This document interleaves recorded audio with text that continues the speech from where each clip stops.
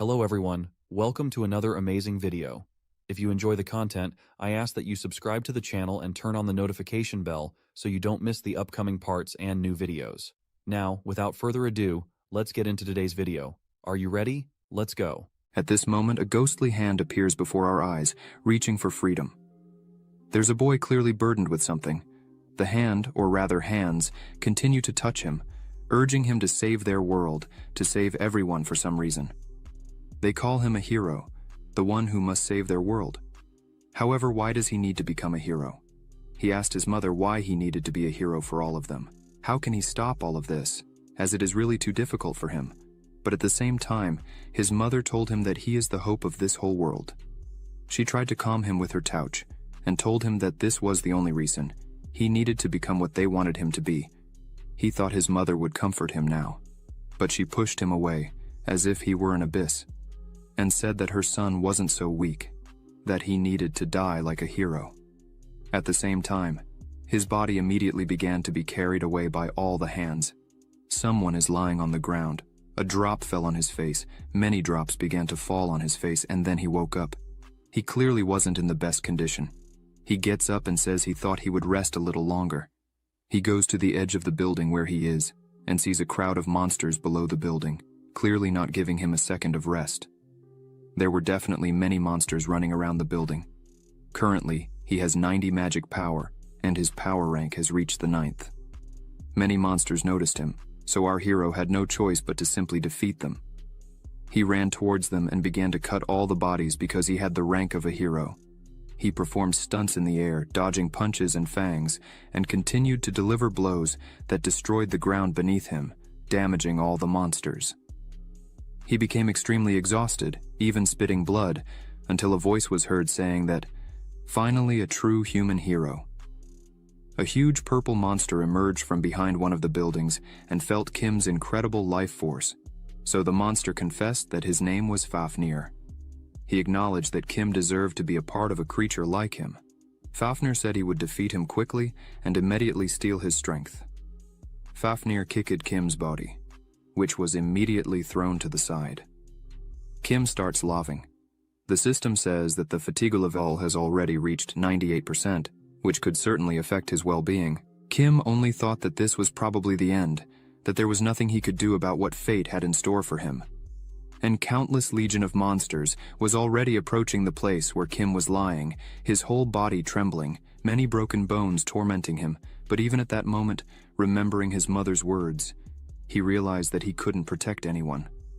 Fafnir immediately prepared to finish off his opponent, and all that was left for our hero to do was watch and understand that he was a simple entity that also couldn't protect anyone. It was completely dark, but at some point, for some reason, his eyes immediately opened. Many people were standing over his body and didn't understand why he had fainted. Many thought he had died, but what exactly happened? Kim immediately got up, which really scared everyone because he acted like a ghost, but Kim still didn't understand anything because he breathed, saw his hands, and observed a clear sky above him. Many people thought he had gone mad, but Kim just thought that a second ago, he saw Fafnir kill him. Of course, at the same time, we realized that the guys are not his friends. They are people who gathered to attack him. The man immediately tried to attack Kim, but his instincts kicked in, so the hand was immediately deflected to the side. The guys didn't understand what was happening, but it was too late, as Kim knocked one of them down and threw him to the side with just one punch. Everyone was shocked, but Kim, unaware, immediately began to apologize. People began to call him crazy and said he was strange for doing this, and then claimed he was dead, but one of them shouted that the police were arriving. They asked him not to return to school, but Kim didn't understand because he thought his name was Kim Soo-hyun and not Kim Sung. Kim immediately stood up and took the phone from his pocket. He found it very strange because it wasn't his phone. It seemed like 20 years had passed. However, as soon as he looked at the phone screen, he noticed his new face. At the same time, we realized that in the year 2042, the world came to an end after dungeons began to appear in different parts of the earth. Monsters emerged from the dungeons that hadn't been completed and started invading the real world. This event was called the Outbreak, and ruthlessly destroyed everything in this world. On the other hand, There were people born with the power to fight against this catastrophe. People worldwide started calling these individuals awakened, and Kim Sung was one of them. Even after all humans died, he was the last one standing, continuing to fight against the monsters. He became the last representative of humanity, and the strongest awakened. Returning to the present, he was at the police station talking to an officer. The officer asked for his name. Kim said his name was Kim Soo-yoon. At the same time, the officer asked for his date of birth and how old he was, but of course Kim couldn't answer any questions. Observing the calendar, he realized the year was 2022, so if his memory was correct, time had likely rolled back 20 years. The officer kept questioning Kim, so he had no choice but to say he was 19 years old because he actually looked that age and definitely was still in school. The officer asked Kim if he knew his residential address, again with no response. While the officer became very angry, Kim could only think that he was absolutely certain he had died because of Fafnir. Was he dreaming, or was it just Fafnir's magic? But it was clear that the sensation of the monster's fist touching his body was real. He was truly in the past, only in someone else's body. What would it take to return to his old body? There were many things he couldn't and would be unable to figure out yet. Of course, when none of the questions were answered, the officer said there was no reason to talk to his mother, so he simply stated that his mother would come to pick him up soon. The officer said that after he left, Kim shouldn't wander but just sit quietly at home. At that moment, he was being warned about some places, and then a certain woman's voice was heard shouting the name Kim Soo-hyun. She immediately ran to her son. It was clear that the mother was worried. Her face was full of fear and panic, but Kim couldn't understand what was happening because now, in reality, in front of him was the mother of the former owner of the body he was in now. It was night, and the sun was setting below the horizon, and the mother was asking if he had forgotten the home address. They had recently moved, but she definitely couldn't imagine it would be impossible to remember. Maybe it was all due to stress. She laughed because she would have never thought her son would address her so formally. Kim immediately broke into a cold sweat, realizing that in this new life, he would play the role of the former owner of the body, Kim Soo-hyun. But what should he say now, seeing his mother so distressed? Should he apologize? But the mother immediately handed him a handkerchief and said he only needed to wipe his face a bit. She said she heard that the kids who constantly bullied him did it again today. She asked when they would stop doing all this. She continued to wipe Kim's face and asked him to tell her about it next time. She held Kim's hand, which left Kim very confused. Of course, at that moment, Kim's mother couldn't understand what was happening. Why was it so quiet outside? Kim also noticed this, and it was at that moment that a wolf appeared, baring its teeth. The mother didn't notice anything, so she continued to walk carelessly. She said they should keep walking until Kim noticed something and started looking back, noticing the wolf. The wolf immediately lunged at him and tore a piece of his clothes, and many things fell from his backpack. It was evident that it was a werewolf, the threat the police had warned him about. He remembered that in 2022, outbreaks began to occur more frequently than before. The problem wasn't how to deal with the werewolf, but how to find the right weapons. Kim noticed an umbrella and grabbed it as a weapon. Of course, his mother was very scared at that moment, but Kim asked her to stay quiet and armed himself with the umbrella. The wolf immediately attacked, but the wolf was injured. As there were two wolves, the second attacked from behind. It became clear that the body Kim was in was incredibly weak to deal with such a monster. If only he were awakened. Another wolf approached, and Kim thought it would be the end for him. However, he realized how his mother threw herself against one of the wolves with her body. The wolf fell to the ground, but the mother was also injured. Why did she do that? It was so dangerous and reckless that such an outcome couldn't be imagined. However, the only thing his mother said was that only her son should leave there alive. These words brought no peace to Kim. The wolves were after him. A strange and ominous aura began to emanate from Kim. He turned around, looking directly into the wolves' eyes, asking if they wanted to die. The wolves sensed something and started to flee. Kim began to chase them with his umbrella in hand, but immediately fell. Kim looked at the sky and wondered if this body was so weak that he couldn't even run after them. He recovered and immediately went to his mother, putting her on his back, saying they were going home. But as soon as Kim picked her up, he felt the pain in his back. realizing it was probably from the same injury. And when he thought more, he realized he didn't know where his home was. Night fell, and Kim finally managed to find the address because it was in his wallet. Kim placed his mother on the sofa, was very out of breath, quite pleased with himself, but began to hear his mother say that her son should run away, that she would stay with the wolves. This was very strange to Kim. Why was she doing this after all? How could she put herself in danger trying to protect him? Then he looked at his hands and began to wonder why his body was so weak in the first place.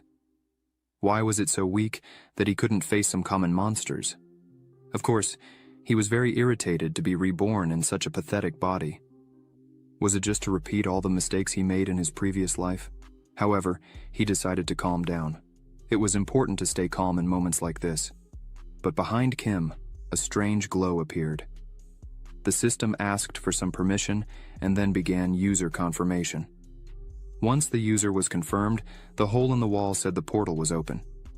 Of course, it was very similar to an abyss. If the abyss portal opened, then this body definitely must have the talents of an awakened, which means it can start its journey, just like in the previous life. He looked at his hands again and realized that in 2022, in his previous life, he was also an ordinary person, which meant that now he could enter the abyss earlier than in his previous life. He realized there was no reason to hesitate. He entered the Tower of Trials, also known as the Abyss, where the devil was thrown after suffering divine punishment. This is the place from which he can never escape. Once someone clears the first floor, they can gain the right to become awakened. With each floor, their strength will gradually increase, so that's why many people want to climb as high as possible. Even so, the tower has a much more important system than the floors. It was at this point that Kim was already heading for his first test, realizing that the most important thing in the tower is complexity, and that's what he would choose. The most important thing was the difficulty level system of each floor. Of course, the levels are a system that exists in parallel with the floors, even if it's the first floor. The higher the level, the stronger the enemies, and the stronger the enemies, the greater the reward. Of course, this meant that the risk was also higher. In other words, the higher the risk, the greater the rewards. The tower began to transform into a new area, like the Colosseum. A 10th level test was created, but Kim couldn't understand if everything would be fine with him, as in the past, he managed to master only the 8th level at most. But if that's the case, he should at least try to change something so that he doesn't have to face that sad ending from the past. At this point, the system asked to choose a weapon, so as soon as the weapon was chosen, Kim knew he should advance while the crowd of monsters approached him. A few hours later on the street, one of the humans was surrounded by 2 werewolves, screaming for help, asking someone to save him. But it was at this moment that Kim appeared, saying that he had found the creatures that attacked his mother in the morning. Kim immediately delivered a few blows that shattered one of them. Kim reminded everyone that he had warned that he wouldn't let anyone escape like that. The wolf was scared, but Kim asked not to worry because he would join the other one. At this point, we could see that the awakened Kim had cleared the first floor with a difficulty level of 10, gaining incredible strength in the process. After all this, the TV broadcast reported that recently, the number of dungeons had increased compared to the number of dungeons that first appeared in 2019, which had now tripled. The sudden appearance of dungeons had a huge impact, generating many discussions. Of course, everyone needed to understand that the Tower of Trials and the dungeons were similar, but had different forms. On the phone, they began to study them. The Tower of Trials, the dungeons, and the system emerged more or less at the same time. No one knew what they were, and the whole world was interested in them. The attention and desire for the unknown began to grow day by day as people found more and more ways to use the energy of the resources they encountered. Ethereal stones, their price skyrocketed, and the rewards found in the dungeons were relevant not only for everyday life, but also for the global economy. The awakened, by themselves, received a material reward for capturing the dungeon, enchanted by the fame and the feeling of superiority that accompanied them. However, what people didn't understand was that in some places, a phenomenon called outbreak was discovered, where monsters could escape from Dungeon X. Even so, dungeons were considered to have too positive an impact on society. The outbreak was what shocked people in the future, because as dungeons became more powerful, stronger monsters made their way into the real world. In 2028, the situation will reach the limit, and this catastrophe will destroy the world as we know it. Until then, many people were looking at each other's rankings, knowing for the first time the name of Kim, who was ranked first in tower clearing. They thought he was a rising star. As soon as they said that, Kim entered the portal and realized that it had been a long time since he had been in this place, the Tower of Trials, a place often referred to as the Abyss in Kim's previous life. It was a vast world where countless awakened could gather to explore the floors. Each floor is a separate world with its own environment, climate, and even its own culture. However, they all have one thing in common. Before you can move up to the next floor, you must pass an approval. At this moment, all the awakened are on the second floor. Compared to the other floors, it is very easy to find all kinds of resources, but to enjoy all these amenities, you must collect the necessary number of achievement points on the first floor. As soon as these words were said, it was possible to see how Kim defeated another monster, completing the trial test. He couldn't believe that it was possible to handle level 10. It was clear that if it weren't for the experience of the previous life, it would definitely be impossible to do it so quickly. Fortunately, the more Kim fights, the more memories of his previous life return to him. At this rate, he will definitely be able to reach the end this time. Once all this was said, the system once again added a huge amount of points, granting the final ranking as the first place. Of course, it was evident that this was only the 10th level of the first floor, and the rewards were simply incredible, and all the attributes were growing much faster than in the past. He can now safely move on to the next floor with the current amount of points he possesses. Kim was very happy with such a large number of points. First of all, it was worth going shopping.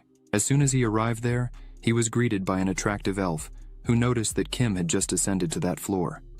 So she asked him to tell her everything he wanted, and if there was something specific the elf could advise on. It was a dark elf veil. Only Kim understood that this girl was the same from his previous life, enticing men to always buy the same thing, but it wouldn't work on him. So he immediately said that he needed a transformation ability, a jumping ability.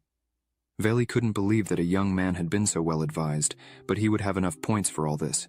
After all, these abilities are worth many achievement points. But Kim just smiled and immediately placed 1,150 points on the table. She couldn't believe it and asked him how he had so many points and if he had cheated the system. Kim looked at her and said that he had paid the right amount to her. Veli said that no one had scored 1,000 points on the first floor before. Veli asked him if he really had just arrived on the second floor. Kim said that of course it was true that he had just ascended there.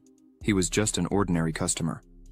As soon as Kim left the store, he decided to take a look around. He opened the spatial bag and saw that he had bought a sword, a spear, and everything else vital. He hadn't forgotten anything.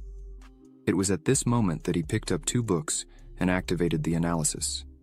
He understood that each ability had the required level to master it.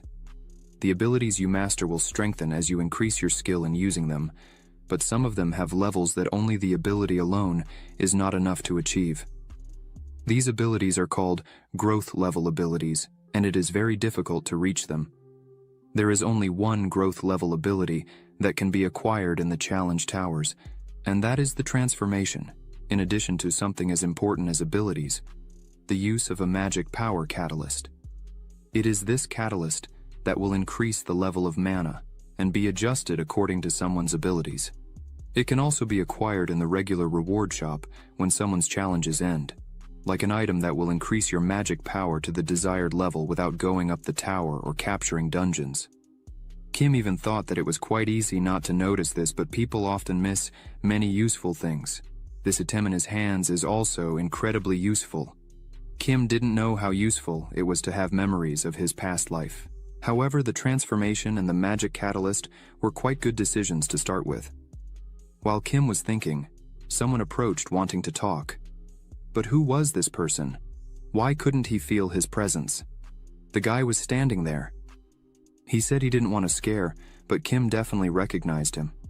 He remembered seeing him on top of the corpse mountain with a smile. He was Choi Hak-jun. Choi was the awakened genius of the abyss who used to be praised, but he was the main culprit in the death of a major guild soon. At this moment, this man was in front of Kim, not understanding anything. Choi Hak asked why Kim was looking at him like that, but Kim said he was just a little surprised. Of course, he had known him in the past and remembered that the person he knew had a more bloodthirsty aura. Kim asked what he wanted to talk about. At this moment, Choi said he was just following him since the moment he was in the store. It seemed like he was buying many different items, and Choi thought Kim had a good eye for purchasing equipment. Kim couldn't believe it. Was he really being followed? At this moment, Choi said he had been waiting for so long, leaving Kim scared, but also asked the two to form a group, which was very surprising. He was like the kindest dog, which left Kim in a not very comfortable position. At the moment, a new stage had already begun on the 10th level of the second floor, and Kim managed to escape with the treasure of the Charles clan. Evil members of the Charles clan would come after him to recover their treasure. That was the task. Escape as quickly as possible, and many lizards were in the way of the forest, so Kim had no choice but to carry out his mission incredibly discreetly. He understood that the Charles clan was a guild of monster hunters excellent at tracking their prey. Why did this mission have to be so difficult? As soon as Kim looked at the pendant, it was written that the pendant had no effects, so it was probably just useless. He wondered what would be the best method to pass this test. The mission was to survive, so Kim had an immediate idea. At a certain point, he lunged at a lizard that was alone and immediately eliminated it. He realized that if he wanted to survive, it meant getting rid of everything in that forest. At that moment, a crowd of lizards surrounded Kim. They lunged at him, but Kim began easily crushing them with his new abilities. As the lizard men now moved in groups, there was a high probability that the battle would be prolonged. It would be much more advantageous to come with a team or group, but because the difficulty would increase after level 5, it would be very challenging to invite people to join the team. Choi wanted to pass level 8, but as expected, it would be very difficult. This was what he discussed with Kim. He knew that level 8 was too low for his purpose and mission. Suddenly, the boss of this floor appeared in front of him. Kim had no choice but to use the jump and declare clearly that he would exterminate all members of his guild. A second later, the boss was defeated like a common enemy, and the system announced that the reward for the second floor of the challenge tower was the unique ability of the Charles clan's treasure.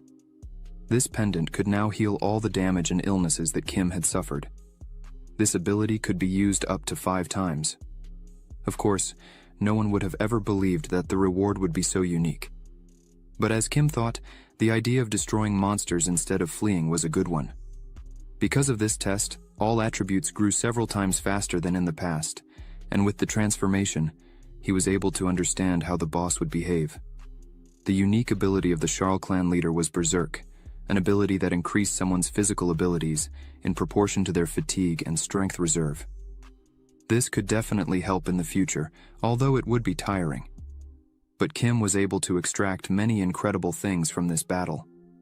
If he continues to grow at this rate, then he will definitely be able to do something in the future. However, as soon as he thought about it, the system warned him about his fatigue, which was at 81, so Kim decided to think about it later.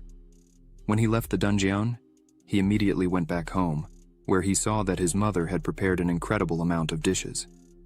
His mother said it was because her son had saved her, but Kim said his mother should be tired, and she should definitely rest. His mother said she regretted nothing for her beloved son. Kim lowered his gaze back to the table and immediately began to eat his food. Kim was incredibly grateful for this great opportunity. He knew that even if he couldn't become her real son, he would thank her today by eating everything on the table and definitely protect her from everything and everyone. At this moment, the news reported that the points leader, Kim, had moved on to the second floor of the tower. Everyone thought it was a lie and asked for proof, but Kim knew things were bad for him because now he would definitely have to hide. He leaned on his keyboard as he continued to read the comments. Many even thought that every guild would want to catch him, which would be quite problematic. At this point, someone from the Ares headquarters also began to talk about Kim. Choi was also there. Someone asked him about Kim, and Choi asked what was with him. A man said that Choi woke up with Kim at that moment.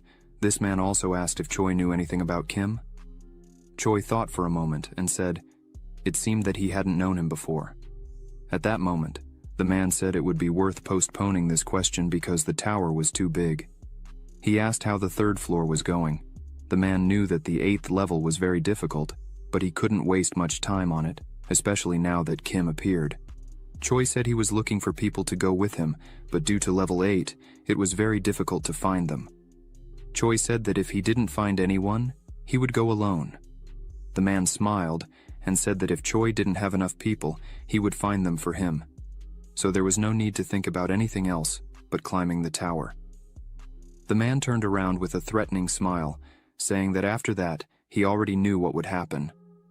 The man just asked to defeat Kim. Choi realized that it couldn't be that the guy on the bench was Kim, so even if it was him, he didn't know what to do with him. Choi thought it would be better to focus on his own path. Meanwhile, Kim successfully cleared the 3rd floor of the challenge tower. The 4th, the 5th, and so on. The results and final reports of his exams were also passed. His mother said he studied well and told him he could have fun now. Before he left, she asked him to call frequently. Kim agreed and said he would be back soon. In the meantime, a year had already passed. He was constantly worried after passing the final exams, but still managed to pass the 9th floor. Then comes the 10th, which will definitely take much more time. And as he doesn't know how long it will take to clear, a great option would be to take a vacation away from home.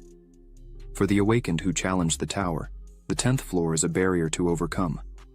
As the difficulty of the challenge increases every 10 floors, making it much more difficult than the 11th and 12th floors. For this reason, most players usually choose a lower level than they are used to passing, but if you lower the level in this way, other floors will become more difficult. So, to overcome this test, you definitely need to get stronger. It is at this point that information is provided that the next major outbreak will be from a green dungeon, which will appear anywhere in a year. It will be the first time humanity is under threat, and after some time, an incident in Gyeonggi on New Year's. This is the future worth changing. At that moment the sun was shining, and Kim decided that this time he would definitely protect everyone. At the entrance to the 10th floor of the challenge tower, Kim was heading there and was greeted by an old man. The old man said he wasn't trying to stop anyone, but asked Kim for a coin before he continued. He was the guardian of the 10th floor. Most people, seeing this old man, simply passed by him, but the role of this person is incredibly important. Kim gave him nothing less than 5,000 points. The old man was very surprised. For some reason, many people simply ignored him and walked away, but he was generous. Kim said he was a rather important person, so he didn't regret it. The old man thanked him for the very kind words and asked what information he needed. Kim asked for information about the 10th floor. The old man initially thought all that information was quite valuable, but now he couldn't simply refuse after receiving so much change. So the old man told Kim to be careful with the boss. Kim asked if that was all and understood that if it was okay because one cannot doubt the words of the gatekeeper. He immediately entered the portal and was prompted to choose a difficulty, so Kim said he would choose a difficulty of 10. At this moment, he was standing on a mountain looking at the city. The system said that it would be necessary to find the target of this test and deal with it without dying. There was a challenge tower in front of us, and a boy was picking wild fruits. He thought he was very lucky because he had many fruits. It wouldn't even be a big deal if he ate one. However, just as he was about to eat the fruit, he realized that a scary creature was right in front of him. It was a huge lizard, of an incredibly large size. So the boy had no choice but to start running. He was screaming in terror, only able to ask for help from his mother. He didn't think anyone would come to his rescue, but just as he started to lose hope, Kim came running and grabbed him, asking him to hold on as tight as possible. Kim passed by the lizard with a blade, being responsible for defeating it with a single blow. Once the boy and Kim were safe, he was incredibly scared, unable to say a word. Kim asked if he was okay, but the boy immediately started trembling. After all this, Kim tried to take him to his parents, but the parents simply closed the door in front of him, saying he wanted to kidnap the child.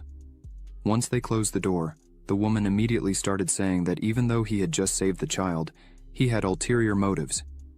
Kim tried to explain, but the child's mother said it was useless to try to keep the child as a hostage, and there was nothing to steal in that village. She then asked Kim to leave as soon as possible. Kim didn't understand anything. He said he was probably misunderstood, but it was too late. Probably he was being considered a kidnapper, even though he didn't say anything like that. However, at that moment, the boy was looking out the window at Kim. The system said he should save this village because it was in crisis, and most importantly, not die. Kim knew that, besides this atmosphere, the locals were also hostile. This floor will clearly be different from the previous ones, so the 10th floor is likely not as simple as it seems. But here's a mission that says to save the village and survive. Something out of the ordinary. Kim is sure there's something more behind it. Kim wonders where else he can get information. But the worst part is that every person in the village is either watching or hiding in terror. They mimic the behavior of real people, but in reality, they are just copies based on the likeness of people. Kim just stood in the middle of the street and began to think that they were very human. It was as if these people were just afraid of something. Kim didn't believe it was part of the test, the fear, the depressive atmosphere. But what exactly was it? Kim noticed that this was the same as last time. These people had the look of a world approaching destruction. Kim was indignant. For people who didn't feel this, they created an atmosphere like this. Kim sat under a tree and began to realize that he had to find someone who had at least some information, so that there could be at least some progress. But he didn't even see a single ant. However, at that moment, the boy he saved appeared behind a tree. Kim greeted him, and the boy approached and handed some wild fruits that were in his hand, then returned to the tree. He was silent for a moment, and then thanked his savior. Kim smiled, and then asked if he could come closer for a moment. As the boy approached Kim, he took out an incredible amount of food from his bag, something the boy would surely like to eat. Kim asked if there wasn't enough food in the village. The boy replied that everyone was afraid of each other, that everyone only thought of themselves. Kim suggested that it was a tough time for the residents, but the boy replied that they were still holding on because of the village chief, because he is a hero to them. Kim asked what that meant, but the boy explained that his father had told him that, saying the chief works hard to protect the village, and everyone should trust and help him. Kim already began to suspect this when the boy told everything. He asked why Kim had come to the village after all, but Kim said he just wanted to know how the chief was doing, that he could help him, or deal with any problems they were facing. However, the boy remembered the lizard and said they couldn't attack the village. All this was thanks to the chief. Kim immediately asked him to tell more about the whole situation, but an old man appeared asking what kind of stranger had come to his village. The old man immediately said he was the chief of that village. The entire guidance from the old man at the entrance immediately came to Kim's mind. But the old man continued to say that he was sorry, but at this point in their encounter, their village clearly needed food. So distributing it that way could cause problems.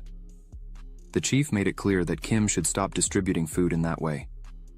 He would really appreciate it if Kim refrained from crossing the limits. Kim asked if he really was the chief. After all, that's what Kim wanted to know. Kim said he was just a traveler who happened to pass by the village. Therefore, if the chief himself allowed it, he would like to stay for a few days. The chief asked his acquaintance to listen, but immediately apologized, still saying that the locals were afraid of travelers. Kim could see that he was still being cautious above all, and then turned to the child and asked if he hadn't told him not to take food without permission. The boy immediately began to apologize, fear appearing on his face. But Kim approached him, put his hand on his head, and asked him not to worry because he shared his food with him, and also didn't intend to harm the village. Kim threw the special bag on the ground, and the man who was with the chief managed to see that it contained an incredible amount of food. Kim said that if the chief allows him to live in the village for a while, he will share the food while he is there.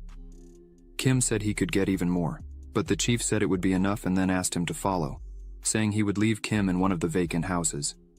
As Kim walked behind the chief, he witnessed a strange presentation in the square, where, in all likelihood, the entire town was heading. Many people were praying at this moment, so it was probably some kind of religious ceremony. In the face of the impending demise of the world, people begin to go mad, each in their own way. Some hide behind faith, others deny reality and start doing terrible things, and naturally, in the end, there is nothing left. Kim thought that none of the people were attacking each other, but as soon as he looked at the scene, he realized that a certain person with a dagger in hand was stating that they were about to sacrifice a corrupted soul. As soon as the sentence was spoken, the rope was cut with a dagger, and the person sitting on the stage immediately fell. This shocked Kim. He realized that all places on the same plane are always the same, no matter what happens. As he was leaving, people began to talk among themselves and said they were forced to do this because if they didn't, the god's spell would pass. It was the god's spell that the village chief managed to obtain. They knew they had to sacrifice someone in 3 days, but they immediately looked at the person behind them and realized it would probably be him. The chief's confidant reported to the old man and said that the ceremony was successful, but they still hadn't found a new victim. The old man immediately asked about Kim, who had come to their town, but the attendant said he hadn't done anything suspicious yet. The attendant asked the old man if he really wanted to use him as a sacrifice. The old man did not deny it. He just took out a certain potion and said that God sent him for this, and the hypnotic potion he had on the table would help get rid of Kim. They all had to understand that one life was nothing compared to the safety of the village. The chief said that the serpent monster appeared over the village and only eats people, but thanks to the serpent's territorial markings, fortunately, the rest of the monsters are prevented from invading the village. That's why the village is safe. All the villagers are in panic now because they don't know when the monsters will attack them, and there's only one thing the old man can do as the village chief, and it's the sacrifice of the villagers, so he regrets nothing. 3 days later, hooded figures led Kim to that wooden contraption. They apologized to him but said it was for the good of the village. The rope was cut so Kim began to fall where a huge serpent was hiding, on which were its eggs. When the old man entered the room, he realized that a day had already passed since they threw him into the abyss. The old man thought it had already digested a bit, and it's almost time for it to mark its territory again. However, as soon as the old man entered the dungeon, he couldn't believe what he saw because the serpent was now cut into pieces, and Kim was standing there staring at him. Kim asked the chief what brought him here. The old man couldn't understand what this meant. He wondered if the person in front of him killed the monster. However, Kim said that the old man seemed not to want that monster to die. The old man didn't understand anything, gritted his teeth, and began to shout that everything was for the good of the village, and that's why he was acting like this. As this was said, Kim asked, "After all, wasn't it also for his own personal gain?" The old man was shocked by this information, and then Kim started talking about the snake behind him. He said that this snake spends most of its time eating and sleeping like a sloth, building nests, and marking its territory until it ventures out, which means weaker monsters would never dare to enter the territory. But it also means that to save the nest, you need to feed it. However, the main reason was that the person who feeds it would never become its prey. The old man was shocked, couldn't believe a single word, but Kim was already walking towards him and began to say that probably all his words were just assumptions, but it seemed that, knowing this information, he pretended to be a hero by feeding the serpent with local residents. But it was at this moment that his hypocrisy came to an end, and the serpent was defeated. Kim appeared in the square with the serpent's head and told the residents about the whole situation. They couldn't believe that the chief was lying to them. Of course, everyone thought it was a religious ceremony, but they couldn't believe they were losing their loved ones because of it. Many were dissatisfied, but also upset because they thought that now the monsters would start attacking them. One of the men there asked, "What will Kim do next?" Kim said he would just help all of them. The residents didn't believe and didn't understand anything, so Kim said he would now show them something. He also showed serpent eggs. Many people were shocked, but Kim asked them to listen. Of course, he had already told everyone that this predatory serpent has a special characteristic that always leaves its food provider unharmed. With the help of this feature, they could breed serpent offspring. Kim asked them not to worry. They wouldn't have to sacrifice people. The villagers immediately calmed down. One of the villagers asked what they should do. So, Kim said they would feed the serpents with other monsters. However, who will catch them? Kim said that, at first, he would help everyone with that. But he's just a traveler who will soon leave the village and everyone will have to manage on their own. The villagers started shouting and telling him to stop talking nonsense because all they have are agricultural tools and he thinks they can catch monsters. But Kim asked them, "Is this really your village?" If so, then you must protect it, but if you have objections, you can simply give up or start sacrificing the locals again. It is the lack of will to protect oneself and the constant dependence on others that give rise to so-called heroes. But a weak hero formed by someone else's will cannot be a true hero. Kim wondered if all his words were too much now. He thought everything was lost, but suddenly a voice was heard, saying he would. It was the boy. He said that no matter how dangerous everything is, he wants to learn how to protect his loved ones.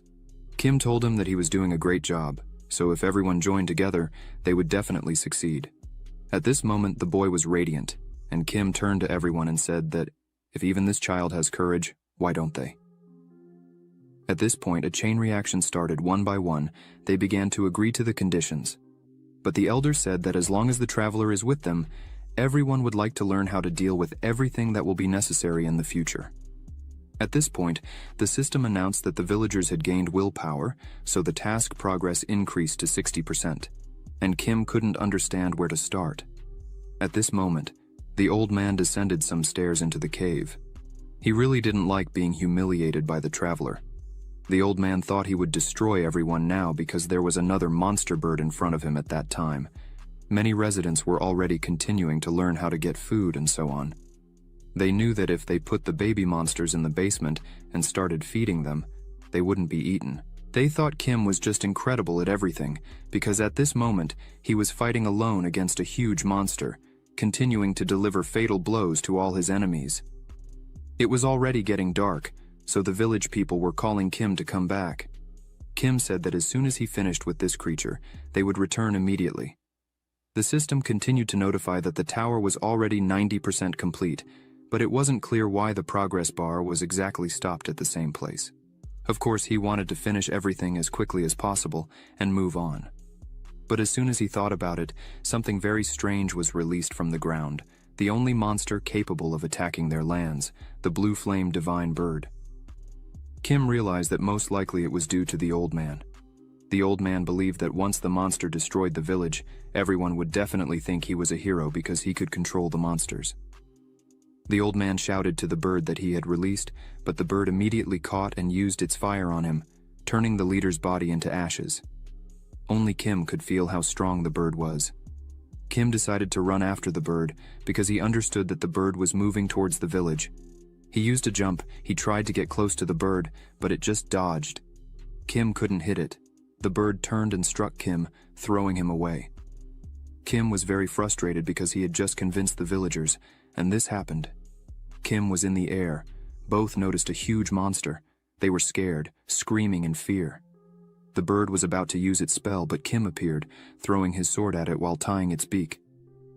Kim realized that if he couldn't catch it, he should just try something easier.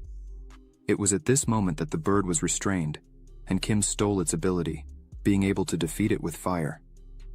His mother is on the phone talking to someone. Nothing is happening there. Kim also mentioned that he wants to take a vacation after the final exam, so he is out of town. Now she isn't worried because she's sure he's fine, and it seems like he suddenly grew up a bit. Sometimes it feels like he became a completely different person. Meanwhile, we see Kim in a fight against the monster bird. After using the bird's abilities against itself, he noticed that there is a limit to the ability he can use through transformation, an enhanced level ability in which strength depends on the skill level. The transformation can copy the physical characteristics of a specific target. The number and difficulty level of the target will increase depending on the transformation level. This level wasn't sufficient to harm this bird in any way. Kim had an attack coming towards him, trying to contain it, but it was scorching. He didn't want to die here, and he was also instructed to save the village that is in danger and survive. The pendant would also be helpful to him, except he needs to protect it. Kim remembered this. He needs to focus. He can still fight. Kim took out his pendant. It is a recovery item. All the wounds on his body were healed, and the remaining number of uses was 4 out of 5. The bird flew away, and Kim flew behind to attack. He drew his sword and thrust it into the back of the bird. Both he and the bird fell to the ground. The bird died, and Kim finally managed to defeat it. Then, we see someone shouting, and Kim wakes up startled and also screams. He was in the hospital, injured. As soon as he woke up, it was a relief for the people around. They are happy that he finally woke up. The boy thought he was dead. He saw him burned alive in that fire. Kim was a bit lost, asking what happened. He was told to lie down and not move because thanks to him everything is over. It was an oversized bird and now it's dead. They don't have any more problems. They cut the body of that bird, so now they don't need to worry about snake food for a while. And all thanks to Kim, exactly as he said before. He couldn't believe it because it was impossible to survive in that fire. He has some bruises from the fall, but other than that, he didn't see any more serious injuries. Everyone was looking at him with joy. His act was enough to call him a hero. Kim says he's just a lucky guy. He seems to be fine, except for muscle pain. The boy ran up to him and hugged him. The system notified that he received 1,000 achievement points, and also the highest achievement in the 10th floor tower test. The system also confirmed that Kim had completed everything 100%. Now he has nothing more to worry about. The villagers can now live in peace, and everyone was extremely grateful. He was their savior. People were around his bed. They would never forget this. Every villager is grateful to him for what he did for them. He couldn't believe that he had become a hero to them. But when it was time to leave, the teleportation on the wall opened. The boy ran up to him and asked why he was leaving at this moment. Why would he leave without saying anything? And what is behind him? The boy asked if he was leaving to save another village. Kim said yes, but the boy was very grateful and handed him a certain bag wishing him luck. He said that no matter where or when he is, they will never forget him. This bag contained some fruits she had picked, which he could eat whenever he wanted, and her name was Melly. He thanked Kim again and he bid farewell. Next we see a car driving on the road. Choi is sitting in it, looking out the window. A man was talking to him, but Choi didn't respond. Apparently he was worried. He turned his attention to the man and said, "No way," the man said. How could a guy like him, the best among the rookies, be worried, since he had already reached the 15th floor? Now he was at least in position B. He could even try to become the top ranked. The man says it seems like they are talking about different rookies, and that this Kim will have his rank evaluated soon too. Choi asked how the man knows that. The man replied that it's just intuition. After all, Kim recently cleared the 10th floor. It's time for an evaluation now. Choi thinks he even gets information about the floors he is guarding. This Kim, having caught the attention of Young Dong-young, makes Choi feel sorry for him, but the man just wants to say, just in case. No matter if it's in the tower or the examination room, if he finds that guy there, then he has to take him to their guild. In that case, if he enlists Kim, he can let the boy go. Choi in the car understands what will happen if Kim replaces him. He can be free. We can see the building. It's the certification commission for the awakened. Choi arrived there. He remembered the man saying that when he finishes, he would arrange everything for Choi to climb to the top of the abyss. He should hurry after finishing the exam. If he fails, he should remember that everyone will suffer for it. Choi smiled back at him and agreed. Now that he was in front of this building, he began to enter. There was a guy standing behind him. It was Kim, who had arrived just in time. It had been a long time since Kim confirmed his rank. The Certification Commission for the Awakened is a government commission where awakened individuals can find out their rank, whether a rookie or a foreigner. They take care of everyone. Many awakened people come to this place to enter the dungeon. You need to get a rank and enter them to earn money. Even if he came here just to enter the dungeon and not work, he still had to wait here. Those who confirmed their rank become active awakened. If they possess both good physical condition and unique abilities, they will be recognized as an awakened. So many often come from the guild to recruit others as promising individuals. They have a hawk's eye. The man who was accompanying Kim said that when everything was ready, they would call his name, then he would take him there. There was a guy cursing behind the counter. He asked them to stop playing around and just do the work normally. Let them take another look at him because he has the 3rd level of magic. It's certain that he should get a C ranking, so why is he only at D? The requirements for getting a rank suddenly changed, and those people couldn't do anything about it. He grabbed the shirt and started shouting even more. This is their problem, that the conditions changed, because he decided everything by himself and cut the man's rank. Income received from the dungeon depends on the rank, but you can't behave like this, even if you're dissatisfied with the rank received. There were security guards everywhere, and the fight was getting worse because the guy didn't agree with the verdict. Suddenly, Choi approached him, twisted his arm, and brought him down to the ground. Choi wonders if there are still people like this in the world. Choi didn't understand what was happening, but he saw the guy's bracelet. It was an artifact that temporarily increased magical power. This is a rare item that is not available in normal stores. He doesn't know where this guy got such a bracelet. Although his rank is low, it seems like he still has money. The man was still angrier, but Choi didn't let go. Choi asks if he thinks there are stupid people working here? People who only look at skills. If that's the case, why didn't he take the test without this bracelet? Choi laughed and said, "It's true, he wouldn't even get the lowest rank, so that's ridiculous." The security arrived to ask him to leave. He can go on his own. Let him go, he shouted. Choi says he lost his manners, as he's not in the best mood, so he's a bit agitated. Suddenly someone greeted him from behind, and he turned around and saw Kim, who asked if Choi remembered him. Choi saw him for the first time on the second floor. Choi then asked Kim, this will be his first test because he's so surprised. Basically, the test to get a rank is done a month after waking up. But Kim is a special case. Kim says he was busy, but in reality, he would like to avoid a situation where everyone is watching him. He can't let his mother suffer more. The examiner was shocked, maybe due to his rank. Although it's hard to tell, Kim asked Choi why he didn't take the test earlier. He would be able to receive all the dungeon rewards if he passed the test, and he is on the 15th floor, and still hasn't done it. Choi said with a strange look that it's because he was busy. Choi thought they didn't know each other's names, so he introduced himself, Choi Hak-jun. But at that moment, he was called and ran as fast as he could. Kim recalled the guild that Choi destroyed, Ares Guild. It seems that at this point, Choi had already come into contact with it. Watching Choi, Kim wonders why he did that. Choi was finally evaluated. His rank is 4, number 44. Assigned rank, B. The audience began to criticize how he got such a high rank. He's still so young, and everyone was indignant. Kim congratulated him, but noticed that he didn't seem very happy when Choi started to explain. They called the next one, Solitary Kim, come here. They called Kim, and everyone was surprised by his departure.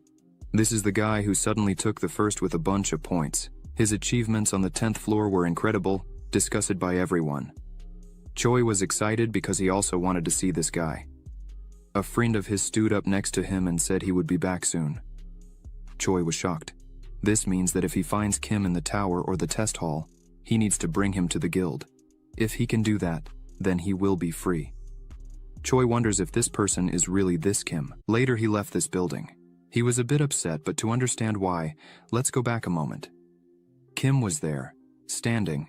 He was instructed to channel his magic into the meter, and he did, but suddenly, all that magic burst out, illuminating the entire place.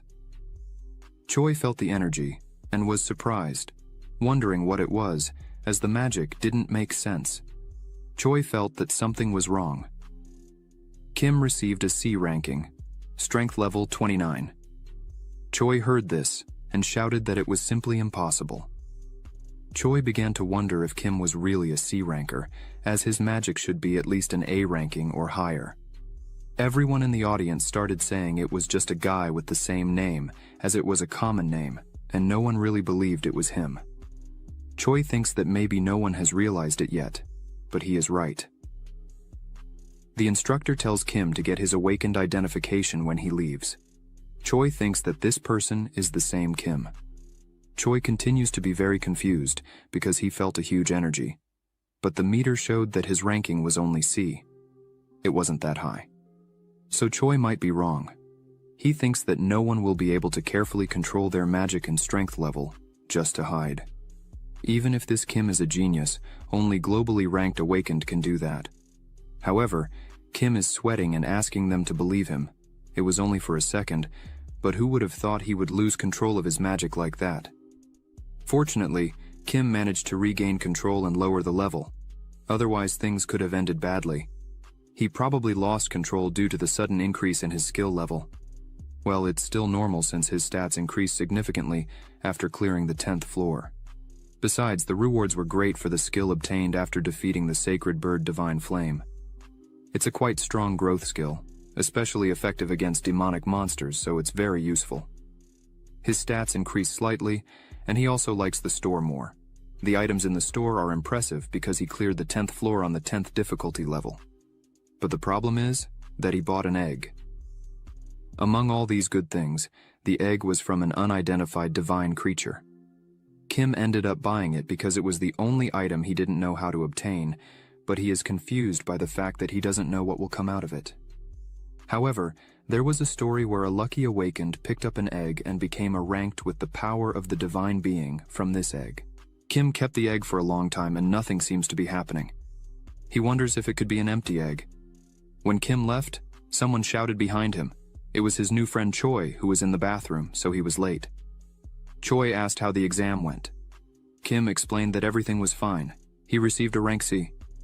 Choi awkwardly asks about the chance, but before he finishes, they were interrupted by the guy who was cursing everyone inside. He must be one of those guys trying to get revenge.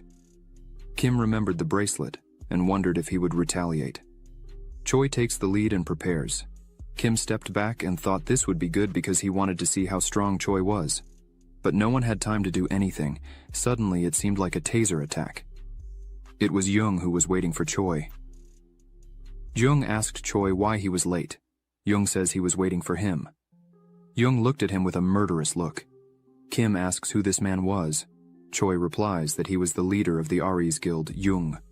He pushed the boy who fell unconscious to the ground. Kim just looked scared. Jung began to approach Choi. On the way, he kicked the guy on the ground, covered in blood and unconscious, also asking Choi to call him Hyung. Jung was angry but saw that Choi made a new friend. Choi was trying to explain. He just met him in the training room and wanted to offer him to join his guild if his rank was high enough. But Choi doesn't believe he can. Jung says he can't be just an ordinary person since Choi was interested in him, so there is something special about him. Jung will check the guy personally. Choi tried to stop Jung, but he had already approached Kim. Choi tried to signal him to stay quiet and not say anything. Jung introduced himself and asked what Kim's name was. Kim looked at Choi and made a happy face. Choi thinks he understood the message and sighs in relief, but Kim glares furiously at Jung and says that his name was Kim Soo-hyun. Choi, who was behind Jung, was shocked, but Jung was not impressed, or rather, he was content. Choi tried to dissuade Jung, saying it wasn't the same person. He is rank C, definitely not the person they are looking for, but Jung told him to shut up, as he would decide everything there. Jung said if Kim doesn't mind, let him see his awakened card. Jung saw that indeed, it was rank C. Jung apologized. As Kim looks very much like the guy they're looking for, their names are the same, so he got confused. Jung said that if he were indeed the guy they were looking for, he would have called him to talk in the guild leadership. He apologized for bothering them. Well, if he is interested, he can come to their guild for the test. Kim said even if he were that rumored guy, he wouldn't join them for anything. Jung was surprised. Kim said that if he joined a guild where the leader didn't know the value of people's lives, what would happen to him? Jung said there was already a case like that. It happens to those who challenge members of his guild, right? Such people deserve to be punished. Kim said that this man was of a lower rank and asked if Jung didn't think it was excessive for self-defense. Jung thought about it and said that it seems they think differently. There is an unwritten rule that no one can get involved in a battle between awakened, even if one of them dies in the process. And the stronger the awakened is, the greater the chance he will go unpunished. A guild that has such a strong leader, a guild that won't receive any punishment even if they start a massacre, Jung said. Does everyone really want to join a guild like that? Kim replied that, as Jung said, they think differently. Jung gets irritated and says they have nothing more to talk about, so he calls Choi to follow. Choi apologized to Kim for this and went after Jung. As they walked, Kim handed him a note and said that if he needs sudden help, call him anytime. He left with Yoon Dong, the leader of the Aries Guild's midsection, and an A-rank awakened. Kim was sitting at his computer at home studying Jung's history. He used to be a criminal, and was known for getting into fights before becoming an awakened. When he awakened, he quit crime and started a guild, but he offered loan services with interest, human and drug trafficking, all remnants of his past life. It is said that Aries is a dirty guild, and the way he killed a man confirms this. They say a leopard doesn't change its spots. Kim is sure that Jung is hiding something. Kim thinks that Choi also has something against Jung, but nothing has come to his mind yet. So, what exactly happened between Choi and the Aries Guild? It seems he will have to find out. There is still a lot of work to do, but it's snowing outside. When it all ended, the world seemed to freeze. There was no snow or rain. The situation was getting worse every day. At that time, he didn't know that peace and tranquility were also a luxury. New Year's Eve is coming soon. He almost forgot due to the meeting with Choi at the test. He has another reason to go to the tower. The reason he stopped climbing wasn't because of his rank, but because he needed to get an awakened certificate from the Awakened Commission to participate in the raids, so he had to take the tests. He wouldn't be in such a hurry to get there, but he couldn't wait any longer because he knows the incident will happen soon. But what if it doesn't work out, even if it fits? He didn't even think about it. After all, he is the only one with rank C out there. According to the database, he doesn't even have experience in dungeons. Will they choose him for this? In the end, there was a group of people for a dungeon raid. The difficulty was orange, and the location was Yonggi-do in Gwangju. He didn't want to do it, but should he try to fool them? We see two people sitting in a cafe. An Min-suk, C-ranked hunter, Lee Yunmi, C-ranked wizard, Kim Yoon, a C-ranked healer. It seems that nothing is special, but the girl thinks they work well together. The man at the table says these guys are just average. The girl says that's rude. She is also one of the candidates. She says that the fact that he is there shows that the other members matter. They need to calm down. Lee Juho, B ranked in front of her, was a man named Lee Juho. He says that even so, it wouldn't be enough. They needed at least one more participant. She explained to him that they would get less. Is Lee sure about this? She is already a high-ranked person. What is he afraid of? Lee explains by saying that security should come first. She knows how high the death statistics are in dungeons now. He stopped climbing the tower because he didn't want to waste his life. So what does he gain if he dies in the dungeon? She says it's just an orange dungeon. He doesn't need to worry. She said she would let him do whatever he wants. She has to obey the leader, so what can she do for him? Lee began to think if there's anyone useful. She looks at her phone and says that fortunately, they just received an application, but the name of this person is Kim Soo-yoon. The easiest way to show the differences in dungeon difficulty is by using colors.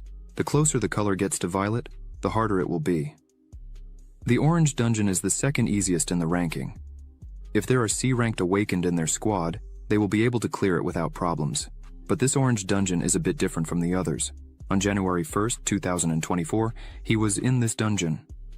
Lee says, "Welcome, we were waiting for you."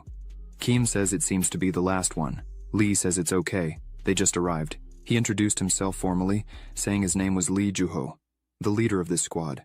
He introduced Kim to the team.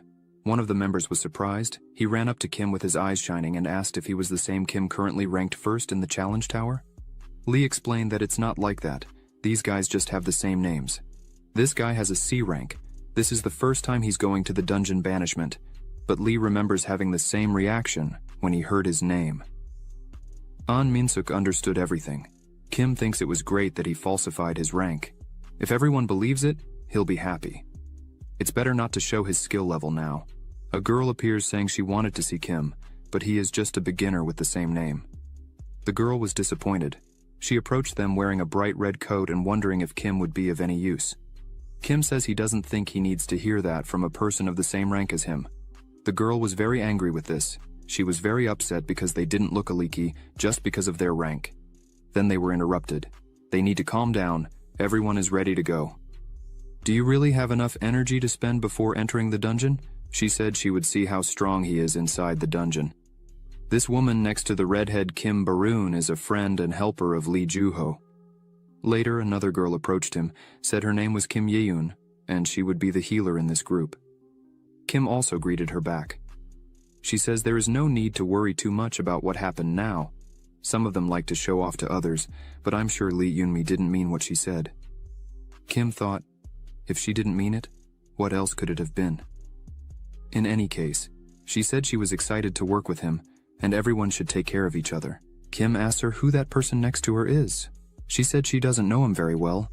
It seems the leaders don't know who he is either.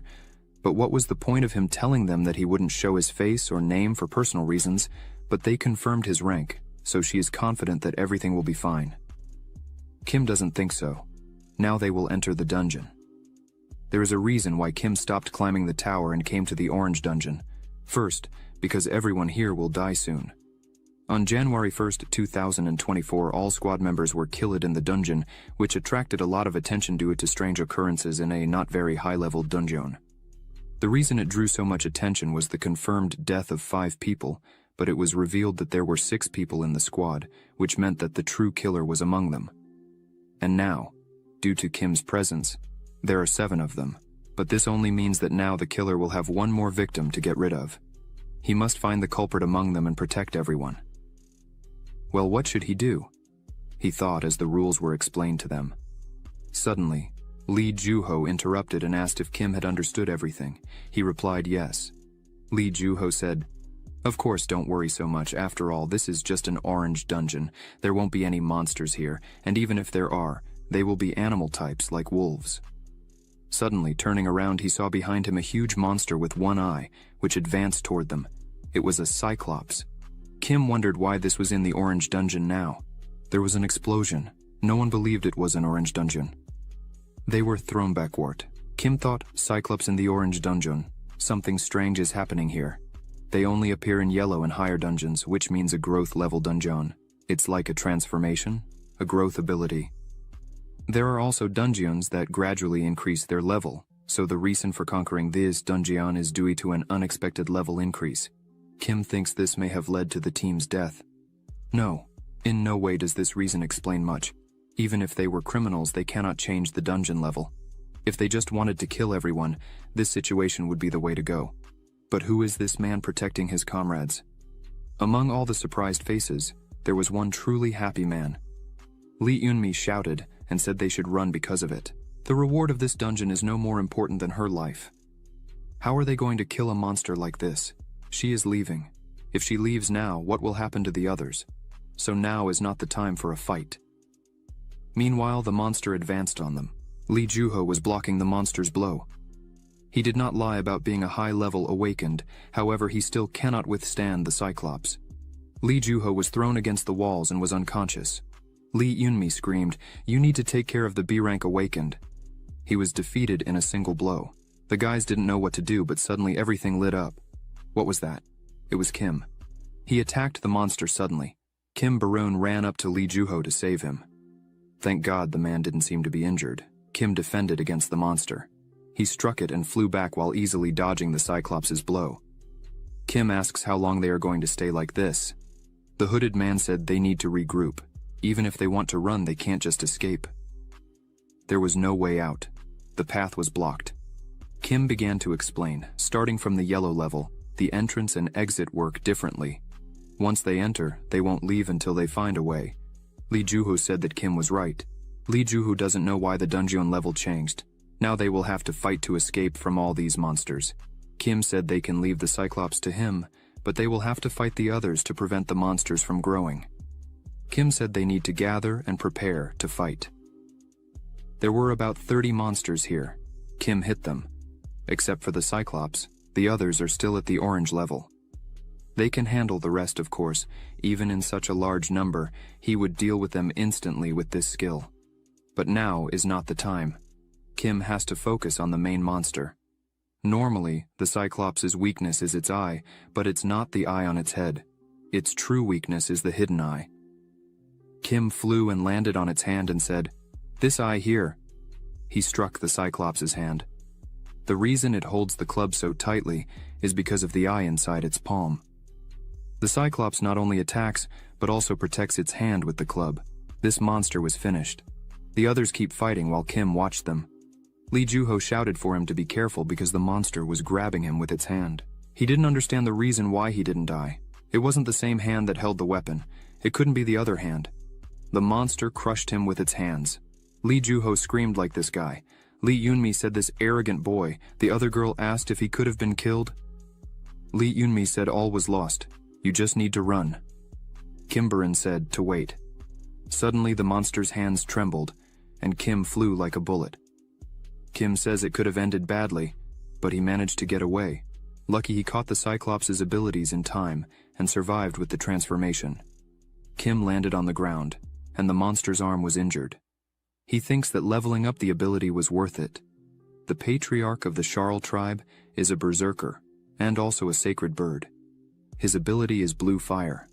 Until now, he could only superficially copy the target's abilities, but now he can copy its entire power, much stronger than he thought. Maybe he should see how far he can go with this. When Lee Juho ran up to him asking if he was okay, before he could even speak, Kim was already flying with his power. He passed through the monsters in one blow and killed them all, then flew up to the Cyclops. Kim struck it on the head and Lee Juho looked on in admiration. His speed was simply incredible, and his technique as well. It can't be that these are C-rank abilities. But suddenly, Lee Juho was also attacked by a monster. He must deal with this no matter what happened now. Lee Juho must fulfill his duty as well. He asked Kim Baryun to take the front position, and Minsuk and Yeun must remember to provide support. Kim Baryun asks if they heard. They have to stay behind him. Kim noticed how they started working together. That's right. Now it's time to finish everything. Kim hit the Cyclops on the arm and all over its body. The Cyclops died without leaving a trace. The rest of the team could barely handle all the monsters. Kim Baryun thought he was going to die. Lee Yunmi asks what they should do now. Even though they defeated these monsters, they still don't know where the exit is. If more of these monsters appear in the future, nothing will change.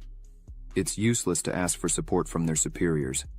Lee Juho responds that, to be honest, this is also his first time in such a situation, and he doesn't think there are recommendations for such situations.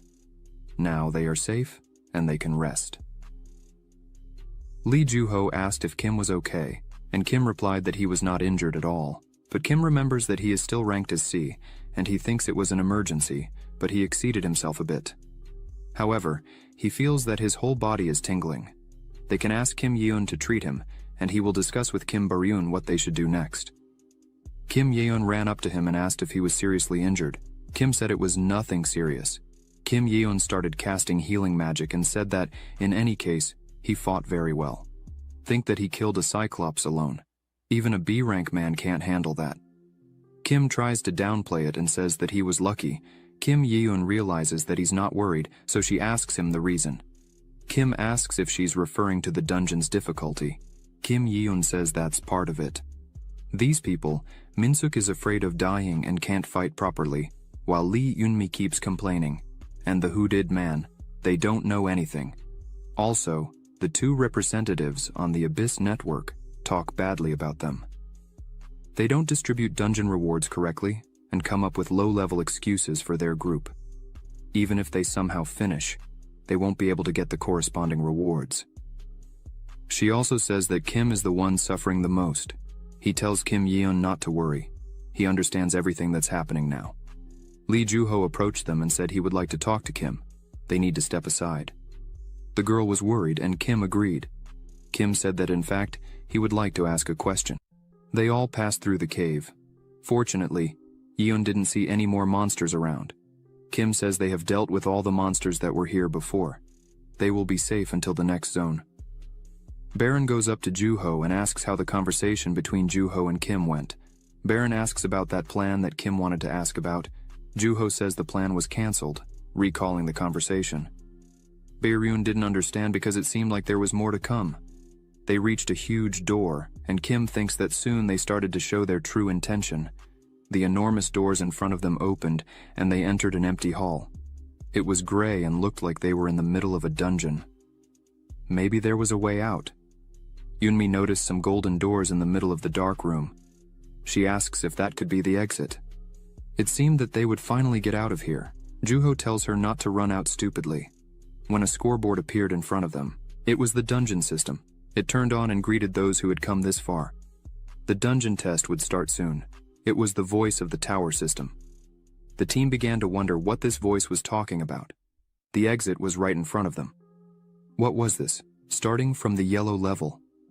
The raid does not end after killing monsters, just like in the tower tests. A raid can be completed when certain requirements are met.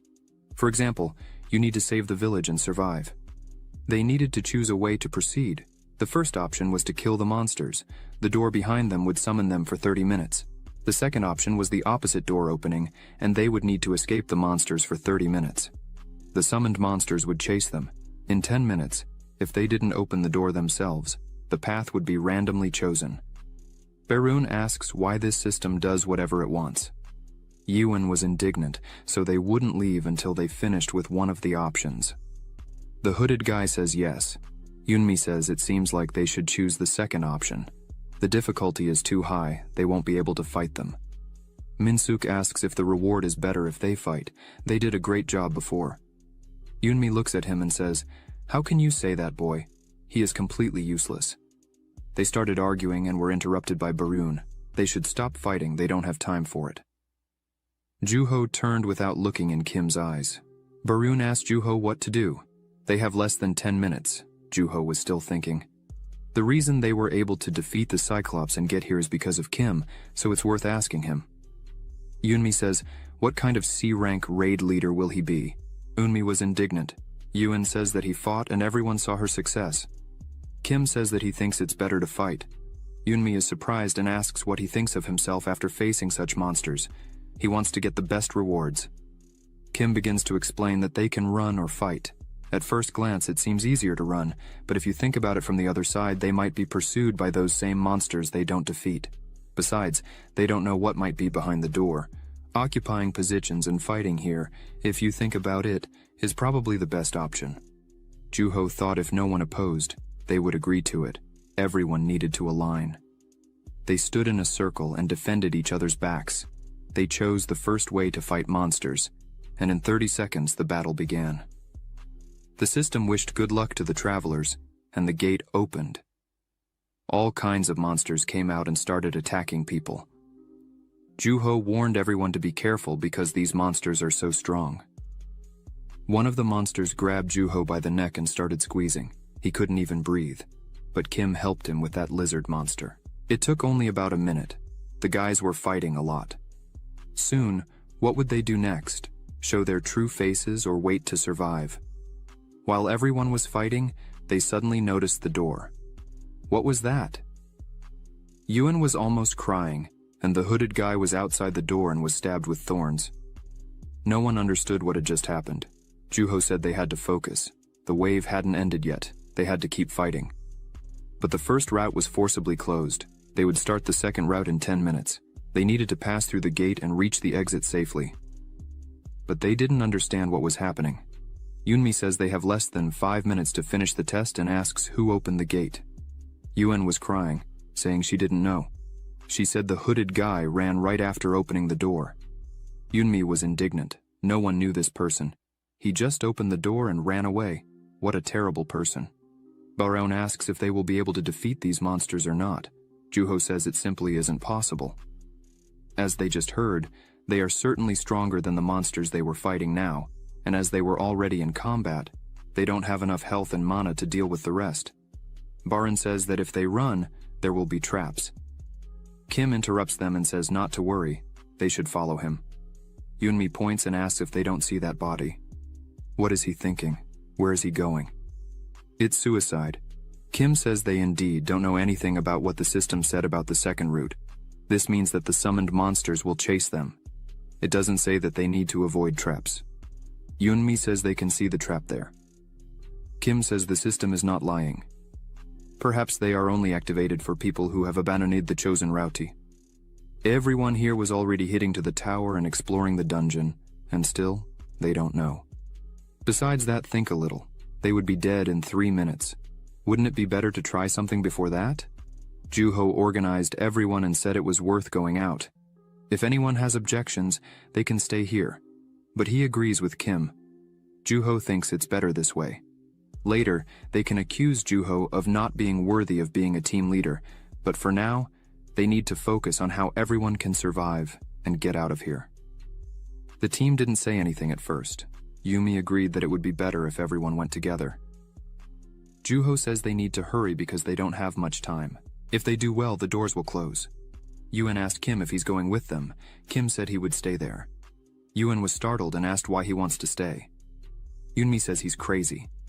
Does he want to fight monsters alone or something? Kim said he certainly wouldn't stay here alone. He would have to take someone with him for everyone's sake, right, Yuen? But Yuen opposed and said she wants to leave. She asked why she should stay here with him. While she was talking, Juho closed the door, and she would be unable to get out. Beirun didn't understand what his friend was doing. Juho said he would tell him everything a little later. Yuen shouted behind them that she didn't want to stay there and asked them to take her along. Kim asked Juho if he forgot their contract. Juho says he didn't forget. Yuen kept shouting behind them, even through the closed door, and then fell to her knees and started crying, asking why Kim would do this to her. Both would die if they stayed there.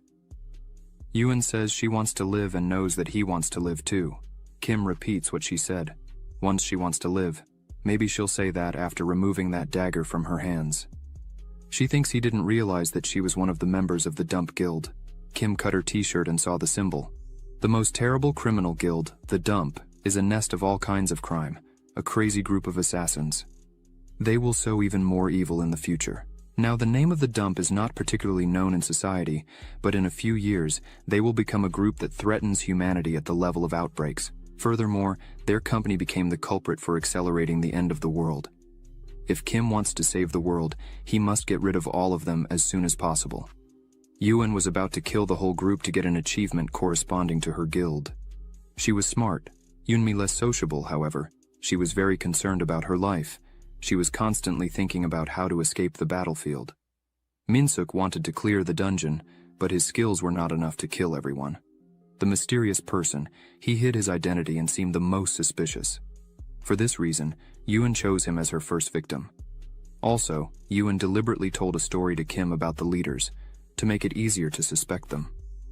After this incident, this is how he found out, but Yuen realized it when Kim killed the Cyclops. He really pretends to be someone else. After all, he is the same Kim Soo-yoon from the ranking. So, what's the point of Kim dying in seconds when surrounded by monsters? When that happens, Yuen will open the door and run away. Yuen has the ability of invisibility from her class. Her skills are geared towards killing. She used her ability to hide from them and open the gate. The second route of the test opened. Yuen wished him good luck and disappeared. Kim wonders if this ability will be able to hide the smell of blood coming from his body. Yuen noticed that his whole arm was covered in blood. Yuen, seeing this, wonders when Kim managed to do that. The monster sensed this smell and attacked her, ending Yuen. Kim looks at them and says that it remains to deal with them. Kim dealt with all of them cleverly. He apologized, but they didn't leave here alive. He pushed away one monster, then another, and a third, all with his ability. He was fighting against flying monsters. As expected, there were many of them. Endless. Kim smiles and thinks that maybe this is something good because this is the right time for the right technique. He will end everything in a single blow. Meanwhile, in the cave, the group continues to flee. They couldn't stop. The monsters would catch them immediately. Baran asked Juho if this Yuen had killed the guy with a trap. How could the man know that? This is information he received in advance. This information was told to him by Kim. He understood that Kim's level was higher. In fact, he was talking to Baryun. He is so strong that he managed to kill a Cyclops alone, and Juho thought he was the rumored guy. If that's the case, then Juho asks Kim to become the leader of the group due to this dangerous situation. Juho thinks Kim is more suitable for this role than he is. Juho asked again about Kim's level, and Kim said that this was how he was going to tell. Juho was right. Kim was the rumored guy. Juho knew that he was deliberately hiding this.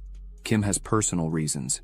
Kim was honest with Juho because Juho seems like someone he can trust, so he decided not to lie to him.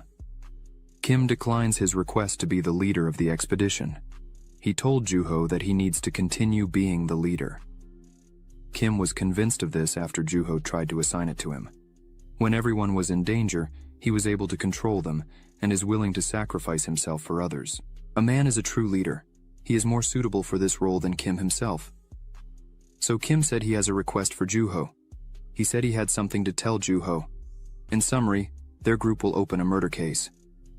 The man was shocked by what Kim was saying. He will explain everything briefly, but Juho must promise to take everyone out, except him. He has to promise that Kim will stay behind because he came here to catch the criminal, the strongest newcomer in the abyss, Kim Soo-hyun. Perhaps he thought he could gain time with his strength if he stayed behind. Joo-ho thought as he ran, well, even if he can gain time, will he defeat the countless monsters in the dungeon? But he had to finish it, even if he was worried, but he couldn't do anything. It would just get in the way. But suddenly Joo-ho stops and says he can't do this. No matter how much he thinks about it, he just can't leave him and go away. Joo-ho turned sharply and ran in the opposite direction. He apologized to Kim because he doesn't think he can bring the others out. He will go back to Kim and help when Joo-ho opened the door and saw the dead monsters. He wondered what happened here. Everything was blue, and Kim was using the divine flame. Kim noticed a man in front of him and abruptly directed his power to the monsters and defeated them. Kim bravely asked Joo-ho why he came back, but Joo-ho couldn't leave Kim. Joo-ho asked about Yuan. Kim replied that he took care of her, or rather the monsters killed her. Joo-ho ran here like crazy, and Kim had already killed everyone, and he couldn't even do anything to help, but Kim said he can help because everything is just beginning. A yellow ring opened in front of them. A skeleton began to emerge from it. Kim says it's the final boss. He finally appeared. The final boss was a skeleton with a cape and a sword in its hands, as well as a yellow spot on its forehead. Joo-ho had never seen anything like this before. Joo-ho asked what the hell it was. Kim replied that, as he had said, this is the final boss of this dungeon. Joo-ho asks if this bony monster was the final boss. The boss was indignant and said that calling him bony was offensive and asked him not to call him that rudely. Joo-ho was surprised because this skeleton also speaks. The boss says he would have preferred to be addressed correctly instead of being called a derogatory term like a bony skeleton. Let them call him the Dark Priest Lich. That is his true name. Before he could finish, he was interrupted by Kim. Even if they try to look cool, he's just a half-baked lich, Joo-ho asks in disbelief.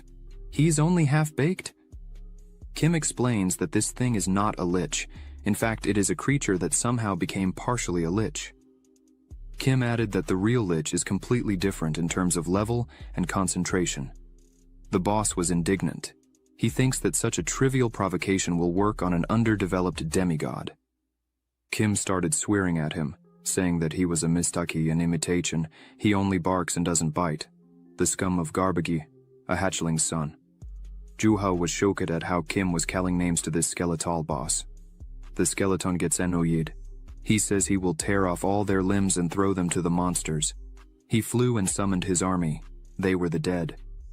Kim thought, even being a half-lich, he still has the ability to perform necromancy. Probably that's why the dungeon turned yellow. Joo-ho asked why Kim was provoking him. He shouldn't do that, but Kim said he did it on purpose. This was the only way to make him focus on Kim first.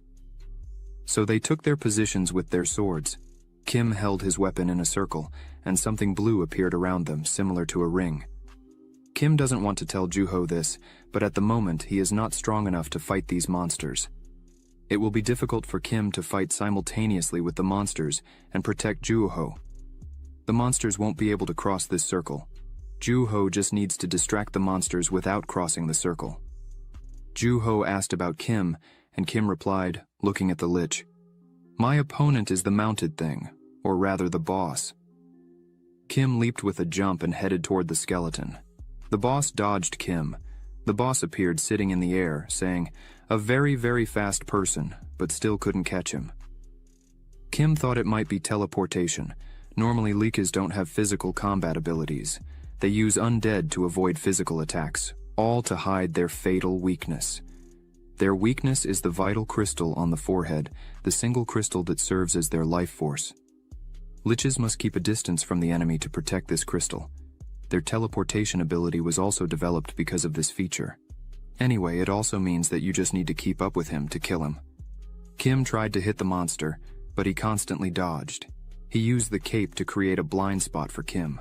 Kim defended against his attacks and used his own. He used a divine flame attack, but he wasn't sure if it hit.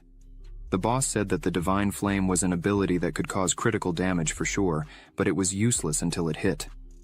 Kim thought he hit him, but it seems difficult to hit a moving opponent while he was hanging on the wall with his weapon. The boss said it was fun to see him hanging there, reasoning. The monster thinks it's good for him to be thinking about it. He should look at his sword first. The boss's magic can destroy anything it touches and will corrode Kim's sword in 5 minutes.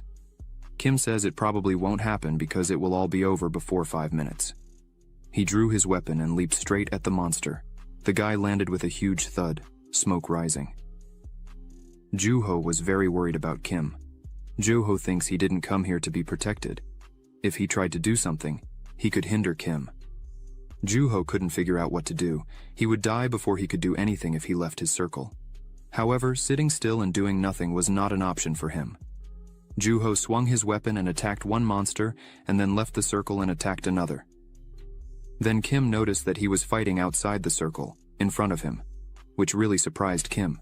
He was using fire to fight. Kim noticed that Juho had become stronger. However, how can Juho use this to fight now? How is this possible? But as soon as Kim looked at Juho, it was clear that, indeed, Juho's magic level had increased since entering the dungeon. He became much stronger in a short period. In that case, Kim changed his plans, jumped near Juho, and the skeleton asked why he was running away. However, Kim simply picked up and tore apart all enemies. Kim said he really wasn't running away, just starting to put his plan into action.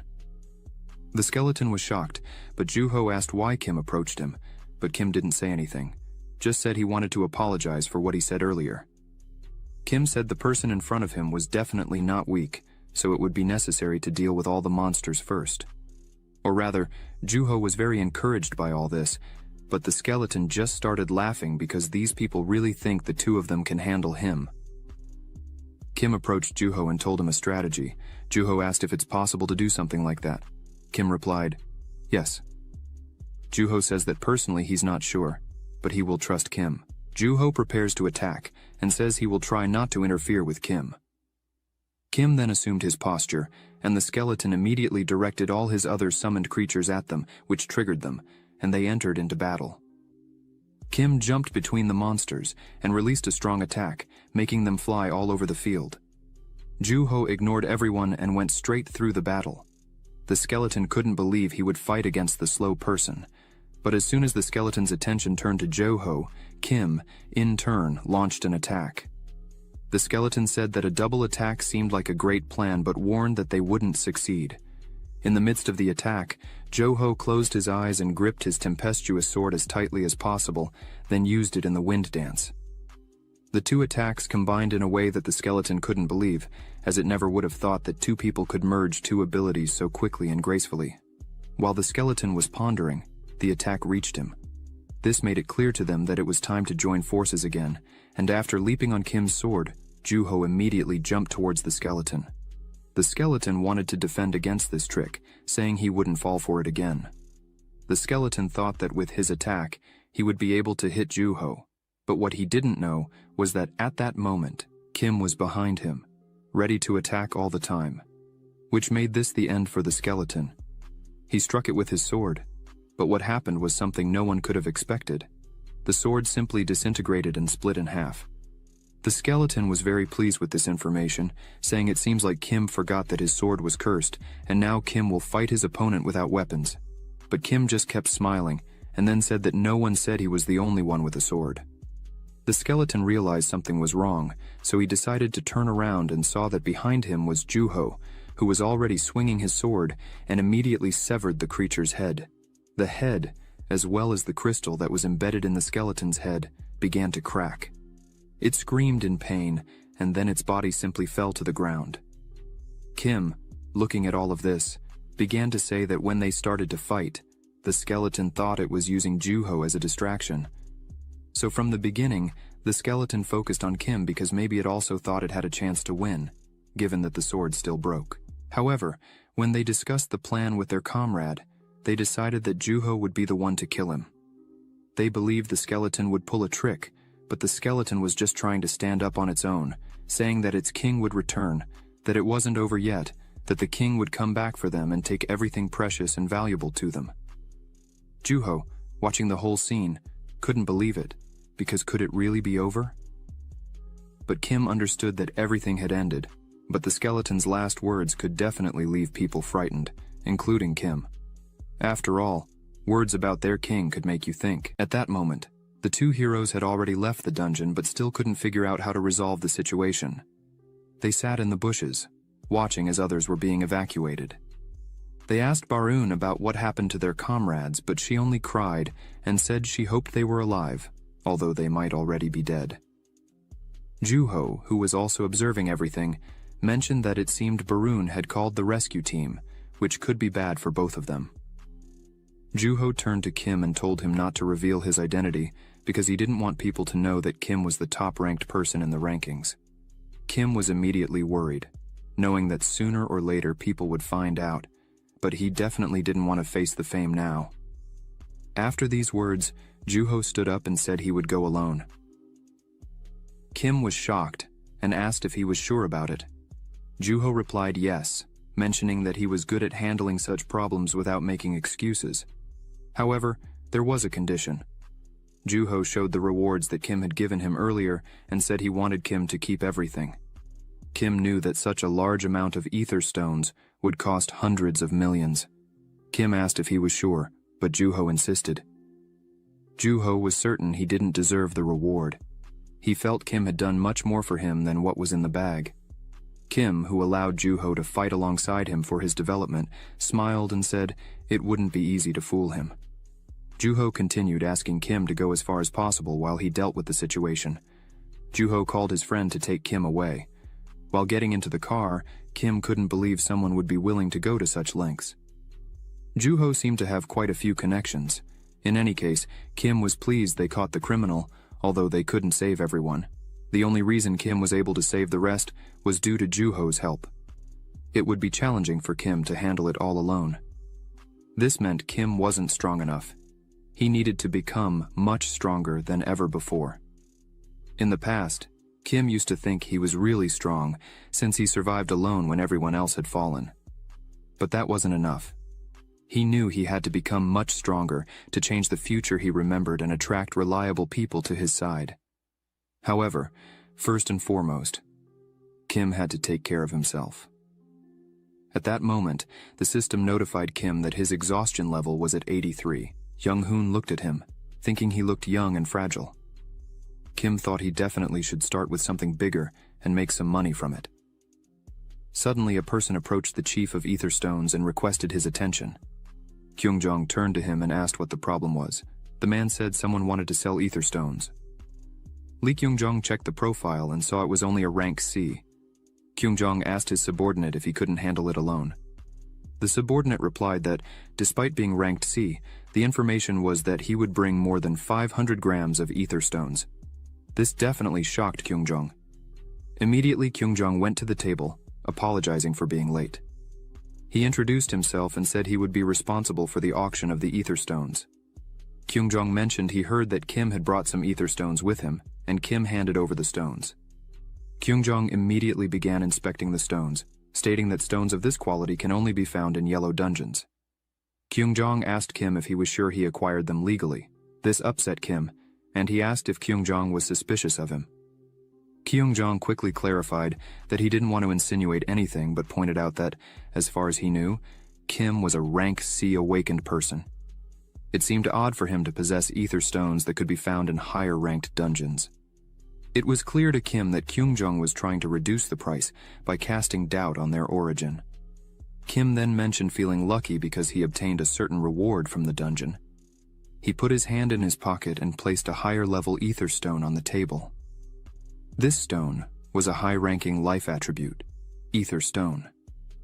Few people knew it, but this crystal also counted as an ether stone. It needed to be destroyed to kill the lich, and the only way to acquire it was through the dungeon's reward chest, though the chance it was very low. Kim didn't expect to be so fortunate. He used this information in the dialogue, stating that if Kyung-jong suspected him, he could go somewhere else. Kyung-jong wanted to stop Kim and quickly grabbed the stone, asking him to wait. Kyung-jong believed he had gotten the stone, but when he looked in his hands, it was gone. Kim, already heading for the door, mentioned he heard the price Kyung-jong was willing to offer for the stone only once. Everyone was shocked, realizing that Kim was walking away with a significant amount of money for the stone. Kim thought 600 million for such a stone was fair. Although money wouldn't mean much when the apocalypse occurred, for now, it was necessary, and Kim could live comfortably for a while with that amount. Kim arrived home and noticed a strange mark on his mother's face, shocking him. His mother was happy he was back, asking if he had fun with his friends. Seeing his mother's injured and thin face, Kim immediately asked why she was in such bad shape and where the wound on her face came from. His mother began to explain not to worry, mentioning a brawl at the restaurant where she worked. Kim lost his patience, questioning why she continued working there and putting herself in harm's way. His mother, on the other hand, didn't understand what he was talking about. She believed that soon her son would enter college, and she needed to contribute to his education costs. She expressed regret for not providing a healthier environment, but wanted to support him as much as possible. She looked deeply at Kim, saying he had always been and would always be her pride, wishing he could be proud of her too. Kim was shocked by his mother's words, as memories of being scolded by his old mother for not trying hard enough came back to him. Everyone had told him he had to be a hero, but as Kim snapped out of his thoughts, he saw his mother shouting in front of him, concerned because he wasn't responding. Kim lowered his gaze and said he needed to tell his mother something. They sat at the table, and Kim explained that he was awakened. His mother asked if he was like the people on TV.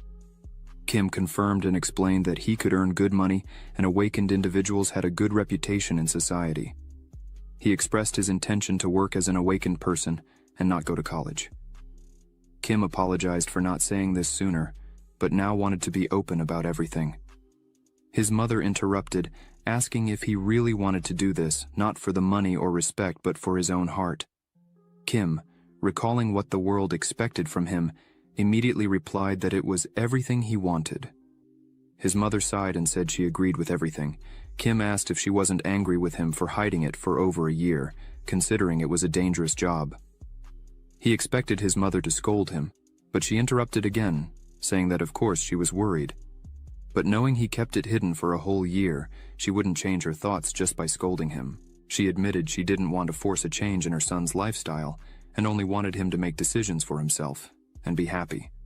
However, she asked Kim to share everything that bothered him so he wouldn't hide anything anymore. Kim smiled and said it would be like that, thanking his mother. At that moment, he grabbed his phone, stating that he had already made some money as an awakened person, enough for his mother to quit her job. His mother took the phone to look, and when she saw it, she was completely shocked, to say the least. She couldn't believe they had become so rich in such a short period. Kim asked if his mother wasn't exaggerating, and she responded that, of course, she was worried, but who in this world doesn't like money? She tossed the phone into her son's hands and immediately said she was very happy and would prepare a special dinner in celebration. Kim, witnessing all of this, understood that this was exactly what he wanted throughout his life. He wanted at least moments as pleasant as this. Kim even thought about giving up everything and living a peaceful life with his mother, but he understood that he wasn't the true Kim meant to experience this love. This love should be given not to him, but to the real Kim. But for now, Kim didn't really care because he was given a second chance to protect this world. If the real Kim happens to return to this body, he will be able to face people confidently and ensure nothing bad happens to this amazing mother. That's why Kim became a hero, but all he needed to do was get stronger because he was still weak, and even the Lich had caused him a lot of trouble. So now all he had to do was climb the tower repeatedly, and for that, he needed a weapon. Not the trash he would get from the authorities, but a legitimate weapon. So he needed to turn to one person, the master weaponsmith Daeho. Kim began knocking on Daeho's door, interrupting his work. As soon as Daeho opened the door, Kim stood in front of him and said he was very happy to meet him. Daeho asked who he was, and we could see the sacred sword Balmung, its name meaning the sacred sword that killed dragons. It was the sword used by the previous Kim when he was still called Kim Sungen, the greatest sword created from numerous rare materials, along with the efforts of the awakened, and its creator was Daeho. At one point, Kim Sungen came to the blacksmith on a rainy day, asking about an item he had asked Daeho to make. Daeho said it was done, so now the very sword that seemed adorable appeared before him. Daeho even called it his masterpiece. It was at this moment that Kim Sung-in said he couldn't accept this sword, which shocked Daeho.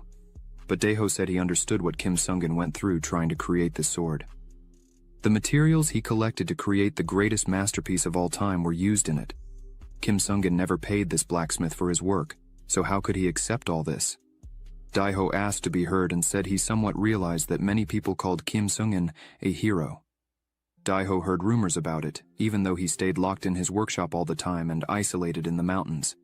However, the more famous Kim Sung-in becomes, the more complicated his life gets.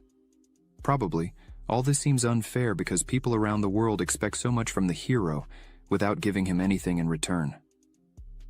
Daeho says that Kim Sung-in always lives up to these expectations, his features becoming more serious and sad. Why are you the only one who can do this?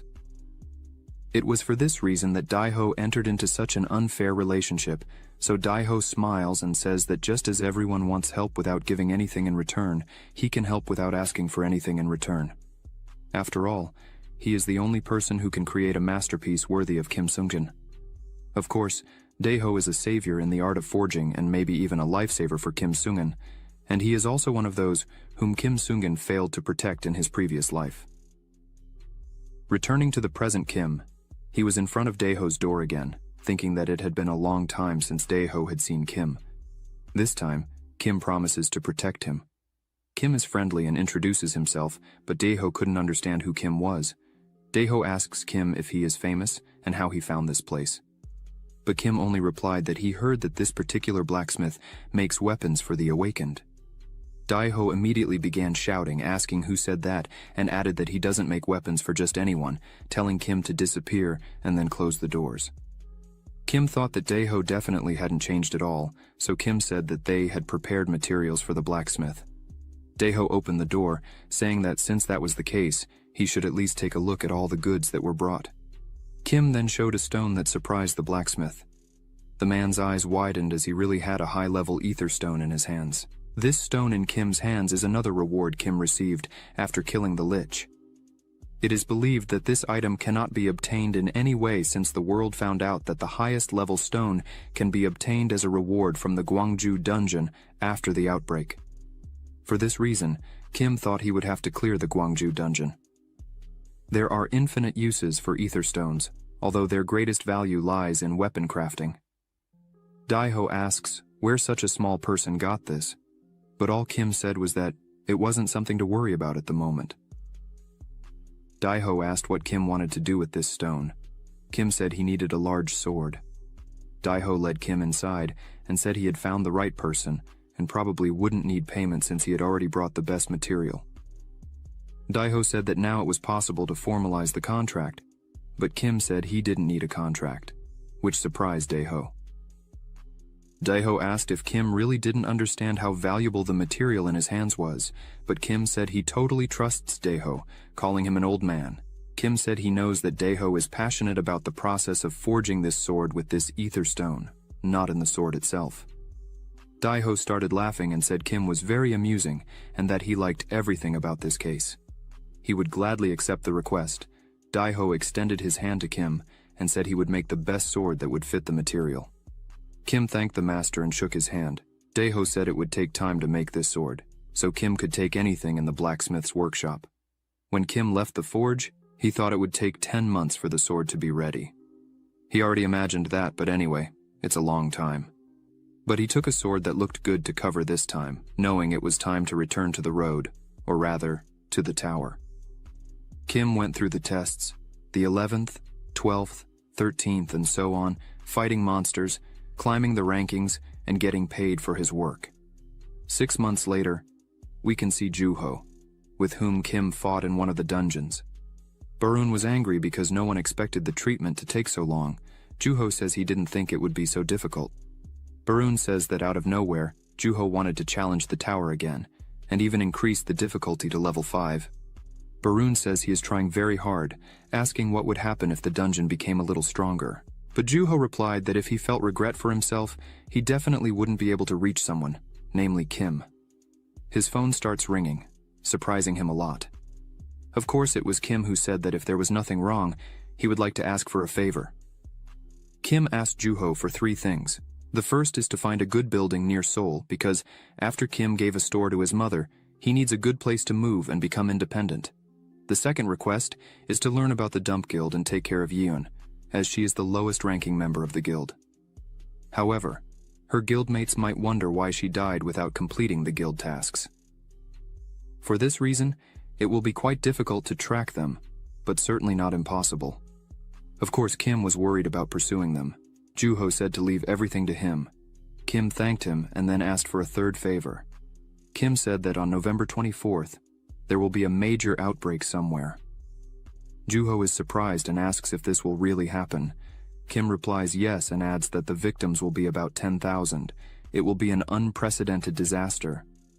Joo-ho couldn't understand how he knew this, but Kim just said he couldn't go into details. Kim said that he asked for very difficult things, so he wouldn't blame Joo-ho if he didn't accept. Kim said that he told all this to Joo-ho because he needed him to believe him.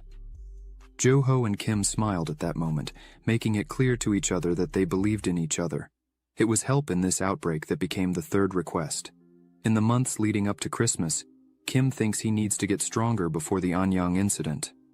He will have enough time to get the weapon created by Daeho. Kim thinks that if he clears the 20th floor of the dungeon, he will definitely be able to prevent the outbreak. Of course, before that, he needs to perfectly clear the 19th floor. We can see that the entrance to the 19th floor was made in a huge desert, with many rodents near a giant skeleton. The task was to escape them and survive because there were many of them. As soon as Kim landed, he realized that these rats were gnawing on the body of one of the creatures that had been without flesh for a long time. Kim thinks the rats are hungry, so it is very likely that Kim will be their next target. As the rats moved forward, it was the trigger to start fighting them. These rats were small and quite sharp, trying in every way to invest with their bodies. One of the rats managed to bite Kim, and he felt a very strong pain. There were many of them, so only one spell would help against such a large number, the Divine Flame. Of course, Kim used it immediately, burning all the rats. However, upon closer inspection, he noticed that they were climbing the creature's skeleton and running straight towards him. There was no other option but to try to push them away with his own body. More and more of them were coming, but Kim noticed a crack in the ground, so he could do something to get rid of all of them at once. Kim threw the sword with the Divine Flame directly into the crack. He realized that it was necessary to remove the ground where these rats were running. As the earth gave way, Kim came to a place that looked like a temple. It is likely that the real test begins there. He watched one of the rats that survived, but didn't understand why it was trembling or what it was afraid of. However, as soon as the rat started running away, it accidentally stepped on a pressure plate and was immediately killed. It was at this point that Kim realized that his assumptions were correct, because there was a true guardian of this test. A huge snake appeared and began attacking Kim, who easily dodges. However, as soon as the first attack was directed at the snake, it became clear that it was not affected by common attacks, even with the sword made by Daeho, which had better properties than common swords. Kim tried to use magic, starting to cast the Divine Flame, but the snake felt nothing again. Kim realized that the snake was not so susceptible to magical damage, but still, it was possible to notice that it had resistance to magic and effects, and using the Divine Flame would not bring much benefit if you thought about it. While he was thinking about all this, the snake immediately started the battle again.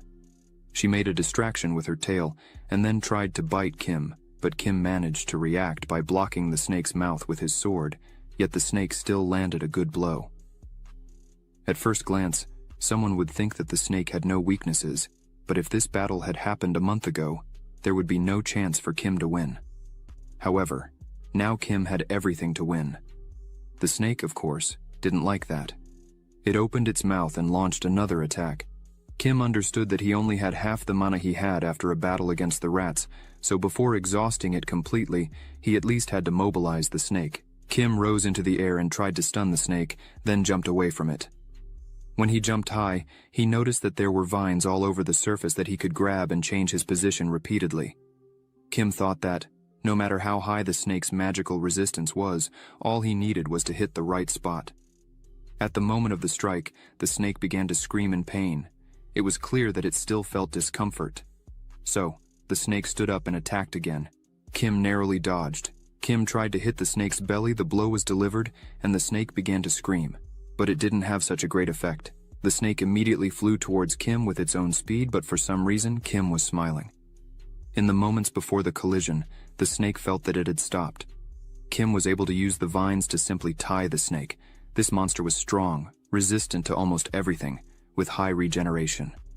Kim looked at the monster and said it was the only monster he had fought so far that had all these high attributes. But it was possible to state with certainty that this snake could not defeat Kim because he believed he had more power than the snake itself. Kim immediately used the divine fire to summon a phoenix. It was an ability he had obtained not long ago on the 18th floor when the level of divine flame increased. It wasn't exactly a simple skill, but it could be used to summon a beast that one could give orders to and control. The downside is that it consumes much more mana than initially thought. However, even so, the result was worth it, as the destructive power of the phoenix is 10 times stronger than the divine flame itself. Kim immediately gave the order for the phoenix to fly, and then the phoenix pierced through the snake's body. The system appeared and notified that the 19th floor was finished. It was clear, and everyone remembered that the difficulty of the challenge tower increases exponentially every 10 floors. So, just like last time on the 10th floor, most likely, on the 20th floor, Kim will also have difficulties. In these last 6 months, he did everything he could to prepare for this. However, there was only one thing missing: the sword made by Daiho. Many people in the city started discussing Kim again. They couldn't believe he was even a person, how he achieved so much on his own, ignoring all attempts by the association to connect with him. There were rumors that he ignored all the major guilds. He is a complete mystery. Juho was waiting at the cafe, nervous that no one was coming. However, a few seconds later, a car stopped at the restaurant, from which Kim emerged. Juho went to the door to greet him. Kim greeted him and immediately apologized for the delay. Still, Juho kept asking if Kim liked the car he got for him. Kim knew it was too splendid, attracting many people, but Juho saw nothing wrong with that. A person like Kim should at least have such a car. Juho was shocked when he found out what kind of transportation Kim used before. Juho began talking about all the advantages of this car, but Kim immediately asked to go to the cafe and discuss everything there. As soon as the two entered the cafe, Juho asked if he was ready for the 20th floor. Kim said everything was okay, except for one thing that made him postpone all this time, but he would definitely be able to solve it today. Kim also expressed his gratitude because Juho managed to arrange the shop for Kim's mother and his new apartment. Their conversation went in the right direction. They began to talk about the cities and all possible outbreak scenarios. Juho even mentioned that he had a meeting scheduled with the director of an agency next month, and many people would help Kim if he revealed everything that would happen. Kim began to think and realized that if all this happened next month, there were about 2 months left until the next outbreak. Not a good scenario. However, his first question was about the dump. Juho said he had kept an eye on them, but there were no significant results. They seemed to be very good at hiding their identities. However, he found that the mortality rate and the number of missing awakened had increased due to the recent difficulty increase in the dungeon. There was nothing to be done with this information. However, he found some cases where awakened died right in the middle of the street after an investigation, discovering that they were poisoned. Kim asked him to tell more about it, and Juho agreed. The time for these conversations had already passed, and it was already night. Our hero went out to the street and started counting the days until that specific situation. He realized that Juho was doing his best, but so far nothing positive had happened. So it became clear that the best way to resolve things was to intervene personally and independently. At this moment, our character's car arrived at Daiho's shop. He was looking at all the items in the showcase while waiting for his product. He opened the door quietly at the same time and apologized for waiting so long because it was challenging to deal with a truly amazing product, but he really enjoyed working with it. Daiho only assured the power of the product, and it was easier to open and test it for himself. As soon as it was unsheathed, Arim couldn't understand if it was really a normal sword in front of him, compared to Bomum. But even before picking it up, he realized that the sword in front of him was not simple. It was alive. Arim immediately began to swing his sword repeatedly through the air. He realized that sharpness and durability were simply perfect. It not only reacted to his mana, but also understood what to cut and what not to cut. It was definitely an excellent sword. Daiho asked if he had thought of a name for his sword. After all, it was now personally his sword. It would be worth naming it. Our protagonist understood that it would be appropriate to name it. In the same second, he said the name Graham. He was going with a dragon-cutting sword, Graham. Daiho immediately asked if he was talking about a gramophone, but in fact, Graham is an alternative name for bombing in Northern Europe. He simply couldn't call the sword Bombar, but he also didn't want to get involved in a name that means destroyer of gods. While they were able to talk, Daiho asked when such a customer would come back to see him, and if he would like to have some tea, but Kim said he still had things to do, so he would come back another time, when he had more time. In a distant location, a castle came into view, where a guard conducted his nightly rounds. Suddenly someone touched the guard's shoulders, who promptly turned with his spear on alert. The guard, inquiring who was present, spotted Commander Marksman. The commander apologized for startling the guard, asking about the progress of the patrol and if there were any issues. The guard assured that everything was in order. Marksman, aware of the guard's long patrols in recent days, asked him to persevere a bit longer, considering the possibility of a surprise attack from the Outram Kingdom, which would jeopardize the entire castle. The guard understood and promised to do his best. Returning to his patrol, Marksman remained there, reflecting on the passing of a month.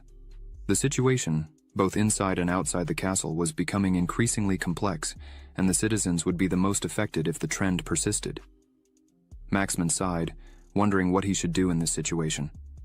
Suddenly a voice interrupted him, asking if he was overwhelmed with thoughts.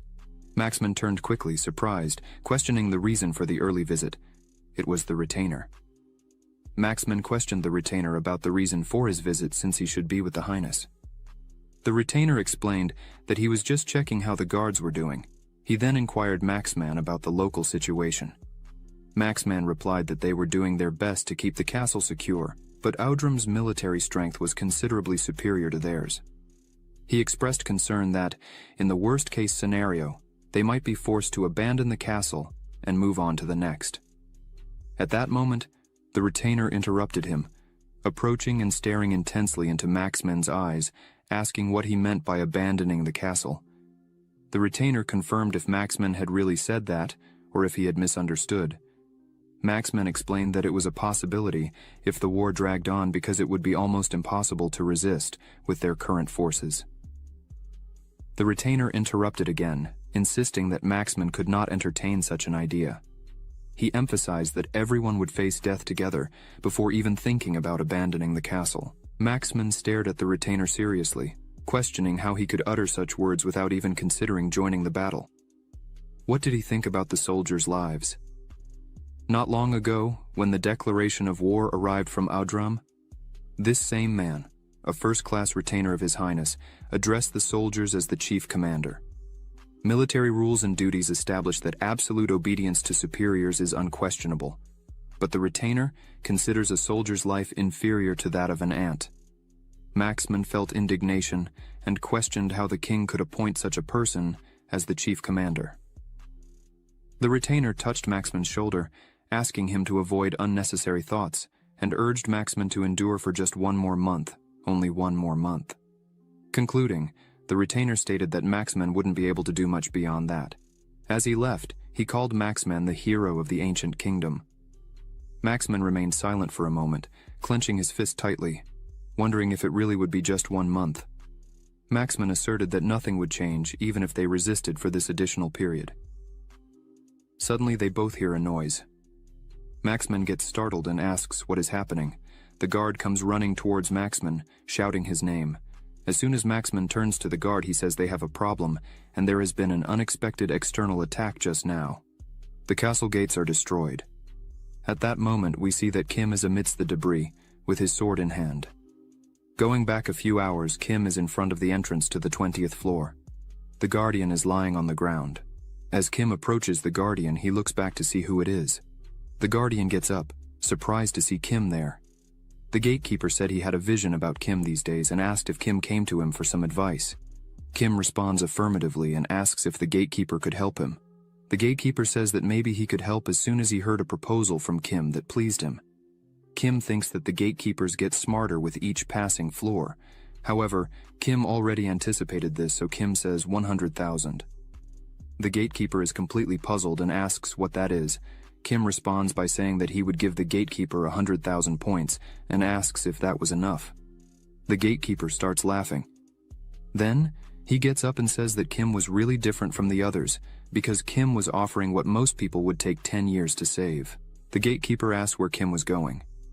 Kim responds that he was thinking of entering the 20th floor and challenging it at level 10. Kim takes the opportunity and asks if there is something he should be careful about. The gatekeeper smiles and tells Kim not to worry because he wouldn't die there. Other people would die before that happened.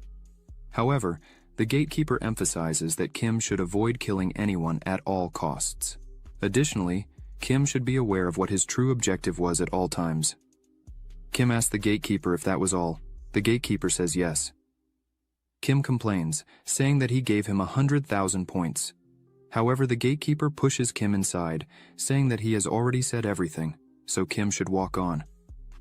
As Kim enters, he looks back and sees the gatekeeper waving to him, thinking that this guy always speaks in riddles. Kim knows that, in the end, his advice always helps. But what did he really mean by my objectives? While Kim walks and contemplates the matter, a hole opens beneath his feet, startling him. Suddenly, Kim begins to fall. As Kim falls, he turns and sees that he is descending towards some trees. Then, Kim hangs onto a branch and leaps from stone to stone until he reaches the ground. As soon as Kim reaches the ground, he notices that right in front of him is a castle. Kim stands up and walks to the edge of the cliff, wondering if this really was his objective. While Kim observes the castle from afar, the system appears to him, explaining his objective. The system starts to explain that a level 10 trial will begin. The system says that the castle is called Grandolum, an iron fortress protected by thousands of soldiers. Kim should overthrow the castle, and had exactly 1 month to do so. The system warns Kim that he is not their enemy and should always keep that in mind. The system emphasizes that Kim may gain allies during the trial's suffering, and finally, the system notifies that Kim must uncover the secret within the castle and survive at all costs. After Kim hears all this, he thinks the system is talking too much today, but thanks to it, he was able to understand every detail of his mission. Kim begins to analyze the castle and what the system said. After thinking for a moment, Kim thinks that this is not about a direct confrontation, as he needs to overthrow the castle, but rather discover the secret within the castle. This also applies to what the system said: Kim is not their enemy. Kim also recalls the gatekeeper's hint that emphasized Kim should not kill anyone. So Kim decides not to fight unnecessarily. However, he starts to wonder how he would overthrow an entire castle without fighting. Night falls, and we see Kim sitting by a campfire, studying the castle. Kim notes that the walls are thick, and the guards and mercenaries on watch are skilled. Even magic users are present in this place. In terms of awakened beings, they would easily be classified as C rank. Kim throws himself on the ground and begins to reflect and think about his mission. He should overthrow the castle and discover the secret. But the guards, besides having numerical advantage, also have geographical advantage. Looking at the sky, Kim thinks that a month is a good time to complete the mission. However, he cannot wait that long. Kim decides then, stands up, and walks towards the entrance. The guards notice that Kim is approaching and ask who he is. As Kim approaches the entrance, he thinks that he doesn't need to overthink it. He should just do what he has always done, a face-to-face confrontation. As Kim gets close to the guards, he raises his hand and waves to them, saying that he is just a passing traveler. Kim asks if he could spend a night in the castle. However, the guards become suspicious and go on guard. One of the guards questions if Kim is going crazy. The guard also asks which kingdom Kim is from because they were ready for battle. Upon hearing this, Kim has a serious expression and thinks that he has only 2 months until the outbreak. In these 2 months, Kim needs to finish the trial as quickly as possible and go make preparations for the outbreak. Kim then prepares to draw his sword, apologizes to the guards, saying that he would have to enter by force. Kim then jumps over the guards, who are shocked and terrified looking at Kim. While Kim was in the air, he prepares his sword to strike, and then he slashes the entrance of the castle, cutting the wall in half. This causes the entire wall to crack, causing a massive explosion and completely destroying the entrance of the castle. Kim appears walking amidst the wreckage of the wall, and the guards, seeing all this, tremble completely, while Kim stands, looking at all the guards present. The sentinels, taken aback, cry out about the presence of an intruder, and the gates succumb to the destruction caused by Kim. They urge to detain the individual. Kim in turn stops, impressed with the power of his sword, reflecting on the sensation of its genuine handling. He recognizes the remarkable skill of the blade, forged to give Kim complete freedom in its use. Although the guards insist on his capture, Kim observes them seriously for a brief moment.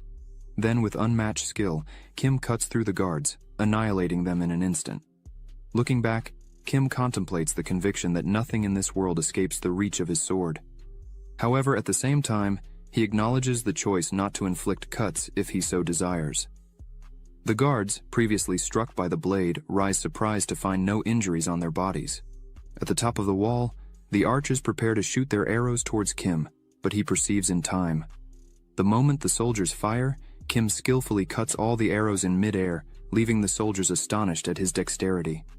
Kim, looking up, notices a soldier's amazement when he is spotted by him. Agile, Kim jumps over the wall where the archers are, giving a subtle push to one of them, knocking him down. Kim watches him, aware that the fall was not fatal.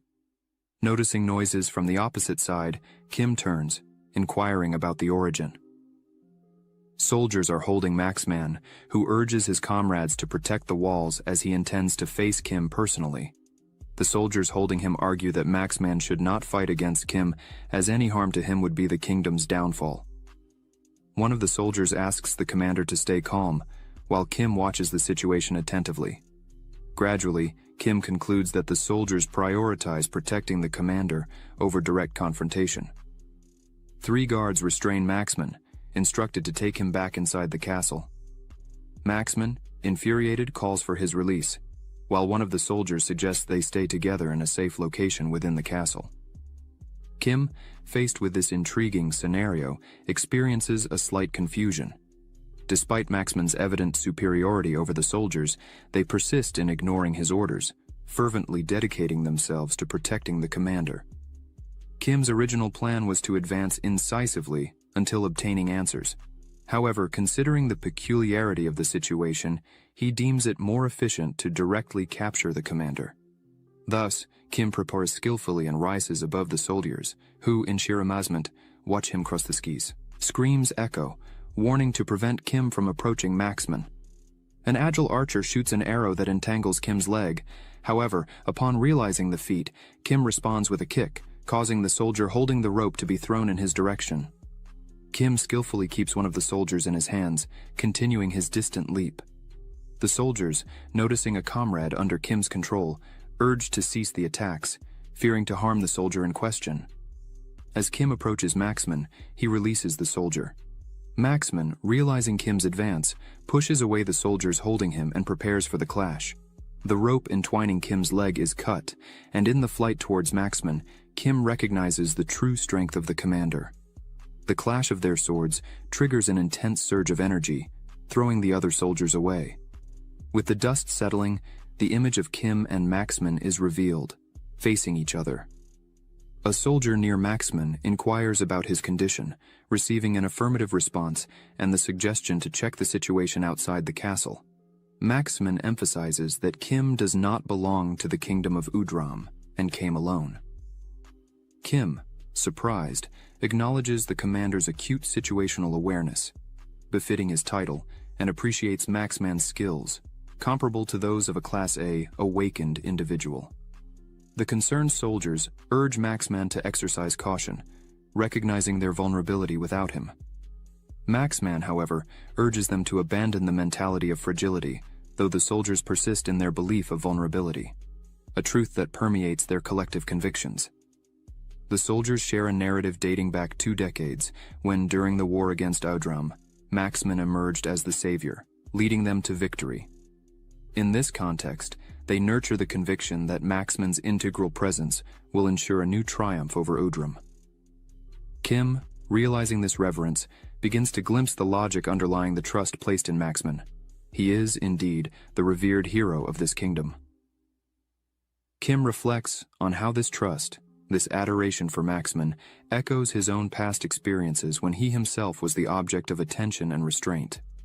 With this understanding, Kim lowers his sword, apologizes for breaking the gates, and communicates his urgency in resolving an urgent matter.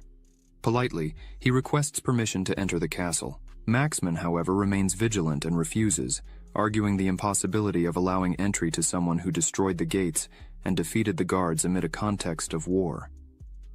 Facing the refusal, Kim prepares once again for the confrontation, ready to face everyone. However, while in battle, he conceives the idea that to bring down the castle without shedding blood, persuasion among key figures proves to be the most effective path. During the clash between Kim and Maxman, a realization occurs to the latter. Kim had tied his hands during the fight, using the same rope that had previously held him by the leg. Kim finalizes the act of tying and employs a transformation called the Arm of Gigantomachia. Although it makes his arm slower, this metamorphosis grants Kim extraordinary strength. Unleashing this power, an imposing energy hand projects from his body, bewildering Maxman. Kim plans to use Maxman as a means to discover the secrets of the castle, efficiently completing the mission. Kim's additional objective is to free Maxman from the chains that keep him imprisoned, just as Kim had experienced in the past. A massive explosion occurs, throwing stones and raising a curtain of dust. The soldiers, anxious, inquire about the captain and his safety. As the dust settles, a sense of perplexity seizes them, as neither Maxman nor Kim are visible. Subsequently, the soldiers receive instructions to investigate the surrounding area. Another group of soldiers is tasked with protecting the castle against possible future attacks. Confusion persists as Commander Maxman has disappeared before their eyes. In a dungeon, something dark emerges from the wall. A hand reaches out, revealing to be Maxman, who, upon emerging, collapses to the ground. Kim follows shortly after, holding the rope in his hands. Maxman, still prostrate and with a trembling voice, questions Kim about what happened. Kim, looking back to where they emerged, reflects that it was not in vain to spend some points in the 15th floor store. The ability used by Kim, called Assimilation of Shadows, allows the user to move from one shadow to another. It is a shadowy skill often adopted by awakened assassins. The ability has some drawbacks, such as a prolonged casting time, high mana consumption, and difficulty in being effectively used at a distance. Nevertheless, it is an ideal skill for infiltration. Kim considers that the preparation of this ability aims at future needs for secret infiltration or staying off the radar during critical missions. It seems to have indeed been a shrewd choice. Kim, realizing something, turns around quickly. Gradually, he understands that he has effectively entered the castle, perceiving a peculiar aroma, the characteristic him aroma. Returning attention to Maxman, Kim concludes that only one task remains: unravel the secrets of this place. Kim sheaths his sword and, with concern, asks Maxman about his condition. He begins to remove the ropes that bound him, apologizing again for the situation created minutes before. He explains that it was the only way he found to have a private conversation with Maxman. Maxman, confused, questions if Kim was not, in fact, attacking the kingdom. Kim replies that his intent was not to harm the kingdom. Maxman, exasperated, interrogates Kim about why he destroyed the gates and defeated all the soldiers. Kim responds that there was no other option because they did not allow him to advance. He emphasizes the urgency of his situation, unable to afford wasting time. Maxman, still perplexed, inquires about Kim's haste. Kim replies that soon the castle will face a great threat. The revelation leaves Maxman stunned, speechless. He inquires of Kim about the nature of the threat, suggesting if it could be the attack from the Odrum kingdom. Kim asserts that he still doesn't exactly know what it is. He was there to investigate and gather information about the imminent problem. Kim emphasizes that if something really happens, it will transcend the simplicity of a war between two kingdoms.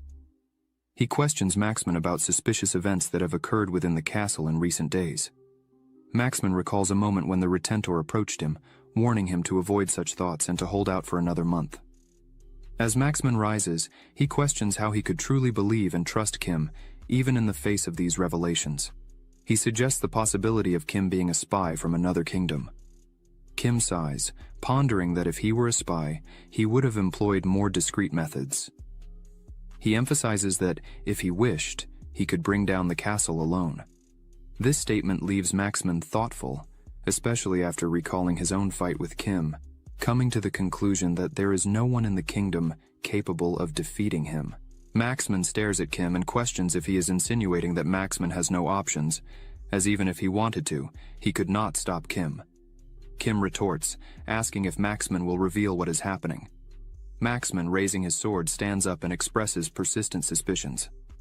However, he proposes a pact: Kim's loyalty in exchange for information. He highlights that Kim is more than welcome, while Kim responds with a smile. Armed with a torch, Maxman guides Kim through the depths of the dungeon. Kim inquires about the distance to the true destination, to which Maxman replies that they are almost there. Upon opening a gate, they come across a vast staircase. Maxman explains that this place, 100 years ago, served as a prison, possessing a dense aura of death from lives taken there. He emphasizes that few know this place because it was sealed long ago, replaced by a new prison in another location. Kim asks if there is any place in the castle where the light does not reach. Maxman, curious, questions the relation of this place to the problem mentioned by Kim earlier. Kim assures that Maxman will soon find out. Kim, sensing an unmistakable odor of death in the castle, leads Maxman to a cell. At that moment, a voice emerges from the darkness, inquiring who is there, causing Kim and Maxman to turn quickly to identify the source of the sound. As they turned, they come face to face with the Retentor. The Retentor advances toward them, asking what Commander Maxman is doing there. In times of war, claims the Retentor, a commander should never abandon his post. He also questions Kim's presence, labeling him as an invader. Kim takes the lead, surprising Maxman, and interrogates the Retentor about his presence there. He points out that the prison was locked until Maxman opened it and questions how the Retentor got there and knew of its location. The Retentor claims to be just passing by, and having sensed a presence there, justifying his check during a war where prudence is imperative. Kim, suspicious, does not accept the answer and implies that the timing was too convenient. Suspecting that the Retentor was following them, he questions his intentions. The Retentor rejects the idea as absurd, asking Captain Maxman to compose himself. He then interrogates Maxman, questioning why he, an intruder, is acting this way. Is Maxman being controlled? While the Retentor expresses his doubts, Kim, in an instant, passes through the Retentor, beheading him imperceptibly. The gesture leaves Maxman completely stunned, asking what Kim was thinking killing the Retentor, a royal commander. Disturbed, Maxman questions if Kim is truly an enemy spy. Kim, looking back, reveals that the king's Retentor was, in fact, a very clever disguise, a lich. Turning around, Maxman is confronted with the frightening presence of a lich beside him. Unable to believe the revelation, Maxman questions Kim if, all this time, he wasn't a man, but a monster. Still indignant, Maxman seeks to understand what is happening. Kim, silent for a moment, reflects that the smell of death and the darkness in a castle, not even at war, were enough indications to realize that a lich was hiding in the castle's shadows. Kim recalls his past encounter with a lich, which granted him the ability to detect the presence of the current lich more quickly than anyone else. However, Kim observes a clear discrepancy between this lich and its predecessor. This is genuinely a legitimate lich. Kim realizes that this lich is on a higher level than the lich he faced in the previous dungeon. Maxman, still indignant at the situation, expresses his mistrust from the beginning, as the lich did not appear to be what it really was. Maxman then asks about the origin of the lich. Kim interrupts Maxman, stating that the origin of the lich is irrelevant. It might have come from a different world. The Lich finally initiates verbal communication and states that its origin no longer matters. The plan has been altered. Maxman inquires about what this plan would be. The Lich, wielding magic on its finger, responds that this is inconsequential, and unfortunately, both of them would have to perish there and now. The Lich unleashed his magic towards Kim and Maxman. Quickly realizing the attack, Kim advanced with determination. Skillfully, he prepared his sword and sliced through the Lich's magic, leaving both Maxman and the Lich completely astonished by such a feat. Kim, with a half-smile on his face, contemplated the effectiveness of his skill. Reflecting on the situation, Kim considered the effectiveness of his sword against magic, wondering if the exceptional performance could be attributed to the superior quality of the ether stone used in its making. The memories of his old sword, which had broken in the face of an attack by a weaker Lich, contrasted with the resilience of the new weapon. Kim's gaze fixed on the Lich, understanding that the excellence of the sword alone did not guarantee success, especially against a darkness-type adversary. The awareness that only robust holy magic or a direct hit on the Lich's lifestone could defeat him was highlighted. Analyzing Maxman, Kim recognized the strength of his companion, although he did not possess skills in holy magic. Decided to face the challenge, Kim infused his sword with the sacred flame and advanced towards the Lich. His promise to end the confrontation with the power of the sacred flame was interrupted when the Lich, skillfully, dodged the attack, redirecting it to the ground. Taking advantage of the situation, the Lich recreated his magic and launched it against Kim. In response, Kim unleashed his divine flame, resulting in a spectacular collision of energies and a small explosion. However, as the glare dissipated, surprise took over Kim as he realized that the Lich remained unharmed. Faced with the realization that his sacred flame had not been able to penetrate the Lich's aura of death, Kim recognized the magnitude of the challenge he faced. The Lich, now revealing himself to be much more powerful than his predecessor, led Kim to reflect on the strategy to be adopted. After considering his options, Kim understood that prolonging the confrontation using his divine flame was risky, as his mana reserve was depleting. He concluded then that it was imperative to end the battle as quickly as possible. Determined, Kim identified the Lich's weak point, the lifestone on his forehead. Jumping again towards the Lich, Kim sought to strike this vital point. However, the Lich, with a skillful movement, dodged the attack, leaving Kim re-evaluating his strategy in the face of the adversary's cunning. Kim, without hesitation, directs his gaze towards the Lich and instinctively bounces off the opposite wall, launching his divine flame. The Lich, with notable dexterity, dodges again and conjures his dark magic, which advances relentlessly towards Kim. The impact of the magic causes an explosion, raising dust and launching fragments of the wall in all directions. While the Lich remains distracted, absorbed by the explosion, Kim emerges silently behind him, delivering a precise kick to his head, projecting the Lich backwards. Even before the Lich hits the ground, Kim, agile and determined, positions himself for the next strike.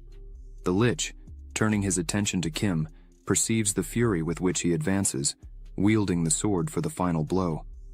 Aware that the Lich needed to react or face his imminent defeat, Kim is surprised when dark magic emerges from the Lich's back, forcing him to abruptly retreat. The Lich's cunning surprises Kim, who did not expect such a maneuver. Without delay, the Lich, determined, restarts his magical attack against Kim. Demonstrating mastery, Kim uses his sword to skillfully cut through all the spells directed at him. The Lich, now back on the ground, rises before Kim, creating a moment of tension. At that moment, Maxman, until then a silent spectator of the battle, questions Kim about his state. Kim, while ensuring he is fine, begins to notice the peculiarity of the situation. The imposing aura of the Lich contrasts with the apparent lack of effort in his attacks. Suspicious, Kim conjectures that the Lich must have an underlying plan, since he has not fully unveiled his power. The Lich, catching Kim's unease, turns his gaze to the cell, enveloped in a heavy aura. Announcing that the preparations are finally complete, the Lich reveals a small smile, indicating the end of the charade. Maxman, still silent, witnesses the plot twist. Suddenly, a dark magic emanates vigorously from the cell towards Maxman, who realizes the imminent threat. Immobilized, He finds himself unable to dodge the attack. However, Kim, in a heroic gesture, steps in to defend Maxman, striking the magic with his sword. Maxman is astounded to witness Kim's bravery. Kim, turning his gaze towards the cell, finally understands the truth behind the events. Maxman, stunned, mentions a surprise attack from behind, questioning whether the liches could control darkness from a distance. Kim clarifies that it's not that specific scenario, but rather the liches' dwelling. A place dark and shrouded in darkness, where light does not reach. An environment permeated by hatred, ill intentions, and the persistence of death. The lich, positioned behind them, listens attentively and acknowledges that Kim has uncovered the truth. He then begins to walk towards Kim and Maxman, proclaiming that this was truly his home, where the laments of the deed echo. The lich declares it our house, causing apprehension in Kim and Maxman, who turn to each other, taken aback. Maxman, catching a curious sound, turns around, witnessing, in astonishment, the sight of another lich emerging from the cell. Disbelieving? Maxman expresses surprise and indignation, considering such an occurrence impossible. Kim, looking more deeply, identifies a second lich emerging from the cell, heightening the concern of both Maxman and Kim, as they now face the threatening presence of three liches. Within the castle's grandeur, Kim unveiled the secret hidden in the shadows of its imposing walls. A legion of soldiers confined within its vast domains, while three liches, nefarious entities, infiltrated surreptitiously as confidants of the monarch. Amidst the closed walls, the sinister plot unfolded. One of the liches, confident and assertive, uttered words that resonated like a final sentence, proclaiming that the time wasted on insignificant intruders had reached its end. The second, less confident and with a trembling voice, lamented the negligence that allowed Kim and Maxman to descend unharmed down the stairs. The intrigue grew, threatening to destabilize the intricate plan of the liches. Maxman, disturbed by the lich's encrypted conversation, inquired Kim about the whispered secrets and the veiled schemes. Kim's response unveiled the dark truth. Among the liches stood a king, sovereign of the dead, whose invocation demanded human sacrifices. Maxman, seized by dread, connected the dots, understanding that the soldiers were offerings to this profane being. The liches mockingly acknowledged Maxman's astuteness, while they wondered how a mere human had unraveled the secret of the Lich King. The revelation of the first lich echoed through the chamber, narrating the conquest of the castle and the use of the deceased king as a puppet to sustain their maneuvers as royal aides. Maxman, enraged, called them monsters, brandishing his sword with contained tremor. Kim, however, intervened, positioning himself as a protective shield in front of his friend. The liches, impassive, outlined their plans. The macabre ritual, initially scheduled for a month, was accelerating as the altar took shape. The heroic duo, Kim and Maxman, found themselves cornered by the three liches. Kim, in a calm assessment, pondered the imminent challenge. The presence of three liches was undoubtedly intimidating, but his perfect control of mana would ensure his ability to face them alone. One of the liches unleashes their magical arts, and beams of mystical energy materialize near Kim, sculpting a magical prison that encloses them. Kim, insightful, identifies the spell as the feared guidance of darkness, a skill feared among liches, capable of enveloping space in summoned darkness. However, its complexity reveals itself beyond the capability of an ordinary lich. These three nefarious beings prove to be apostles of more powerful liches.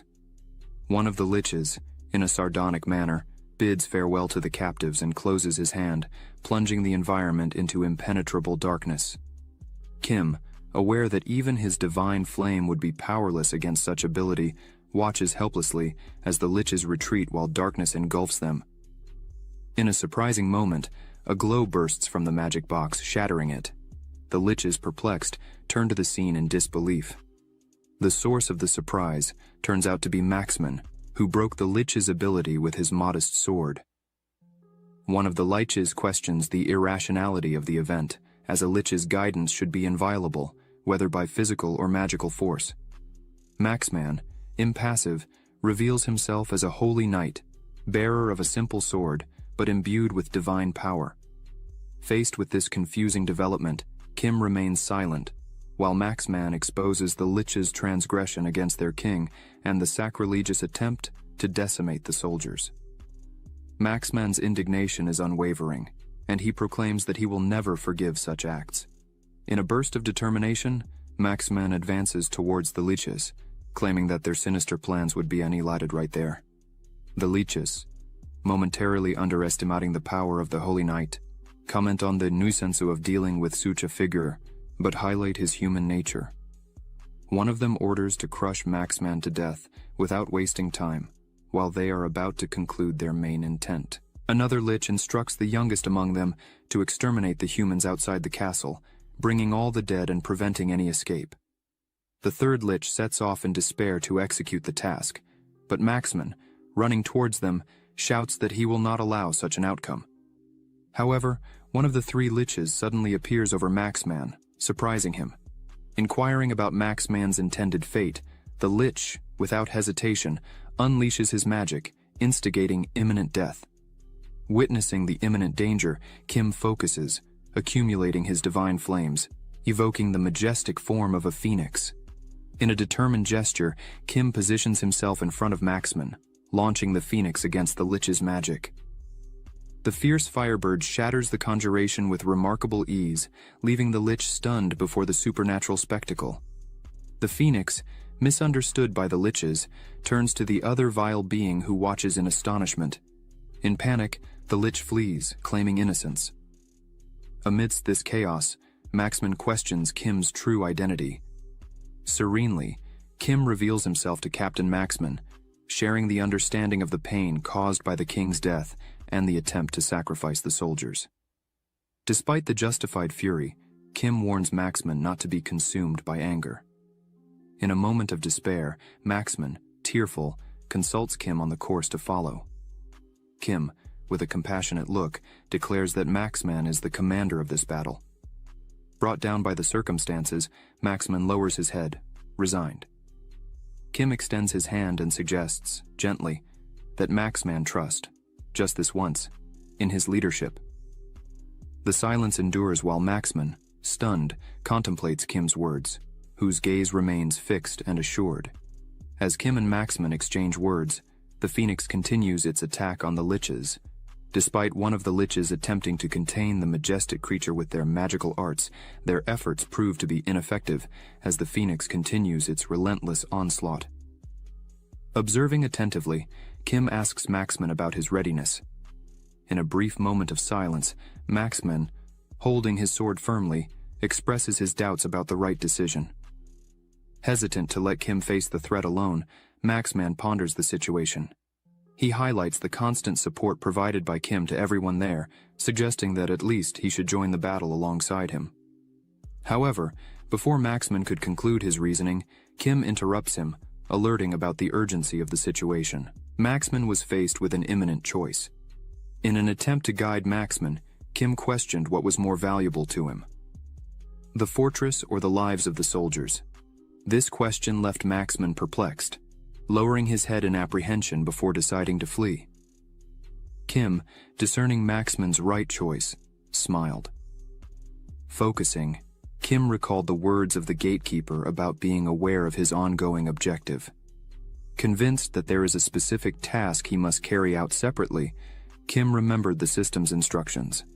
You are not their enemy. You can gain allies during the approval agony. With determination, Kim delivered a blow, not against the liches. One of them, perplexed, inquired about the reason for this unusual action. Kim, standing up, sheathed his sword, and a fissure opened in the castle wall. A monumental explosion erupted, disintegrating everything around. The liches could hardly believe what Kim had just done. The castle walls began to crack from the outside, while the soldiers watched in amazement, questioning what was happening.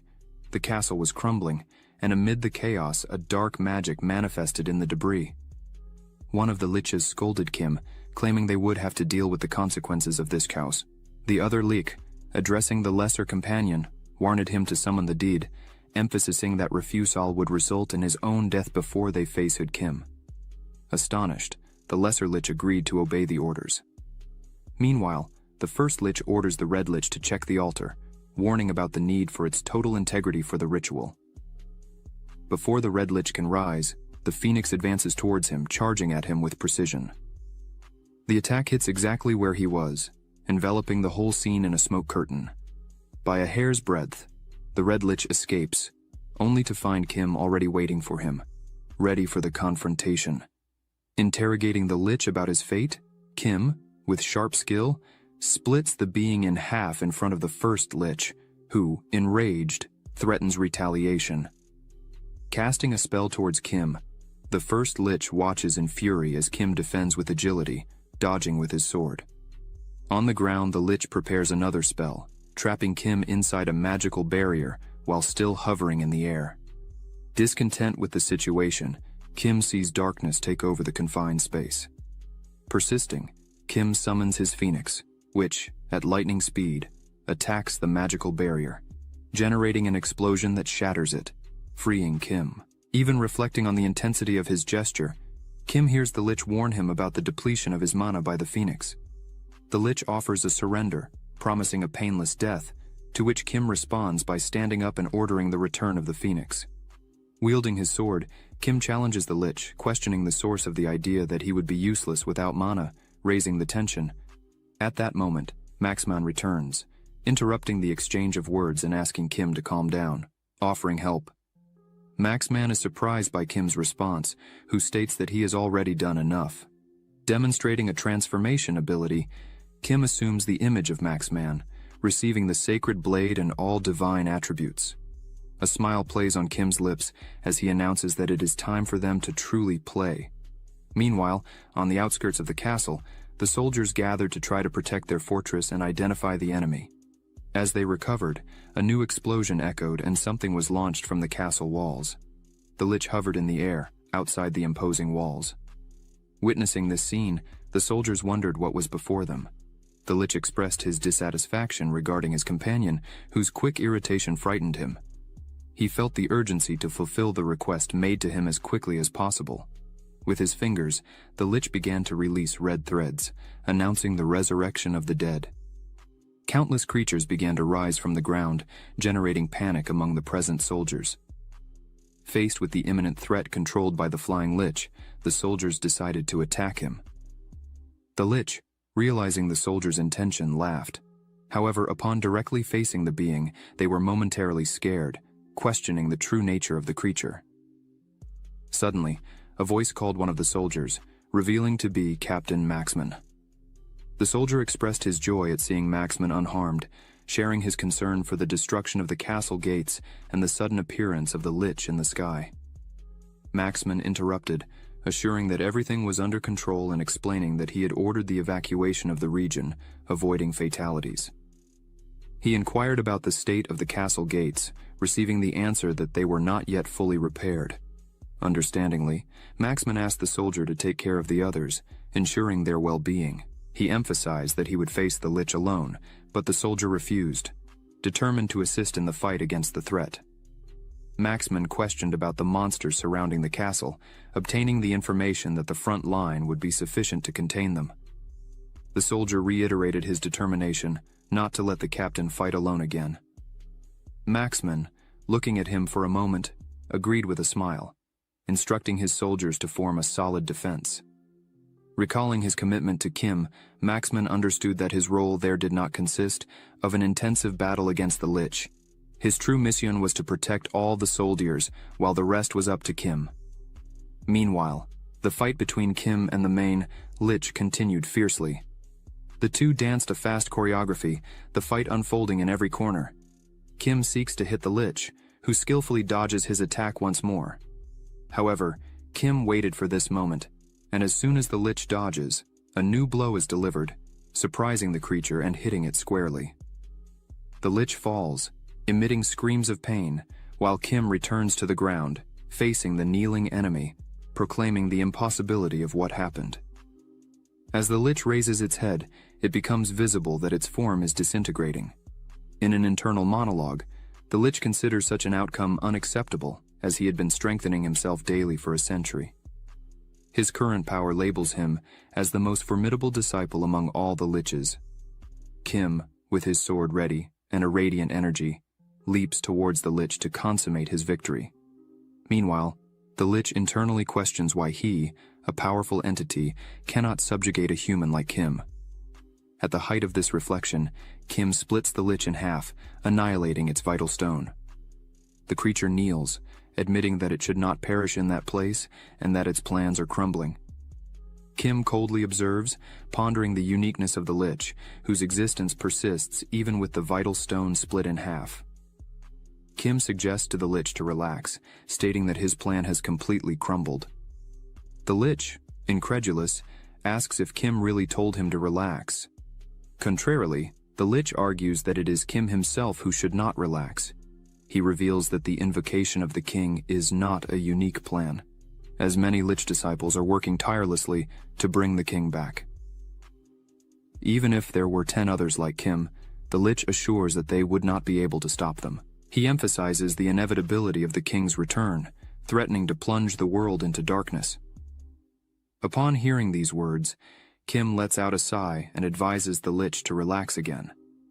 Approaching the fallen Lich, Kim states, "The Lich King will die by my hands anyway."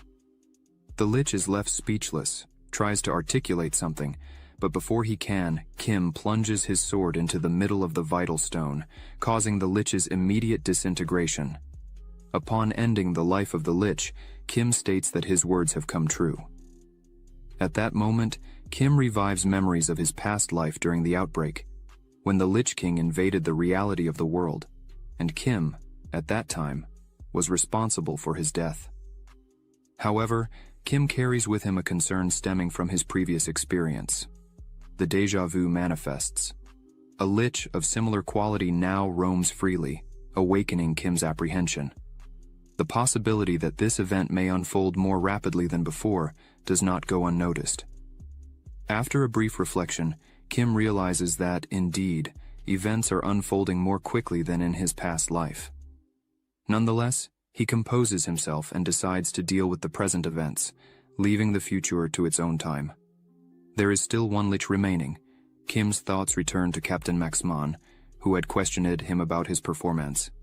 Maxman attempted to hit the Lich, but it skillfully dodged his blows, displaying a mocking smile.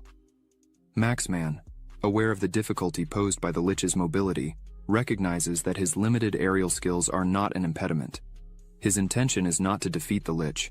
He merely seeks to keep the enemy's attention on himself, preventing others from suffering attacks and maintaining the safety of the soldiers. Maxman trusts in Kim's prompt return and decides to endure for a while longer. At that moment, the last Lich perceives something, and with a trembling voice announces the death of his friend. Maxman, perplexed, tries to understand what is unfolding before his eyes. The Lich, losing control, repeats the news of the friend's death incessantly, plunging into questioning. Maxman, realizing that Kim has triumphed over the leader of the Liches, witnesses the last Lich fall into despair. It casts a spell that envelops the entire castle, depriving everyone present of air and preventing breathing. Maxman, concerned about the situation of the ordinary soldiers, decides to use his last resource to stop the Lich. However, before he can act, Kim bursts in like lightning, leaving Maxman paralyzed with his speed. Kim flies towards the last Lich, delivering a precise blow to its face, breaking its teeth and throwing it to the side. The punch Kim delivered to the face of the last Lich was so strong that it threw the Lich away, hitting one of the castle's towers. Kim returns to the ground, while Maxman watches all this in disbelief. Maxman asks if Kim was there to defeat the Lich. Kim replies yes, but as soon as he sees the soldiers on the ground, he thinks things are not looking good. If Kim had been slightly later, something bad could have happened. Maxman says it's a relief that the Lich's damage did not go beyond. The soldiers just got a bit out of breath. The power the Lich used is called the Great Death Drain. This power drains the life force of all living creatures in the area where the Lich is. This energy is used to strengthen the undead that the Lich brings with it. Kim thinks that the tips given to him, try not to kill anyone, are clearly for this reason. If more people died, the Lich's spell would be infinitely stronger. Kim looks at the Lich, who is rising surrounded by the energy of death, and thinks that the Lich is just an apostle of the Lich King, and yet is extremely strong. The last lich acts as if it were a subordinate of the lich that Kim just defeated, but this last lich is as strong as the other. The lich begins to say several times that it would not forgive Kim. The lich loses control and starts screaming that it would never forgive.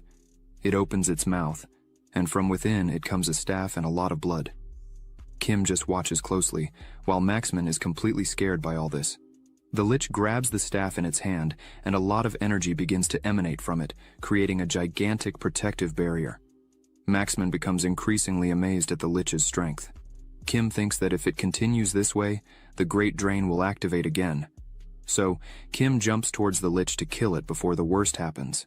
But, as soon as Kim attacks the lich, his sword hits the protective barrier that the lich created and can't reach the lich. The lich looks into Kim's eyes and laughs, saying that never would such a fool be able to break a barrier like this. The lich says that this barrier was made with its own life force. Then, the lich emphasizes to Kim that to break this spell, he will need to kill the lich. Kim moves away from the barrier created by the lich. Kim becomes worried and starts thinking about what he could do, as if the spell lasts a little longer, something very bad could happen. While Kim was worried, he hears a voice telling Kim not to worry. As soon as Kim turns around, he sees Maxman conjuring his energy. Maxman tells Kim that Kim's job is to defeat the lich. Then, Maxman lifts his sword with all his strength and says, his job is to take care of the soldiers. He hits his sword on the ground, creating a strong glow. This glow begins to rise, creating a huge protective barrier that envelops the entire castle and all the soldiers there. The soldiers, seeing this, are completely amazed at what Maxman can do. The soldiers begin to feel better, saying that the aura oppressing them was going away. The soldiers couldn't understand how this was happening. Kim looks at all this and says this is the Holy Sanctuary shield. Maxman says this is his last ability and the strongest as a holy knight. Maxman says his ability increases the powers of all allies within range and weakens the effects of darkness, but it has a downside. This ability consumes years of the user's life. Maxman shouts that it doesn't matter at the moment. Even if this ability takes his life, he will protect all his soldiers, no matter what, but everyone will come out fine. Maxman shouts that he'll leave the rest to Kim, as he trusts him. Kim moves away from the lich's shield to get distance from up high. Kim can see that everyone is giving their all to win this battle. Every soldier is risking everything, even their life. While Kim was thinking about this, the lich takes advantage and tries to catch Kim off guard, but Kim quickly turns around and protects himself with his sword. The lich says it can't understand how a mere human killed his friend, and opposed the lich without knowing his place. As the lich attacks Kim, he says that humans are weak, powerless, and can't do anything on their own. They need several humans for just one sacrifice. All humans are just insects. Kim decides to react and stop the lich's attack with his sword, saying that he talks a lot about friends. This means that even a thing like him can still have friends. Kim grabs the lich's staff and tells him to listen closely. The people the lich killed, and the thousands they planned to kill, all had friends and family. A blue aura begins to take over the lich's body as the lich burns in divine flame. Kim asks him if he now understands what it's like to lose someone important, now that the lich has experienced these feelings. Kim tells him to take everything he's feeling now and shove it up the asses of his dead friends in hell. Kim splits the lich in half, who begins to agonize as it dies and wonders how it's possible that a human has defeated him. The lich's staff begins to fall. Kim sends his phoenix to destroy it. The entire castle is still under Maxman's protection. The undead that were under the control of the lich suddenly stop and begin to fall one after another. Maxman stops his ability and looks up, wondering if it's over. Maxman is completely exhausted, as he used a large amount of mana. Before he falls to the ground, Kim holds Maxman by the arm, helping him to stand. Kim looks at Maxman and says he did a great job. Maxman asks if it's really all over. Kim replies that yes, it's all over. Maxman leans against the wall and sighs with relief that all this is finally over. Maxman says that before celebrating he wants to rest a bit. Maxman asks if Kim is okay, but before he can finish speaking, Maxman looks at Kim, who is completely tired and with his clothes all torn. Kim replies that he feels like resting too. Meanwhile, at the awakened management agency, a man slams the table angrily, shouting that this is impossible. A dungeon is going to appear in the middle of Anyang and cause an outbreak. This man is Song, the director of the awakened management agency. Song tells Juho that he doesn't believe in something so absurd. Song tells Juho that humans can't predict when a dungeon will appear. Song asks if this dungeon will immediately cause an outbreak and lead the city of Anyang into pure chaos. Song starts to get angry and shouts, pointing his finger at Juho, saying that even if all this were true, an outbreak doesn't happen out of nowhere. At least a month must pass, this is common knowledge. Juho says that in the past the appearance of dungeons didn't even have logic. Juho says that one should not ignore something when they really don't know how it happens. Juho emphasizes that the city of Anyang has 600,000 inhabitants, and they are all in danger. Song responds saying that if Juho is wrong and nothing happens, the one in danger will be Song himself, because he would have put 60 million people in panic, not 600,000. A man arrives at the scene telling the two to stop this argument, saying that they will never get anywhere if they continue like this. This man is Kim Doi, an A-rank awakened agent. Song asks Doi if he sees any sense in this. Doi replies that this has never happened before, but Juho has a point. The only problem there is where Juho got this information and how reliable this person is. Doi questions Juho, asking who gave him this information. Juho says that the source of this information is a rumor. Probably the two have already heard his name before. Juho says that this information was given to him by Kim Soo-hyun himself. Both Doi and Song are shocked by this. The two ask if Juho is talking about the same one who is climbing the ranks in the abyss and causing a commotion. That mysterious super rookie. Song asks if Juho knows Kim. Doi says that a few months ago there was someone named Kim Soo-hyun who entered the Gwangju dungeon, the same one Juho was in. Doi emphasizes that this Kim was rank C. Doi says that he could be the right person and asks if Song changes his mind with this. Song lowers his head and says he does not change his mind. Juho is surprised by this and asks why. Song says there's not enough proof showing that the Kim who was with Juho is indeed the right person. Song states he can't trust someone like that. Juho is frustrated with the whole situation.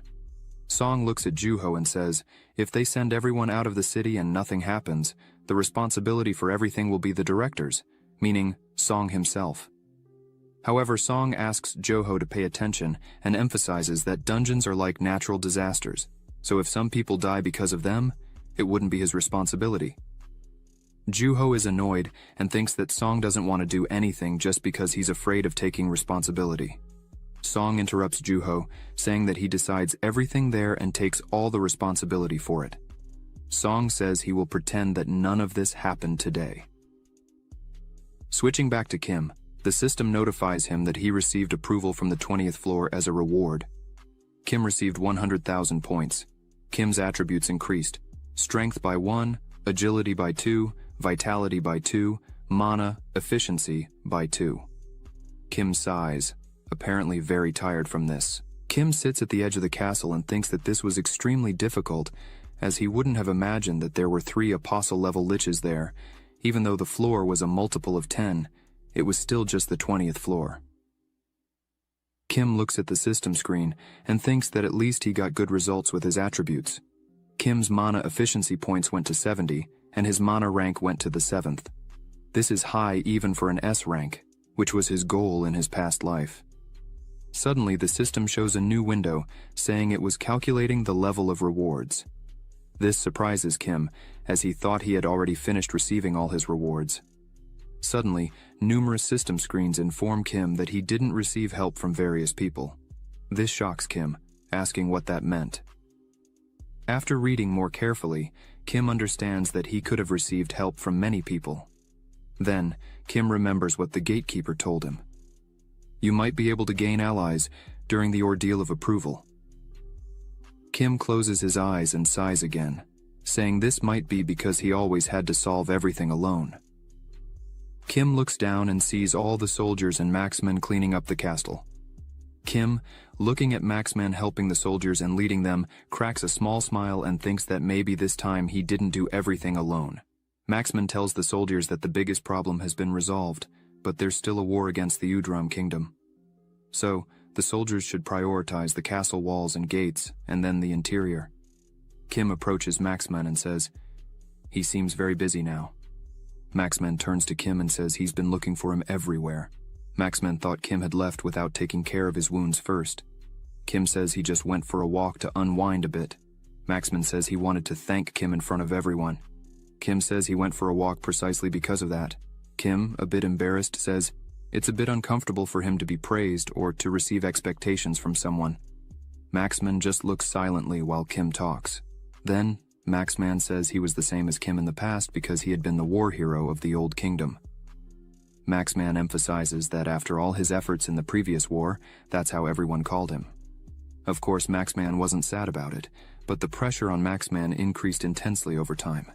And without realizing it, Maxman was being crushed by this pressure. Ever since he was called a hero, Kim looks attentively at Maxman, listening to everything he says, as the two share the same pressure. Maxman goes back to saying that Kim taught him something very important, the hero's job. Maxman's job is to protect all the soldiers living there, and thanks to that, Maxman feels much more relieved. Kim, looking at Maxman, thinks he really seems to be happier now. Kim lowers his head, smiling a bit, and says that the answer to everything is always right under our noses. Maxman smiles and agrees, saying that's how life works. Maxman says that the Royal Highness was killed and there's a lot to be done in the main country, but the real plans would start right there. Kim is pleased with this and says goodbye, stating it's time for him to go back. Maxman is a bit surprised by this and says it's too early. Kim replies that his work there is done, and he'll leave the rest to Maxman, the commander. Maxman looks at Kim with a look of gratitude. Maxman tells Kim he knows he doesn't like compliments, so this might sound a bit rude in a way. Maxman places his hand on his chest and says he would really like to say that the one who saved the soldiers was Maxman, but in fact it was you, Kim. As soon as he says this, Kim looks at him, thanks him, asks him to take care of everything now and smiles, saying thank you. The system reappears to Kim, saying he has reached the maximum level of rewards. An extra reward will be given for the reward level. A new skill has been unlocked. This skill is called Immortal Hero. Back in the real world, Baran was training and called Juho, telling Joho to answer the phone right away, as it was ringing non-stop. Juho wonders who could be calling at this time. As soon as Juho picks up his phone, he runs out, leaving Baran clueless outside the room. Juho answers and starts talking to Kim, saying he was waiting for his call. Kim says something that completely scares Joho and asks him to go to the hospital. Meanwhile, at the hospital, a doctor was arguing with Kim, saying he couldn't do these things to his body. What was Kim thinking, demanding so much from his body? Kim replies that he isn't awakened and will recover quickly, just give him some medicine and apply the bandage. A paracetamol would be good. As soon as Kim leaves the hospital, his arm is bandaged. Kim looks at it and thinks that all this wasn't necessary. Suddenly, Juho appears running like crazy, asking if Kim was very hurt. The two go to a square, and Juho asks again if Kim is really okay, as earlier Kim's arm was injured. Kim sighs and asks, as long as his arm is moving, it's all good, right? Juho says he heard that in just one day Kim was able to complete the 20th floor, and his ranking was completely perfect as always. Then, Juho asks for some tips. Kim is surprised by this, as Juho suddenly asked him for tips. Kim says that in fact there are no secrets or tips. Kim just was very persistent until everything was resolved. Juho sits next to Kim and thinks that must be the reason why he got hurt. Juho smiles and thinks that he really doesn't need to worry about Kim. As soon as the two are alone, Kim asks how the mission he had asked him to do went. Juho lowers his head and says that, unfortunately, he failed, and apologizes, as he ended up revealing Kim's identity. Kim just sighs and says he already knew. Kim emphasizes that he knew this would happen. That's why he didn't expect anything from the director. Juho asks Kim if he already knew the director. Kim doesn't answer anything, just thinks that in his past life, he was an awakened of the agency. Juho goes back to talking and says he failed in the negotiations, but at least managed to get some information out of Doi, who was close to him. Joho says a green dungeon appeared in Ansan and a raid is being planned. Apparently most of the awakened are gathering in Ansan right now. Kim thinks it's already starting. In his past life, Kim participated in this dungeon, and therefore, he could not prepare for the outbreak in Anyang. Part of the blame for all this was the idiot director Song, who was too busy trying to shirk responsibility. That idiot Song who can only look out for himself. Kim thinks he will personally make sure that Song really gets busy with something. As he thinks this, Kim is completely nervous, his face is closed and red, his facial veins were pulsing strongly. Juho, seeing this, thinks Kim was right. The dungeons are appearing exactly as he said. Juho asks Kim how he knew all of this. Kim, still with a stern face, says it's just intuition. Kim thanks Juho for trying to help, but unfortunately, they will have to proceed with Plan B. From now on, Kim will go alone. Juho, hearing this, is surprised and asks why Kim wants to act alone. Kim tells Juho that he prefers it this way because Juho has already helped a lot.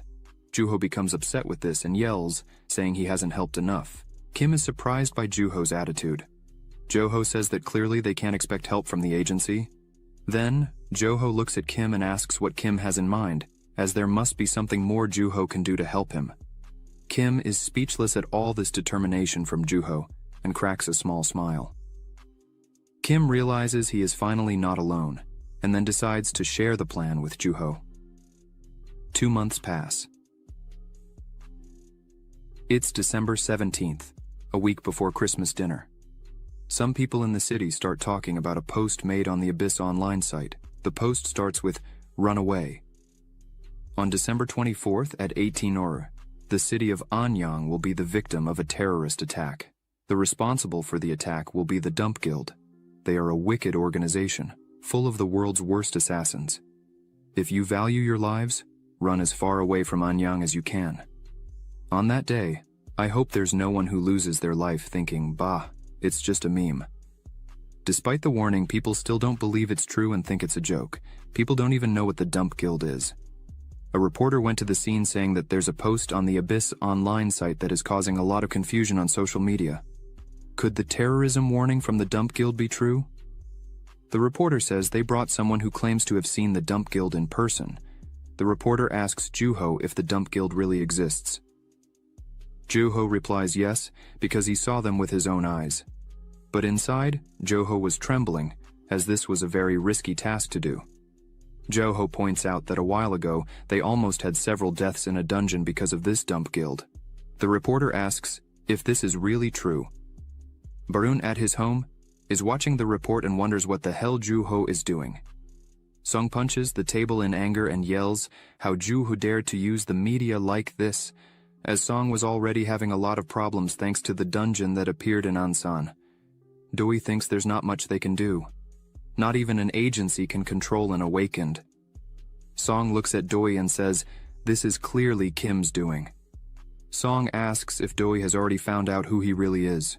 Doi replies yes, but he hasn't been able to bring him to the agency, as in the last months he stayed hidden inside the Abyss. Doi, with his cell phone in hand, starts to wonder why Kim would cause so much trouble. What is Kim planning? While all this is happening, Kim is drinking something. His veins start to show on the surface with a bluish color. His heart starts beating stronger.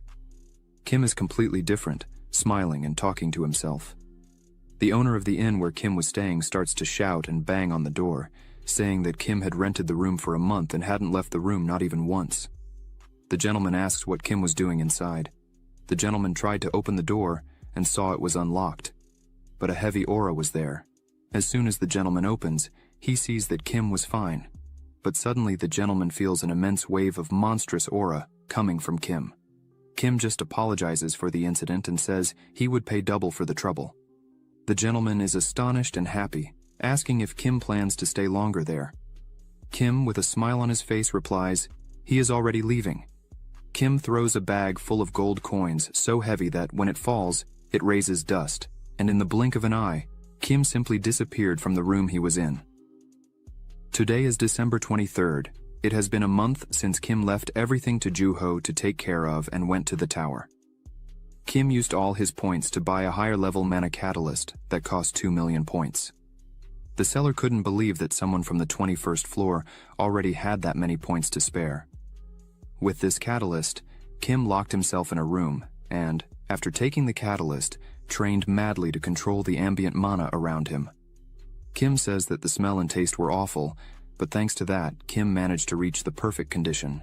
Kim is jumping through the sky, happy as can be, thinking that tomorrow would finally be the day. In a building, a man arrives in a room and tells his master that it is time to move on. His master is Jung Dong-young, who is finishing getting dressed to leave. But before leaving, Jung Dong-young looks at Choi, who is holding his cell phone and looking down, and says that Hakjun has started.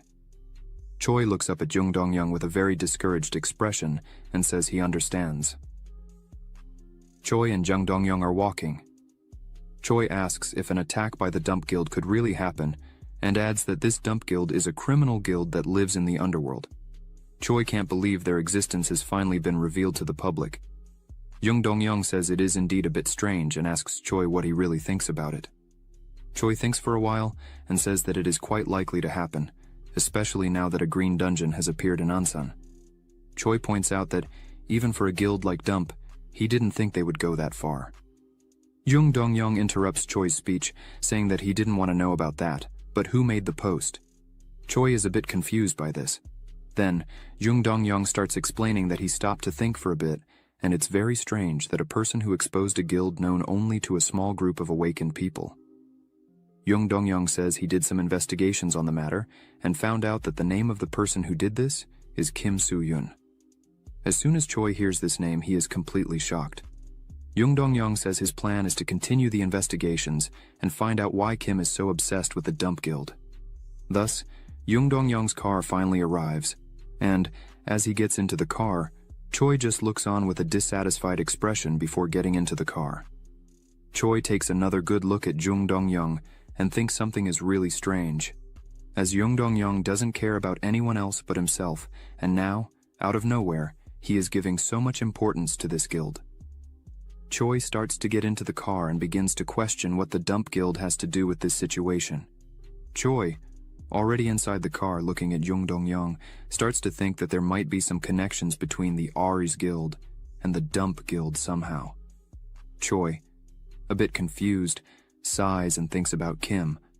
What is he doing in this? Choi begins to remember the day of the exam, the immense energy coming from a person. Choi remembers that this person's name is Kim Soo-yoon, but he was just a C rank. Choi thinks it's almost impossible for someone who is C rank to be the real Kim from the rumors. However, Choi remembers that Kim had given him a paper in case he ever needed help. Choi, still a bit confused, thinks there is something very wrong in the whole story. Meanwhile, in the city of Ansan, some guys were in an alley. These people were upset because even on Christmas, there was not a person passing by for them to rob. One of them said that everyone had left because of the post. He advises that it would be better for them to leave as well, but their leader says that post was a complete lie. A dozen idlers went crazy posting that because it was a complete lie. But, as he was speaking, a person with a mask appeared behind them, saying that it was not a lie. The four look at this person and start to offend him, calling him bizarre and telling him to get lost. The leader points at the masked person and says that they could finally have some fun, and says he would beat up this masked guy, as he clearly had just come out of the asylum. As soon as the leader finishes speaking, the masked person grabs him by the shirt and lifts him up. The others are a bit scared by this. While holding the leader, the others were trembling behind. The masked man says that, unfortunately, he did not come from the asylum and throws the leader on the ground. As he says this, he grabs his sword and claims he is just an ordinary terrorist. The leader starts to sweat with the sword pressed against his neck. Suddenly, a large explosion occurs behind the masked man, startling all four of them. They run away, screaming for help. As they run, the masked man just stands there, watching everything unfolding. Quickly, the TV arrives to cover the explosion.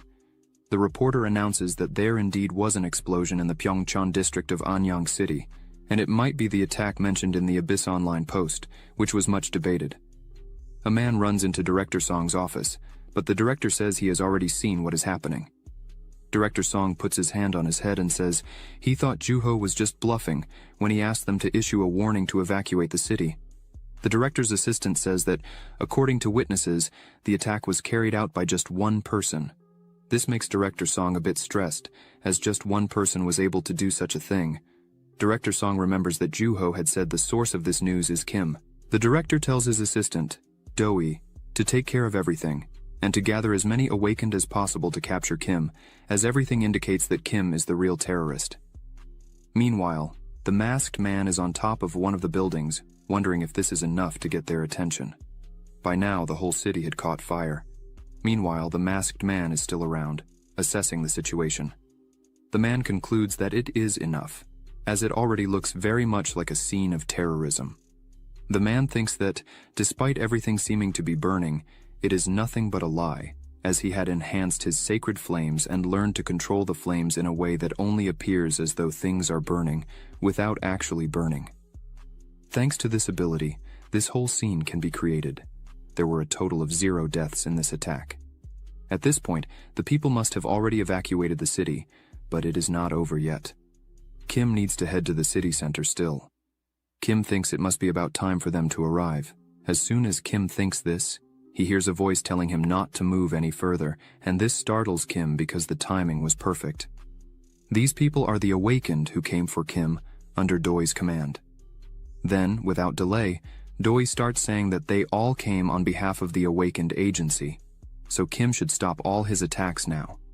Doi introduces himself, saying he is the state-hired awakened and associate director of the Awakened Management Agency.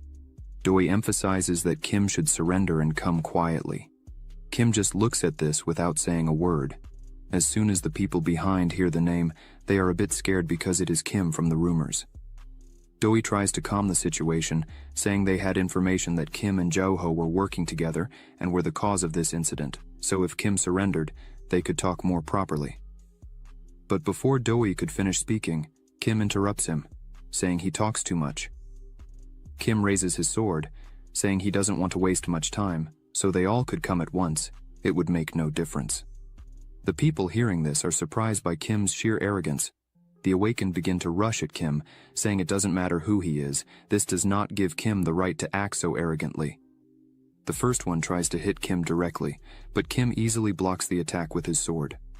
As one of the awakened attacks, Kim says he finally met the prodigy, and all this time, Kim was hiding from the dump guild. Kim realizes that this awakened was of B rank, but Kim easily defended against all their attacks. Another awakened, standing further back and conjuring his magic, says that it's not enough to just attack recklessly. They should try to create an opening in Kim's defense. Then, he fires his magic towards Kim, who dodges as if it were nothing. And with just that attack, Kim can see that this other awakened was of a low B rank. One of the awakened, who was still standing there, asks the others if they were attacking just because Kim called them out for a fight, saying that this was not the way they should act in such a situation. He questions Doi why he isn't doing anything, as Doi was by far the strongest among them. Doi thinks for a moment and replies that, no matter how he looks at it, something strange is happening there. This leaves the last awakened a bit confused. Meanwhile, the awakened continued to charge at Kim with all their strength, but Kim kept easily defending against all the attacks directed at him. With just one kick, Kim stops one of them, and when Kim was about to cut his arm off, another awakened stops Kim's attack, making him retreat a little. Kim thinks that most of the people there are in the B rank, and that this would not be enough. Doi begins to concentrate a bit, and starts noticing some things about Kim that the others can't see. Doi notices that Kim has wings on his back, created in a different way. Doi also notices that, even though everything is burning, there have been no deaths and no buildings have fallen yet. This means there is no actual damage caused there. Doi turns to Kim and asks why he is acting like a terrorist and evacuating people. By any chance was Kim trying to protect people from the outbreak? Kim is a bit surprised to find out that Doi was a mage, but Kim just responds that Doi should defeat him first before asking questions. Doi closes his book and says that if that's how Kim wishes, then he would have no choice. Kim notices he is off the building and starts falling. Doi jumps after Kim and starts to cast his magic in midair, and several lightning bolts begin to form around the two. Kim tries to defend with his sword, but a large explosion occurs around Kim. Doi reaches the ground and, as he looks forward, sees Kim getting ready in front of him, which leaves Doi a bit surprised. Doi starts to think that Kim had already fought with all the previous awakened and was in midair. There was no way he could have dodged the attack like that. And even with all that, Kim stands up without a scratch on his body. Doi starts to think that maybe not even Doi would be able to defeat Kim. While Kim cleans himself off and looks at Doi, he realizes that he must be ranked as an A. Kim starts to confront Doi and asks what he thought of all this, and with a dense aura, says that he has already shown that nobody there is capable of stopping him. Doi, hearing this, gets a serious face and thinks that he already knew what this was about. The other awakened start to arrive there, saying they would defeat Kim. One of them goes up to Doi, asking if he was okay. Doi responds that he was fine, but asks a favor of the awakened. Doi asks them to buy time. This leaves them a bit confused, and they ask why. Doi says he would call for reinforcements from the agency and ask for all available awakened to come there. After this order, the awakened once again charge at Kim, but Kim jumps over one of them and kicks the nape of another awakened, falling on the other side, showing he is playing with the situation. The awakened, who just received the kick, turns and yells, furious, asking why Kim is not fighting seriously and stopping this nonsense. The other awakened, who is right behind, says that Kim is much stronger than everyone there thought. The awakened begin to talk among themselves, saying it hasn't even been 2 years since Kim completed the first floor. They notice that, even though Kim is a magic swordsman, he is using just the sword to fight. Everyone is there, stopped, looking at Kim, who is with his back to everyone. Doi, a bit apprehensive, thinks that all of Kim's abilities are extremely perfect. Doi believes that Kim still has not shown anything of what he can really do. Looking at all this, Doi can't understand why such a powerful person stayed out of sight for so long, and, out of nowhere, decides to do all this. Doi thinks one thing is certain: Kim is an S rank or even higher than that. Doi tells everyone to stop attacking Kim like that and to wait for the reinforcements to arrive. Doi says for everyone to gather and focus on defending against Kim's attacks. As soon as Kim sees this, he thinks that Doi finally understood everything and made everyone save their energy for the real fight that is about to happen. Kim thinks he has 2 reasons for hiding his identity and putting on this whole show. The first reason is to assess the true strength of the awakened there. Kim needed to know the true strength of the awakened for the real fight that is coming. And the second is to get more awakened as reinforcements, because if Kim revealed he is not a real terrorist, clearly Director Song would never send more awakened, as the director does not care if there really will be an outbreak in the end. But, if Kim starts creating problems to become news across the country, the story changes completely. Kim prepares and says the only thing to do at the moment is to stall until the other awakened arrive. There are still 2 hours until the outbreak begins. Doi, looking at Kim, wonders if he really wouldn't attack, but suddenly footsteps are heard, and a new group of awakened has just arrived at the place. These are the reinforcements requested by Doi. As soon as Doi hears the voices, he turns around. Kim also notices that everyone has arrived there. The other awakened feel a bit more relieved when they see who really arrived there. Doi, as soon as he sees who they are, thinks that Director Song is really angry for sending this group of awakened. This group of awakened is the state group chosen by the Awakened Management Agency, the Special Forces of the agency, also known as ACT. Kim looks at everyone and thinks, it has been a while. The other awakened, seeing this, think that the guy leading is the S rank, Park Young-yu, the leader of ACT. The awakened can't believe that an S rank came to the battlefield. One of the awakened there screams, asking Park to let him join ACT. The other awakened ask everyone there to calm down with the situation. Kim looks at Park and thinks he was one of the strongest S ranks Kim remembered, and in Kim's past life, that Park was his. But before Kim could complete, he is interrupted by Park asking what the situation is there. His assistant says that, as can be seen, they are outnumbered, and that man called Kim is listed as a C rank, but Kim's real abilities are of S rank, or even stronger than that.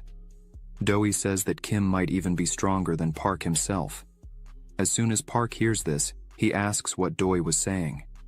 Another ACT member, the second in command named Kang Seung-chil, classified as an A rank, says that Doi was just scared, as he hadn't been on a battlefield for a while. Kang Seung-chil was mocking Kim, saying he was just a fool, but at that moment, Park tells them not to underestimate Kim.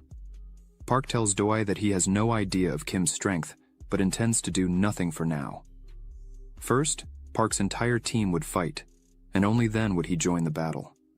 Kang Seung-chul, while descending from the building, asks his master if all they need to do is simply capture Kim.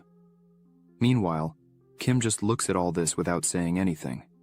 Doi says that even though Kang Seung-chul is Park's student, he is still an A rank.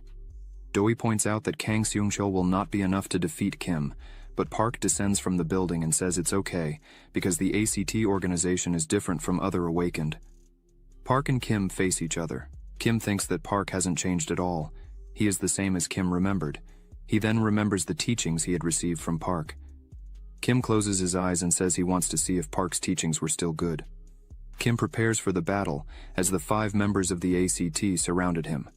Kim says he will now see with his own eyes everything his master taught. Kang Seung-chil is all excited about this situation and charges at Kim without thinking twice. Kim just stares at him. The entire ACT team stands in front of Kim. Then Kim prepares, and they all attack him together. They pass by Kim without attacking him. This leaves the other Awakened a bit apprehensive, not understanding what is happening, but all of them start running quickly around Kim. The other Awakened find all this movement a bit unnecessary, but Doi warns everyone, saying that at first glance, it seems like they are simply running around Kim. But soon everything begins, and the Awakened see that it is all an incredible barrier to prevent Kim from leaving. Doi says this keeps Kim trapped there, and all attacks are directed to a single point at an incredible pace. It is not only strong but also something extremely difficult to defend against all the attacks. A systematic attack that combines support, restrictions, and strong blows. This technique is used to defeat strong people or bosses. Park says this is the perfect coordinated attack, the hallmark of ACT, the best among their coordinated attacks. Kang Seung-chul taunts Kim again, telling him to stop running away like a coward and fight for real. Kim just listens to this and quickly dodges Kang Seung-chul's attack. This surprises everyone there, but Kang Seung-chul, with a cold look, thinks that wasn't what happened. As soon as Kim sets his feet back on the ground, he will lose his balance. Quickly, chains start to run through Kim's body, and all together manage to hold Kim, who apparently is completely immobilized. Even around his neck there are chains. The Awakened who were watching celebrate as they finally caught Kim. Kang Seung-chul prepares to deliver the final blow, and an explosion occurs, covering Kim. The ACT team can't see exactly what's happening there. Everyone was anxious to see if they really succeeded. People, thinking that Kang Seung-chul had done the job perfectly, say he should have gone easier, as now the chains were broken. But as the dust starts to settle, a person walks out from there, and everyone is completely shocked by what they were seeing there, as Kang Seung-chul was completely tied up in his sword, screaming how Kim had done all this. The ACT team asks if their strike didn't work or if they did something wrong, but Kang Seung-chul screams that it was none of that, and says that Kim knew everything they were going to do from the beginning. They couldn't understand how Kim knew this. Kang Seung-chul thinks that when he went to strike Kim, in seconds, Kim managed to turn his body along with the sword so that the blow would only cut the chains, and after that, Kim used the rest of the chains to easily bind Kang Seung-chul. Doi can't understand how Kim managed to do all this in a short period of time, so, even with good reflexes, it is still almost impossible. Kim thinks that, obviously, he knew everything that was happening because, in his past life, he was part of the ACT, and because of that, he trained so much in these combat skills that he got sick of all of them. Park picks up his sword and says that, apparently, he was wrong, as it should have been Park himself who should have gone to fight against Kim. After Kim and Park face each other, Park says that youth is doing Kim very well, and that, under other circumstances, Park would certainly be tempted to call Kim to join the ACT. Park raises his sword and says that all this is to ensure that Kim's forces are not used for the wrong purposes. One of the men there goes up to Park and says that the Awakened are gathering, so they should be careful not to mess with the S ranks. Everyone moves away from the place of the fight, leaving only Park and Kim there. Choi was nearby and starts to see something. Kim, seeing this, thinks that they finally started to gather. Kim says that he has been waiting for a long time for this moment to fight Park one-on-one, but unfortunately, this is not the right time for that. Then, Kim drops his sword and raises his hands, saying he was surrendering, which surprises everyone. Park asks what this means. The other awakened there, not understanding, wonder why Kim had given up after calling everyone there. Park, still without an answer, asks once more what Kim was intending with all this. Kim responds that they don't need to waste their energy on a futile battle, as the real battle was about to start now. Suddenly, an earthquake begins and everyone is startled by it. Doi realizes it's not just a simple earthquake. Looking up, Doi sees that a dungeon has opened, and it's green. Kang Seung-chul, seeing this, says it's not over yet. The dungeon that opened started to behave strangely, showing that a real outbreak was happening while everyone there watched. Kim says that, as they can see for themselves, the appearances of dungeons and the speed of outbreaks are going to become increasingly difficult to predict. Kim starts to withdraw his divine flame from all over the place, sucking it into his hand, which surprises everyone. Doi, seeing this, thinks he was right. All this fire was Kim's doing. While Kim was sucking up all the fire, he begins to say that he is sure this whole situation is, at the very least, confusing. Kim believes that everyone there is certainly angry with him for not telling the truth from the beginning. Even so, Kim shouts and says that he asks all the awakened there. Suddenly the fire becomes a divine flame again, spreading throughout Kim's body and revealing his true face. Kim clenches his hand tight and says that he needs everyone to fight alongside him at this moment. Kim picks up his sword and starts walking, saying they were going to protect the entire city of Anyang. Choi, seeing this, cracks a small smile, saying he knew that guy was Kim Soo-hyun.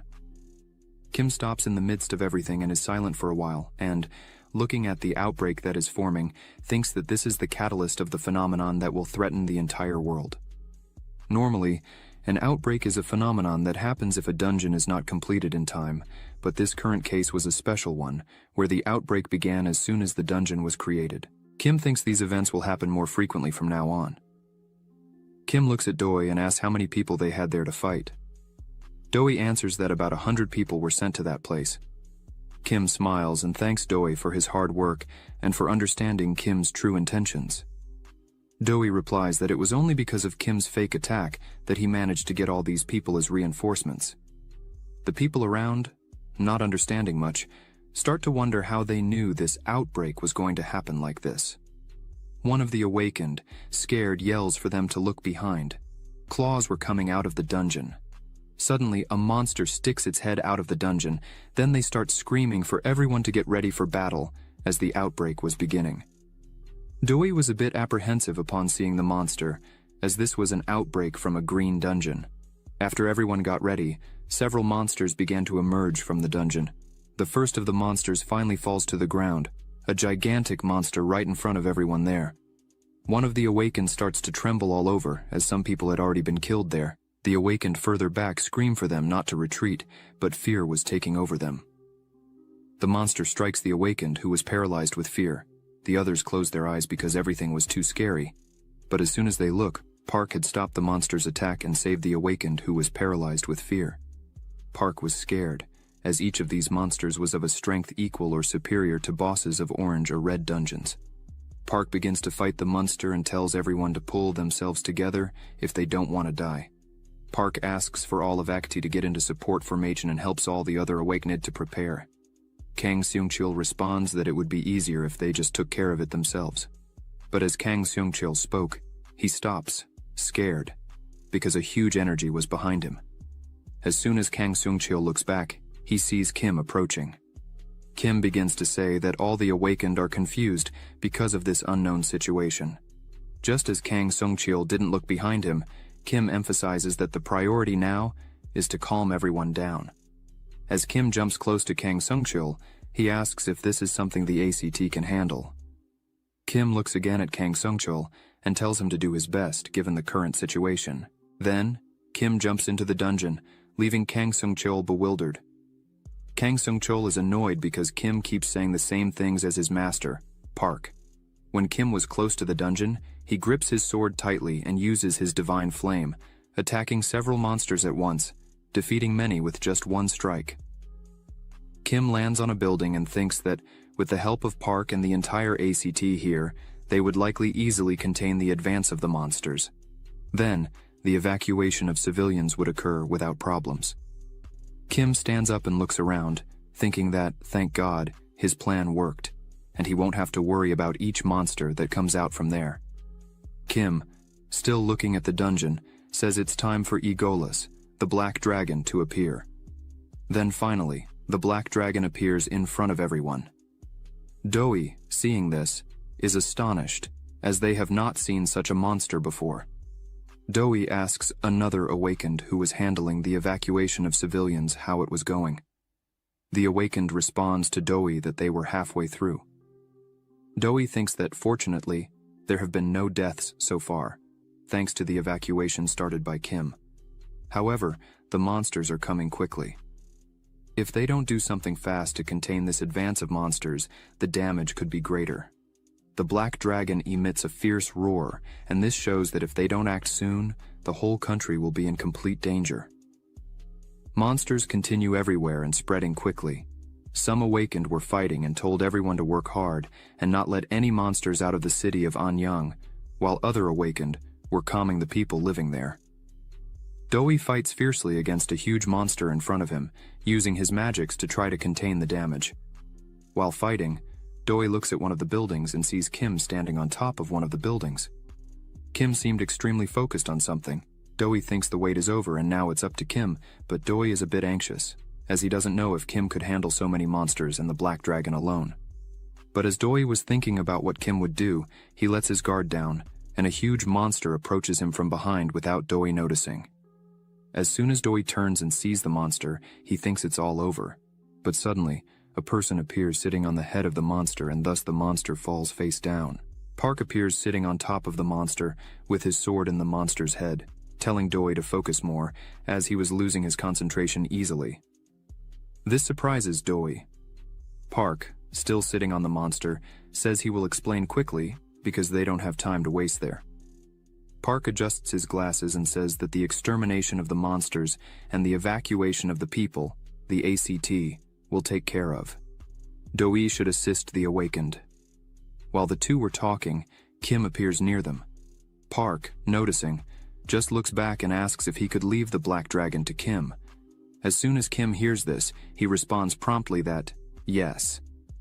Park, after passing the battle strategies, prepares himself. Kim also prepares and says he understood everything. Kim raises his hand, and his divine flame phoenix begins to take him to the sky, directly towards the black dragon. Kim leans on the walls of a building and starts running towards the dragon. The dragon tries to strike Kim, but he quickly dodges and jumps to counterattack. The dragon looks directly at Kim, a glow starts between them, but Kim doesn't stop his attack. While holding firmly his sword, Kim advances and lands a strike on the black dragon. The skin of the dragon is very resistant. The sword was trembling and wasn't cutting the dragon, but Kim couldn't lose now after everything he had done for several days. Then, Kim held firmly to the sword and used all his strength, forcing the sword against the black dragon. Finally, the sword manages to inflict damage on the dragon. Kim calls his phoenix again, which catches him before he falls to the ground. Kim releases himself from his phoenix and lands on the ground facing the black dragon. Kim, already sweating from all the fighting, thinks that this dragon really is very resilient. However, Kim had expected this, as it's not easy to call it he. Kim jumps again. The black dragon prepares to attack with its black flame. Then, the dragon launches its black flame towards Kim, and for a moment, everything goes silent. But suddenly, Kim appears on a huge phoenix of divine flame, flying towards the dragon. The power of Kim's divine flame hits the black dragon's eyes, but the dragon counterattacks and hits Kim hard, destroying half of the phoenix and throwing Kim into one of the buildings. As the dust begins to settle, Kim appears in the middle of it, standing up surrounded by a shield of divine flame. Kim thinks that, even being the second time, this dragon remains extremely resilient. However, Kim thinks he can still win. In Kim's past life, The Anyang outbreak was considered a tragic disaster, with over 150,000 deaths, and half of those deaths were caused by this black dragon. This unexpected outbreak of this dungeon caught all the awakened by surprise, and when Kim was finally sent after the dungeon, Kim did not have the strength needed to stop this dragon. Back to the battle, the dragon continues attacking and spitting its black flames, which are extremely powerful. Kim raises his sword again, jumps towards the black flames and the dragon and says that with confidence, there is nothing in the world this sword cannot cut. Kim concentrates and prepares for his strike. Kim noticed that after the dragon uses its black flames, there is a small gap in its defense. Kim uses his ability to fly in the air and stays above the dragon, watching carefully until he spots the gap. Kim opens a window and takes out a lance from inside. This lance is called Near Dragon Slayer Lance, a weapon created based on the legendary lance Gungnir. It is sold in the Abyss shop, very expensive and has only one use. This lance is enough for what Kim needs. Kim raises the lance and a strange energy begins to emit. Several lances appear around Kim. While Kim holds the lance high, he shouts that this lance is enough to ensure not a single person dies because of this disgusting dragon. Kim throws the lance with a completely enormous force towards the black dragon. Several rays and small explosions occur, where the lance passes. The dragon notices the lance coming towards it, but it's too late, and the lance pierces through the dragon, spewing blood everywhere. Various fragments of the main lance are embedded all over the dragon's body. The dragon begins to fall and, as it hits the ground, causes a huge impact that throws dust everywhere. Kim, holding his phoenix, lands on top of one of the buildings and looks at all this. The great black dragon was lying on the ground, all pierced. Kim wonders if this was really enough to defeat the black dragon.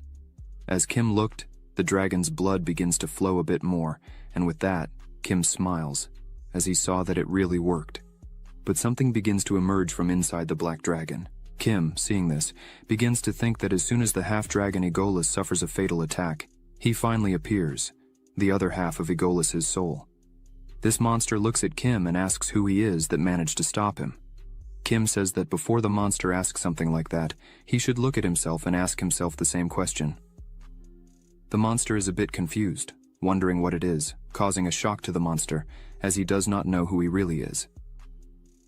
The monster begins to cry and covers his face with his hands, saying that it hurts. The dragon, which was lying on the ground, returns to the air. Kim just watches all this. The other half of Aegolas continues crying and saying that it hurts a lot. Drops of blood begin to fall like rain. Aegolas starts to scream a lot while crying blood. This causes a strong gust of blood everywhere, and everyone looks to see what's happening. Kim remains extremely focused on all this. The dragon advances towards Kim once again. The dragon hits Kim with great force, throwing him into the building. Kim appears lying on the floor, not moving. The dragon approaches Kim, with its eyes glowing red. Juho finally arrives and calls for Doi, asking where Kim is. Doi just remains silent. Choi, watching this, is a bit surprised. The dragon opens its mouth and approaches Kim, who continues lying motionless. Juho, seeing this, starts to panic. The dragon already has Kim inside its mouth. Blood flows everywhere. The dragon bites into Kim's body, spreading even more blood. Juho can't bear the pain of seeing his friend being killed right in front of him and becomes paralyzed. After a few seconds, Juho screams with all his strength Kim's name. A system window opens and notifies Kim that his life is in a critical stage. His ability, Immortal Hero, has been activated. The dragon senses something wrong. Kim thanks the filthy dragon. All of this was a strategy by Kim to activate his ability. The system begins to open several windows, notifying improvements. Kim's life will be fully recovered. His life recovery speed will increase. His physical abilities have increased tremendously. Kim appears smiling, covered in blood, and with his own hands, he opens the black dragon's mouth. Kim looks at the dragon and thanks it once again, because thanks to the black dragon now Kim is much stronger. The soul of Aegolas is in a dark place. Confused, it starts to wonder where it is. Looking ahead, it sees Kim holding the dragon's mouth. Aegolas wonders who this guy in front of him is. He starts to remember the previous fight, and finds it strange, as Kim should be his enemy. Aegolas starts to remember something. and an image of a man appears behind his body. He wonders why he became one with Eagleus. Meanwhile, Kim continues his fight with the dragon, landing a blow on its head. Kim thinks he's better than ever. He's feeling light, free for the fight. Kim thinks this is indeed the effect of the immortal hero. A window opens, explaining about this ability. Immortal hero, magic power ranking depends on the user's mana level. Passive classification, level 1. Proficiency, 0%. The body of Adele Clemere, who faced the Black God a long time ago, is said that this divine body, which neither dies nor gets injured, is close to immortality. It activates automatically as soon as the user's life is forcibly dropped to a certain point. The regeneration and life will improve rapidly, and physical abilities will be greatly increased. The duration of the ability, cooldown time, and life recovery rate depend on the proficiency level. Kim positions himself. Again, he uses his jumping ability. While Kim is in the air, he thinks the dragon is so tough he can't just aim anywhere. Then, there must be some opening. Kim continues his attack, trying to find a spot, but can't find it in any way. Then, after a few strikes, finally, Kim sees something that might be the possible opening in the dragon's defense. Then, Kim aims with all his strength at this point, and finally manages to cut a part of the dragon in half. The dragon screams after this. Kim looks at the dragon and says it's time for you to get a grip, referring to the dragon as Falcon. This causes the soul inside to start thinking and remembering the name Master Falcon. In its mind, images start coming of people saying they believe in him and calling him Master Falcon. These people begged to be saved and pleaded for Master Falcon to stop the Black Dragon. The soul continues to remember and thinks that apparently an eternity has passed. The soul begins to wonder why this is not the end, for how much longer it should fight and endure all this. It seems there is only one choice here: to control the Black Dragon. A body begins to appear on the back of the dragon, with armor and a beautiful white cape. Meanwhile, Kim continues slicing parts of the dragon. While Kim fights, he continues talking to the soul, saying that both the people who were saved and the people Falcon couldn't save would not want to see him in this deplorable situation. The soul begins to question itself again, and the form of the hero appears for a moment. The dragon starts to scream, and blood flies from its mouth. Kim looks at this and tries to protect himself with his divine flame. The dragon manages to hit Kim, throwing him far away. The soul says it was fighting against Eagleus and still hasn't managed to defeat him. But suddenly the dragon feels something. Kim notices this and is surprised. The dragon feels immense pain and begins to scream again. The soul starts to open its own chest. The soul calls out to Kim and asks him to end the pain it had felt for years and years. Kim grabs his lance again. The dragon, seeing this, starts to fly wildly, going higher and higher. Kim, who was on one of the buildings, prepares, aims, and throws his lance again with monstrous force. The lance goes directly towards the dragon, getting closer and closer, until the lance pierces through the soul that was on the back of the dragon, making the dragon scream once again and plummet. Everyone looks at this, astonished. The dragon falls again in the city. The dragon is completely destroyed on the ground with blood everywhere. The soul is still awake on its neck.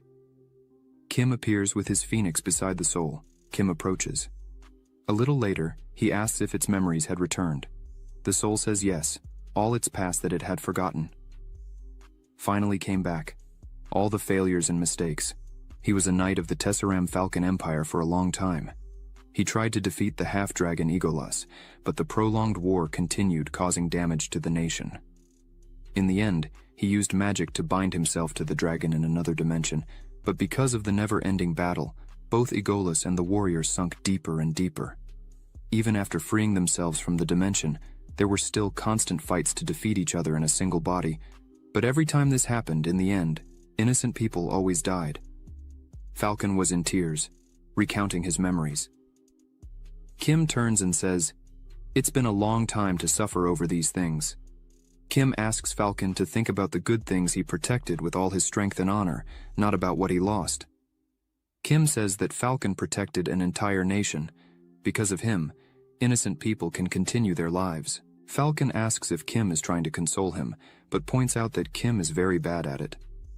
Kim turns and sighs, admitting that he really is a bit bad at these things. Falcon looks at Kim and starts to say that there really are regrets in his life. But even if he went back in time, all his choices would be the same. This makes Kim silent for a while. Kim starts to think about these words he just heard about going back in time and his choices. Kim remembers his old life and the moment of his death. But Falcon calls him and extends his hand, which contains an energy ball. Falcon says that, with Kim's help, he finally managed to end a battle he had been having for years. So, he wanted to give this to Kim. The energy ball turns into armor. Falcon explains that this armor is the best armor ever forged in the Tesseract Empire. This armor was created especially for Falcon when he went to fight Igolas, the Black Dragon. Kim takes it and thanks for the gift. The system notifies that Kim has just received an item called Falcon's Sacred Pauldron. Falcon says he wants to thank again, as the battle was truly long. The body of the soul begins to disintegrate and transforms into the true Falcon, who, before disappearing, says he can finally rest in peace. Kim just respects this moment and lowers his head in silence, and as Falcon really leaves, Kim says goodbye and tells him to rest in peace, calling him the hero of Tesseract. Kim looks up after all this, but soon he hears someone calling him. Looking back, he sees that it's Doi and Juho. As they get closer to Kim, Juho begins to examine Kim, asking if he is injured anywhere. But Kim, very calmly, says he is fine, not hurt at all. Kim says the dragon was stronger than he had imagined, and that's why he almost died. Juho, very angry and worried, yells at Kim, saying that this black dragon was an extremely strong monster, and he really could have died in this fight. Doi, a bit further back, says he's happy that Kim is okay. Doi thanks him once again, because thanks to Kim, nobody got hurt or died. Doi says the director might not want to approve this, but Doi bows, apologizing to Kim, and thanks him once more, this time on behalf of the institution. Kim just smiles a bit and says that all of that isn't necessary. The important thing is that no one got hurt. Kim starts to say that seeing everyone well eases his anxiety, but his voice starts to weaken. Then he begins to fall. Juho yells, thinking Kim had been hurt somehow, but upon closer inspection, sees that Kim is just sleeping, as he was completely exhausted. Doi says that probably everything is fine. It's just the fatigue from constantly fighting with the awakened and defeating the Black Dragon. Doi says that apparently there aren't any serious wounds on Kim. He's really okay. Doi, looking at the sleeping Kim, thinks that once they deal with all this, a huge storm will brew with Kim at the center of it all. Doi smiles and thinks that, for a protagonist, Kim is sleeping very peacefully. Meanwhile, the news starts to spread about the outbreak. TV networks were notifying everything that had happened there, about the terrorist attack and about the outbreak. In the end, the news points out that everything was resolved thanks to an awakened called Kim Soo-hyun. In the hospital building, inside a room lying down, we see Kim, who finally wakes up and opens his eyes. Kim sits up, startled, as he hadn't noticed he had passed out. Kim grabs his phone and sees it's the 27th. Then he slept for 3 days straight. Kim notices that beside him, there was a basket of fruits and a note on the table. Kim picks up the note and, upon opening it, notes that it was written, "I came to visit you, but you were sleeping, so I'm leaving this message. I believe we need a statement from you because the whole world is talking about this incident. So, I acted as your representative, dealing with the annoying calls and messages. I did all this without asking, but I believe you will understand. You saved many lives. You must be very tired now, so don't think too much about anything and just rest. As soon as you wake up, you'll probably be very hungry, so beside you is a basket of fruits. You can eat as much as you want." Kim picks one of the fruits and starts to think that he is glad to have a friend like him. Kim tosses the apple up, thinking that he finally managed to stop the Gwangju dungeon and the Anyang outbreak. All of Kim's hard work really paid off, definitely different from his past life. However, Kim thinks this moment is great, but he can't lose focus, because there are many things he still needs to do from now on. Kim hears someone at his door and asks who it is. The person opens the door and, as they enter, Kim is surprised because it was Choi. The two stare at each other for a while. Kim notices that Choi doesn't look very well, so Kim asks what he's doing there. Kim sees that there is a bandage on Choi's head, then asks what happened, but Choi interrupts and says he has something to ask of Kim. Then, he slams the table with his hand, asking what Kim thinks about joining his guild. Choi looks with a smile at Kim, but Kim is taken aback by this sudden proposal made to him. Meanwhile, at the Aries Guild Tower, Dong Young was announcing that everyone had already arrived. Therefore, he would begin sharing the news. He starts by saying that the test for advancing from a medium guild to a large guild is very important for the future of the guild. Although there are significant benefits once becoming a large guild, Dong Young emphasizes that the most important thing for him is the amount of support funds they would receive. He also warns that he expects everyone present to prepare as much as they can for this event. Dong Young further emphasizes that if anyone there makes a mistake, he will kill that person himself. Everyone present agrees with this. Then, Dong Young dismisses everyone. As everyone was leaving, Dong Young calls Choi, who turns around and asks what Dong Young wanted. Dong Young, with a cold expression, says they needed to have a little chat outside the room, just the two of them. Guards at the door so no one enters. Meanwhile, from inside the room, we see Choi lying on the ground with his mouth bleeding. Dong Young is standing next to him and says he had already said this 1,000 times. He would overlook misbehavior, violence, and everything else, but he would never forgive someone who betrayed him. Dong Young grabs Choi by the hair and bends down, asking why Choi had lied to him. Choi, stuttering, says he did not betray him. Choi lowers his gaze and says that really he did not know. Dong Young pauses for a moment and says that Choi met Kim in the abyss. They took the rank test together, and Choi wants Dong Young to believe that he really did not know who Kim actually was. From outside, only noises were heard. Choi appears again on the ground, with blood all over his face. Dong Young gets up and starts to leave, saying that he had given Choi several chances, and this would be the last one. Choi should bring Kim to the guild, because if Kim is in the guild, without a doubt, they would pass the test, as Kim's strength was absolute. But, as Dong Young was leaving, Choi asks how he was supposed to bring Kim. Choi, still lying on the ground, says he saw Kim only a few times and they hardly ever spoke. There is no way Choi can force him to come to the guild. Choi says that Dong Young knows how strong Kim really is. It's impossible to bring him by force. Dong Young lights a cigarette, starts to laugh and asks why Choi was acting this way. Dong Young returns to Choi and squats down, again saying that it does not matter how Choi would bring him, as this was not a request, but an order. So Choi should comply. Dong Young says that if Choi fails, Yoonsun would learn a little lesson. As soon as Choi hears this, he opens his eyes and looks at Dong Young with a look of hatred. Then, Dong Young says that this would be the last time he would say this before the test began. Kim should be in the guild a while later, someone taking care of Choi. This woman asks if Choi was in a lot of pain, but Choi, even sweating, says it's all right. He's just a bit sore. Even this woman looks at Choi with a sad face and asks if it was Dong Young who did this to him. Choi freezes on the spot and says no. Choi says that there were several monsters that got strong. This woman is Yoonsun. She asks what kind of monsters would focus only on Choi's face. Yoonsun tells Choi that it was okay, so he could stop with this. But, as she was saying this, she starts coughing and feeling ill. Choi holds her in his arms, worried, and asks where her medicine is. As soon as Choi gets it, he asks her to take it quickly. Yoonsun takes the medicine from Choi's hand and takes it. Choi, seeing this, is clearly saddened and outraged by the situation he finds himself in at the moment. Choi remembers Dong Young saying that Choi's beloved's illness is very painful and cannot be cured, not even by modern medicine. However, Dong Young manages to get medicines that work, so Choi should be grateful to him for that and obey him.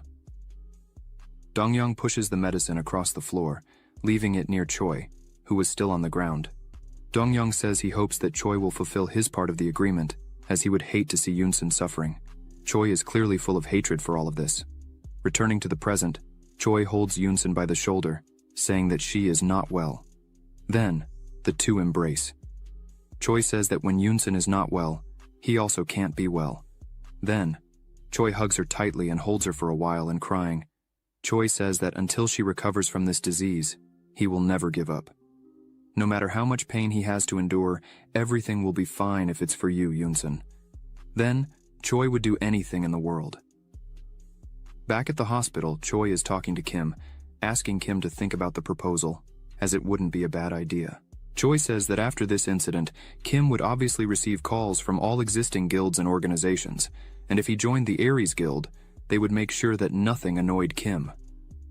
Choi asks again and says that all Kim has to do is join their guild. But Kim interrupts him and says that the whole situation there is very strange, and Choi also knows that it really is strange. Kim says that before Choi continues trying to make him join his guild, it would be more than fair for Choi to tell what is really happening there. Choi sweats hearing this. Kim says he already knows that something wrong is happening there. Choi goes back to remembering the day when Kim handed him the paper with his number. Then, Choi asks if that's really all Kim needs, if it's just to know what's really happening.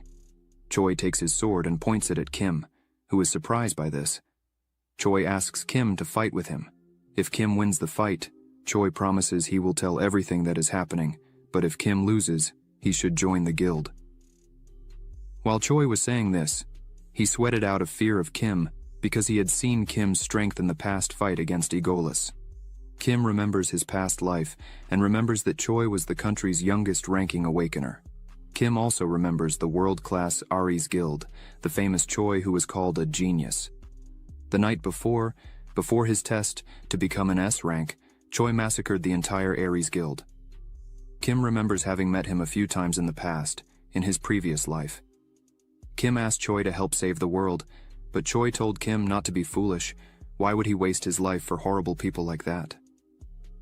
Kim thinks that Choi was a completely different person because the current Choi is a good person and does no harm to anyone. Kim thinks that on the day they got to know each other better in front of the agency, clearly Choi wanted to tell Kim something. Choi even made sure that no one knew his name, especially in front of Dongyong, even in the city of Anyang. Kim saw that Choi was struggling to save people he didn't even know. Kim can't understand why this is all happening, but while Kim was thinking, Choi attacks him. Kim quickly jumps and dodges Choi's attack.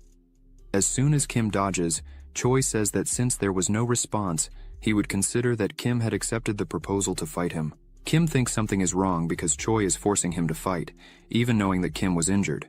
And this is not something that Choi would normally do. Kim remembers Choi calling him to climb the tower together and thinks that clearly, someone is forcing him to do such a thing.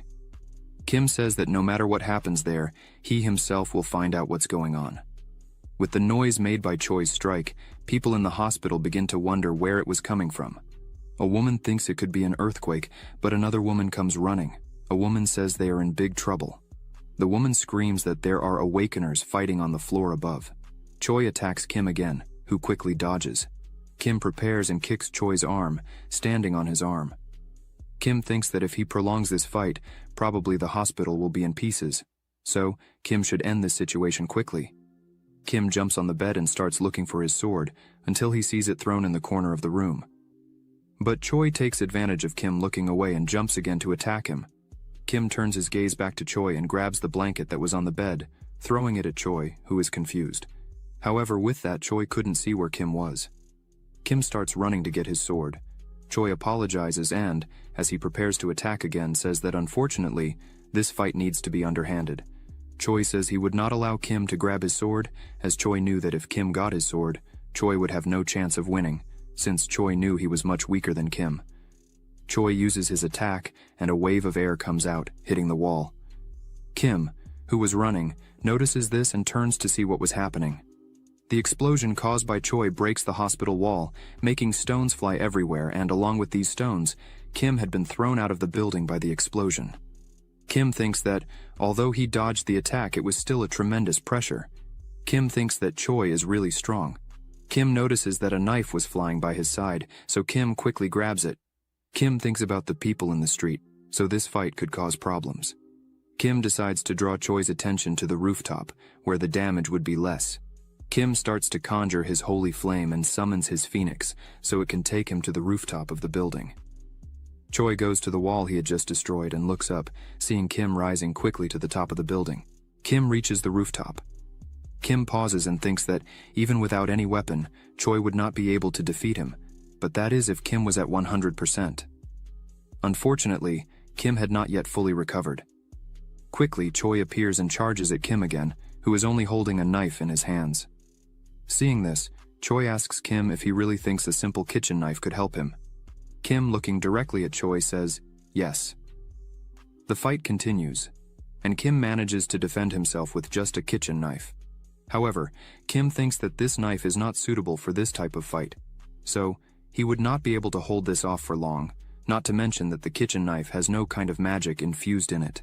Choi prepares another blow and strongly attacks Kim with his sword, and Kim easily defends with the knife, as Kim says he is confident in his magical control and begins to emit magic from his body and pass it to the knife in his hands. Kim counterattacks quickly and hits Choi, who feels an immense pain with the cut made by Kim. Choi starts to scream in anger and raises his sword, using a technique called full moon explosion. Kim is slightly startled by this. Choi attacks Kim, and a great explosion happens again at the top of the building. With all this commotion happening, the police arrive at the place and quickly isolate the perimeter where this fight on the rooftop of the building was happening. The ground was all damaged, and a trail of destruction came from the feet of Choi, who was leaving, but Kim had a serious expression. Kim, holding just a kitchen knife, puts more of his magic into it. Choi starts to say that he already knew that. Choi admits that he is not capable of defeating Kim. As soon as we see Kim, we realize that Choi's attack had no effect on Kim. He had defended the entire power of the attack with just a kitchen knife. Kim lowers his guard and says that they have reached the end of the fight. Then, he asks Choi to tell what is really happening. Choi starts to tell that there was a person named Yoon-sun. She was the only person Choi would really give his life to protect her from everything and everyone. Choi says he wanted to see her happy for the rest of her life. They had met when they were children and grew up together. Choi says she was always his closest friend. Then the day finally came when Choi gathered courage and asked her out, and thus they started a life together. After Yoon-sun graduated from high school, she inherited the family flower shop. Choi says that Yoon-sun helped him a lot while he had not yet found a job. In all of Choi's life, no matter when or where, Yoon-sun was always there, encouraging him in all his choices. They were happy times, where there was no worry or misfortune in our lives, just two young people living happily their life. Then, as soon as Choi became an awakener, he was extremely happy and ran to tell Yoon-sun, as they could finally have a better life. But the day came, and it came quickly, like a punishment from God in our lives. One day, Choi went to the flower shop, but everything was dark. Choi rushes in, shouting the name of his beloved. As soon as he sees Yoon-sun collapsed, he is completely devastated. Choi runs to help Yoon-sun and asks what was happening there and who had done this to her. But Yoon-sun was bleeding and coughing a lot, so she was having trouble speaking. Choi is desperate seeing this, but suddenly Choi hears a voice saying that they wanted to buy some flowers, but the shop seemed to be having problems. This man was Dong-young. Choi turns around and asks if he was an awakener. Dong-young starts to approach and says that apparently Yoon-sun had been infected by a powerful poison, but luckily Dong-young was an expert in this matter and says that today was Choi's lucky day. Then, Dong-young asks Choi if he really wanted his help. Kim, after hearing this, says he had understood everything. Choi needed the medicine for his girlfriend and, because of this, Dong-young made him a slave, controlling the medication. Choi says yes, and emphasizes that Dong-young is the only person who can make this medicine, so he has no other choice. Choi starts to stand up and picks up his sword. Choi asks if Kim remembers what Kim had said before, when they had met in front of the certification building. Choi says that Kim promised he would help him. Choi stands up and smiles, saying he wished those words were true. Choi stops smiling and, with a sad face, asks for Kim's help. Choi starts to think that he wanted Kim's help to escape the chains that bound him to Dong-young. He wanted to be free, along with his beloved Yoon-sun, and that's why he was asking for help. But Choi starts walking and says that if Kim helps him, he will never believe in himself again, just as he was deceived by Dong-young all this time. Choi emphasizes that if he cannot grow and has to continue depending on others, the same things that haunt him now would come back to happen in the future. So, he has no other choice. Choi says he would put an end to all this. Choi turns around, smiling at Kim, and says he is very grateful for everything. Elsewhere, Juho was reading a paper and asks if this is really serious. The man, behind a pile of papers, says his livelihood depends on the information he sells. So, there's no reason to lie. What Juho was seeing is confidential. That's why he is getting this information only now. Juho starts to leave, but the man behind shouts that no matter what Juho is going to do, just don't involve his name in anything. Juho turns around and says, "It's okay," and bids the man goodbye. Juho calls Kim and asks if he woke up well and how he is, but Kim was surrounded by people because of everything that had happened. People said they had seen a redhead enter and asks Kim to use his mana to try to track, but Kim just answers Juho on the phone, saying that nothing much had happened and he was fine. Kim says he needs to ask Juho something, and as soon as Kim says something to him on the phone, Juho is scared by what he hears. Juho says that so this is what was happening with Choi. Juho says this is perfect because he really needs to meet Kim to pass on some information he had recently obtained, and this information is precisely about the Aries Guild. Meanwhile, in his office, Dong-young was reading a newspaper calmly. Someone comes into the room and draws Dong-young's attention, who gets angry because they entered without knocking on his office. Dong-young turns around and sees that it is Choi. Dong-young asks what he was doing there, as he was supposed to be on vacation, but Choi, full of blood and with energy surrounding his body, says he needed to ask something. Dong-young, seeing this, does not understand very well. As soon as Dong-young looks better, he sees that Choi's sword was still dripping blood. Then Dong-young becomes worried about what was happening there. Choi completely opens the door, and behind him, there are several bodies on the ground, lifeless. Choi starts asking if an awakened being tried to use their abilities on someone, and by chance, that awakened being died, would their abilities also disappear? Dong-young gets a serious expression and starts to laugh. Dong-young begins to emit a strong energy and asks Choi what he would do with that information. Yoon-sun had a sad face, trying to talk on the phone, while on her TV, a news report was announcing that there had been an awakened attack in Seoul, in the Gangnam district. But fortunately, there were no deaths. The awakened agency was already on the scene to contain the entire situation. Yoon-sun was still trying to speak on her phone until Choi's picture appears on the television, saying he was the suspect of the attack. Yoon-sun couldn't speak on her phone, as the call always went to voicemail. Yoon-sun starts to despair over all this and begins to cry, wondering why Choi was doing this. Someone starts knocking on the door and asks for someone to answer it, leaving Yoon-sun scared, as she was not expecting visitors. There, the news on the television continued in the background, saying that they knew that the victim of the attack was also an awakened. Yoon-sun gathers courage, goes to the door, opening it just a little, and asks who was there. The television in the background was saying that the victim was the great asset in the Anwang City outbreak some time ago. Then, Kim says hello to Yoon-sun, saying his name was Kim Soo-hyun. Yoon-sun is a little surprised by this. Then, the two enter and sit at the table. Kim thanks Yoon-sun for letting him in, even with all that is happening, as she must be surprised to see him there, but Yoon-sun was happy and smiling. She tells Kim that he was famous, as Choi always talked about him. This surprises Kim and thinks it was unexpected. Yoon-sun starts to say that Choi always said that. Deep down, he wanted to be like Kim. She says that the news she heard on television said that Choi had attacked Kim, but she doesn't understand, as Choi is such a sweet and kind person to people. This is not something he would do out of nowhere. Kim closes his eyes and says he doesn't know the exact details, but he understood the points of the story. Kim begins to say he knows that Dong-young was threatening Choi because of the medicine Yoon-sun needed. Then, the attack Kim suffered from Choi was on Dong-young's orders. This surprises Yoon-sun. Kim points out that in their meeting, Choi looked desperate and worried, but Choi didn't ask for help, as he had decided to resolve everything on his own.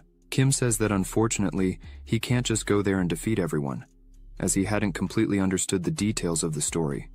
So he went there to really understand the story in full, and know what Yoon-sun thinks about all that is happening.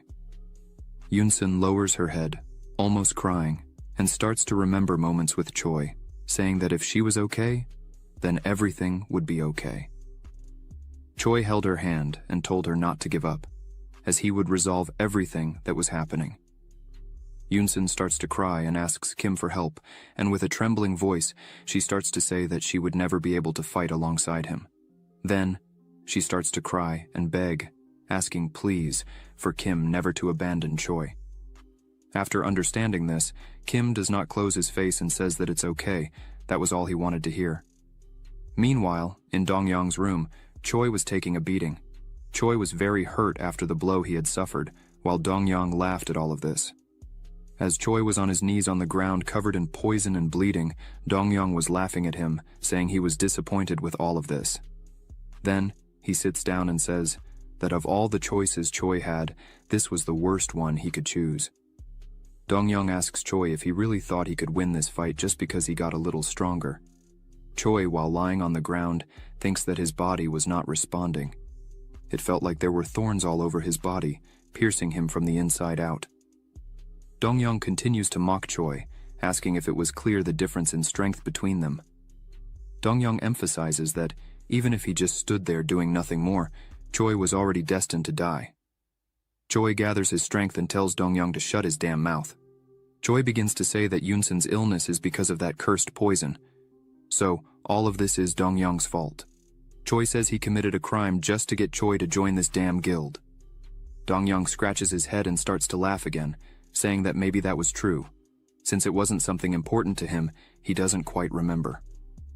Choi, still on the ground, says he had known about this for a while, but unfortunately he couldn't do anything about it as he was too weak to try anything, so he had to live with it day after day without saying a word.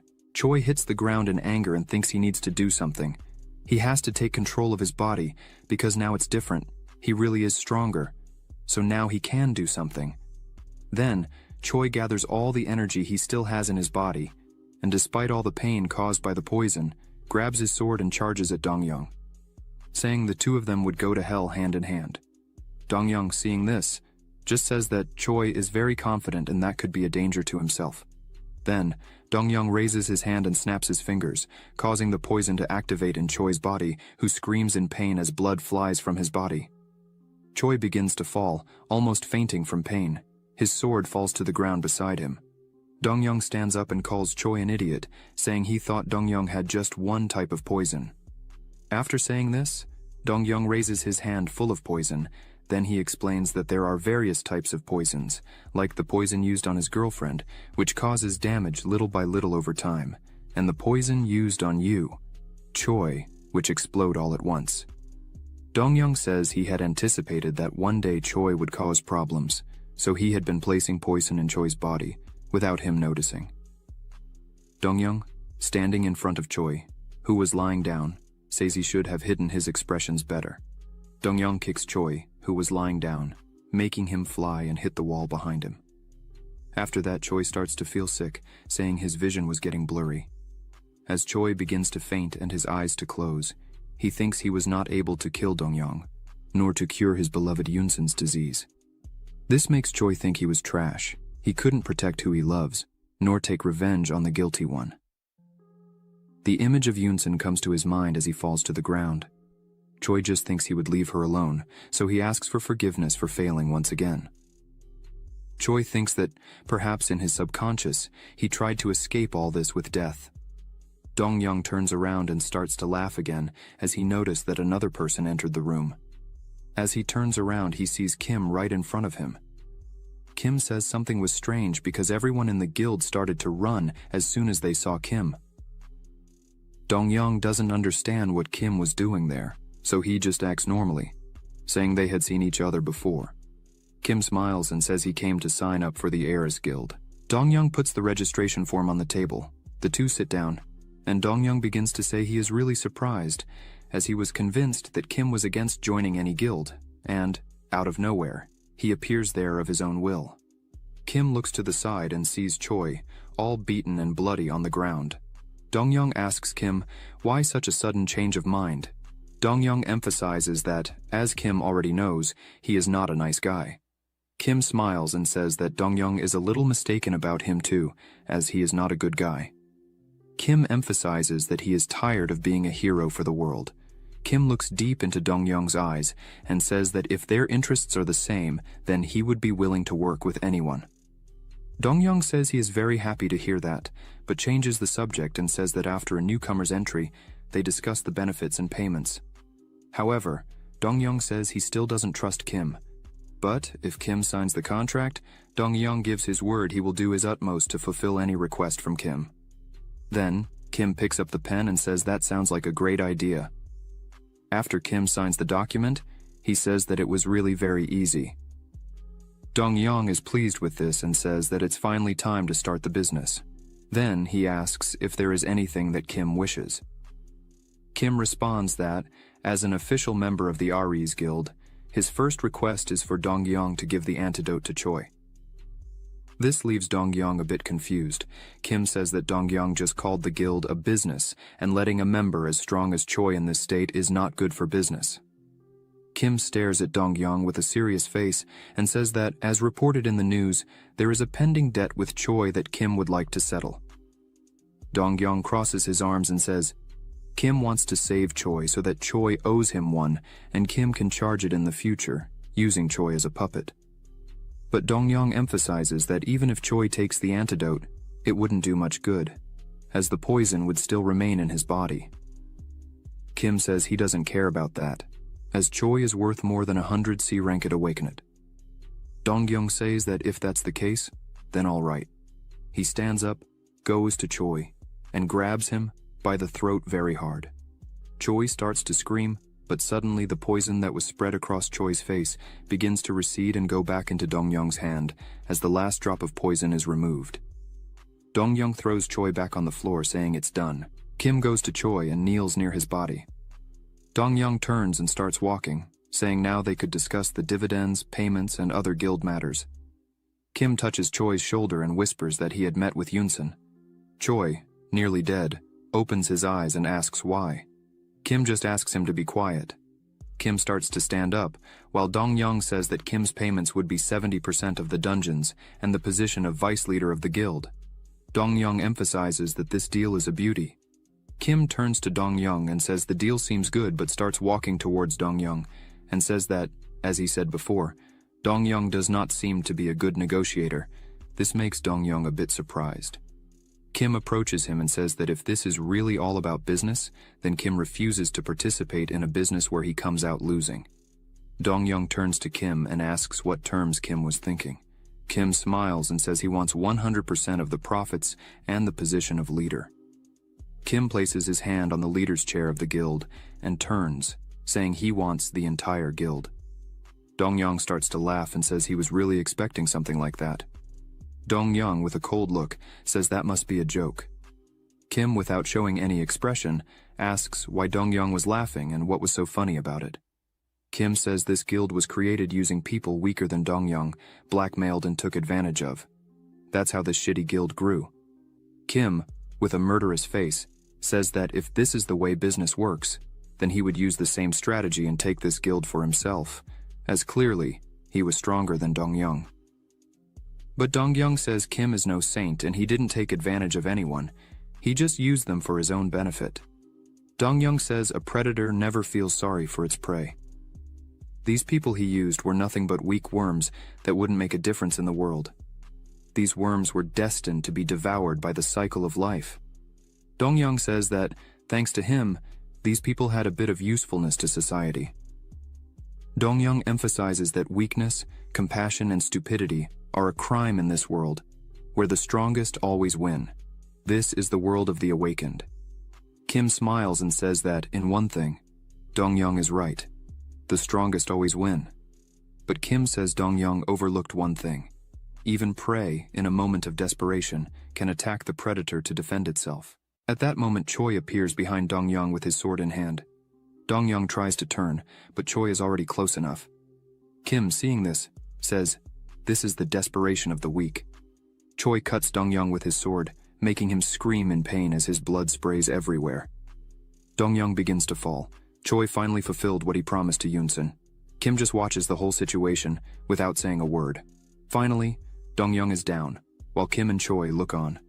Choi places his sword beside Dong-young's body and, still sweating, removes his bandages. With his hand trembling, he says it's finally over. Choi asks Kim what happened there, as Choi was sure he was nearly dead because of Dong-young's poison.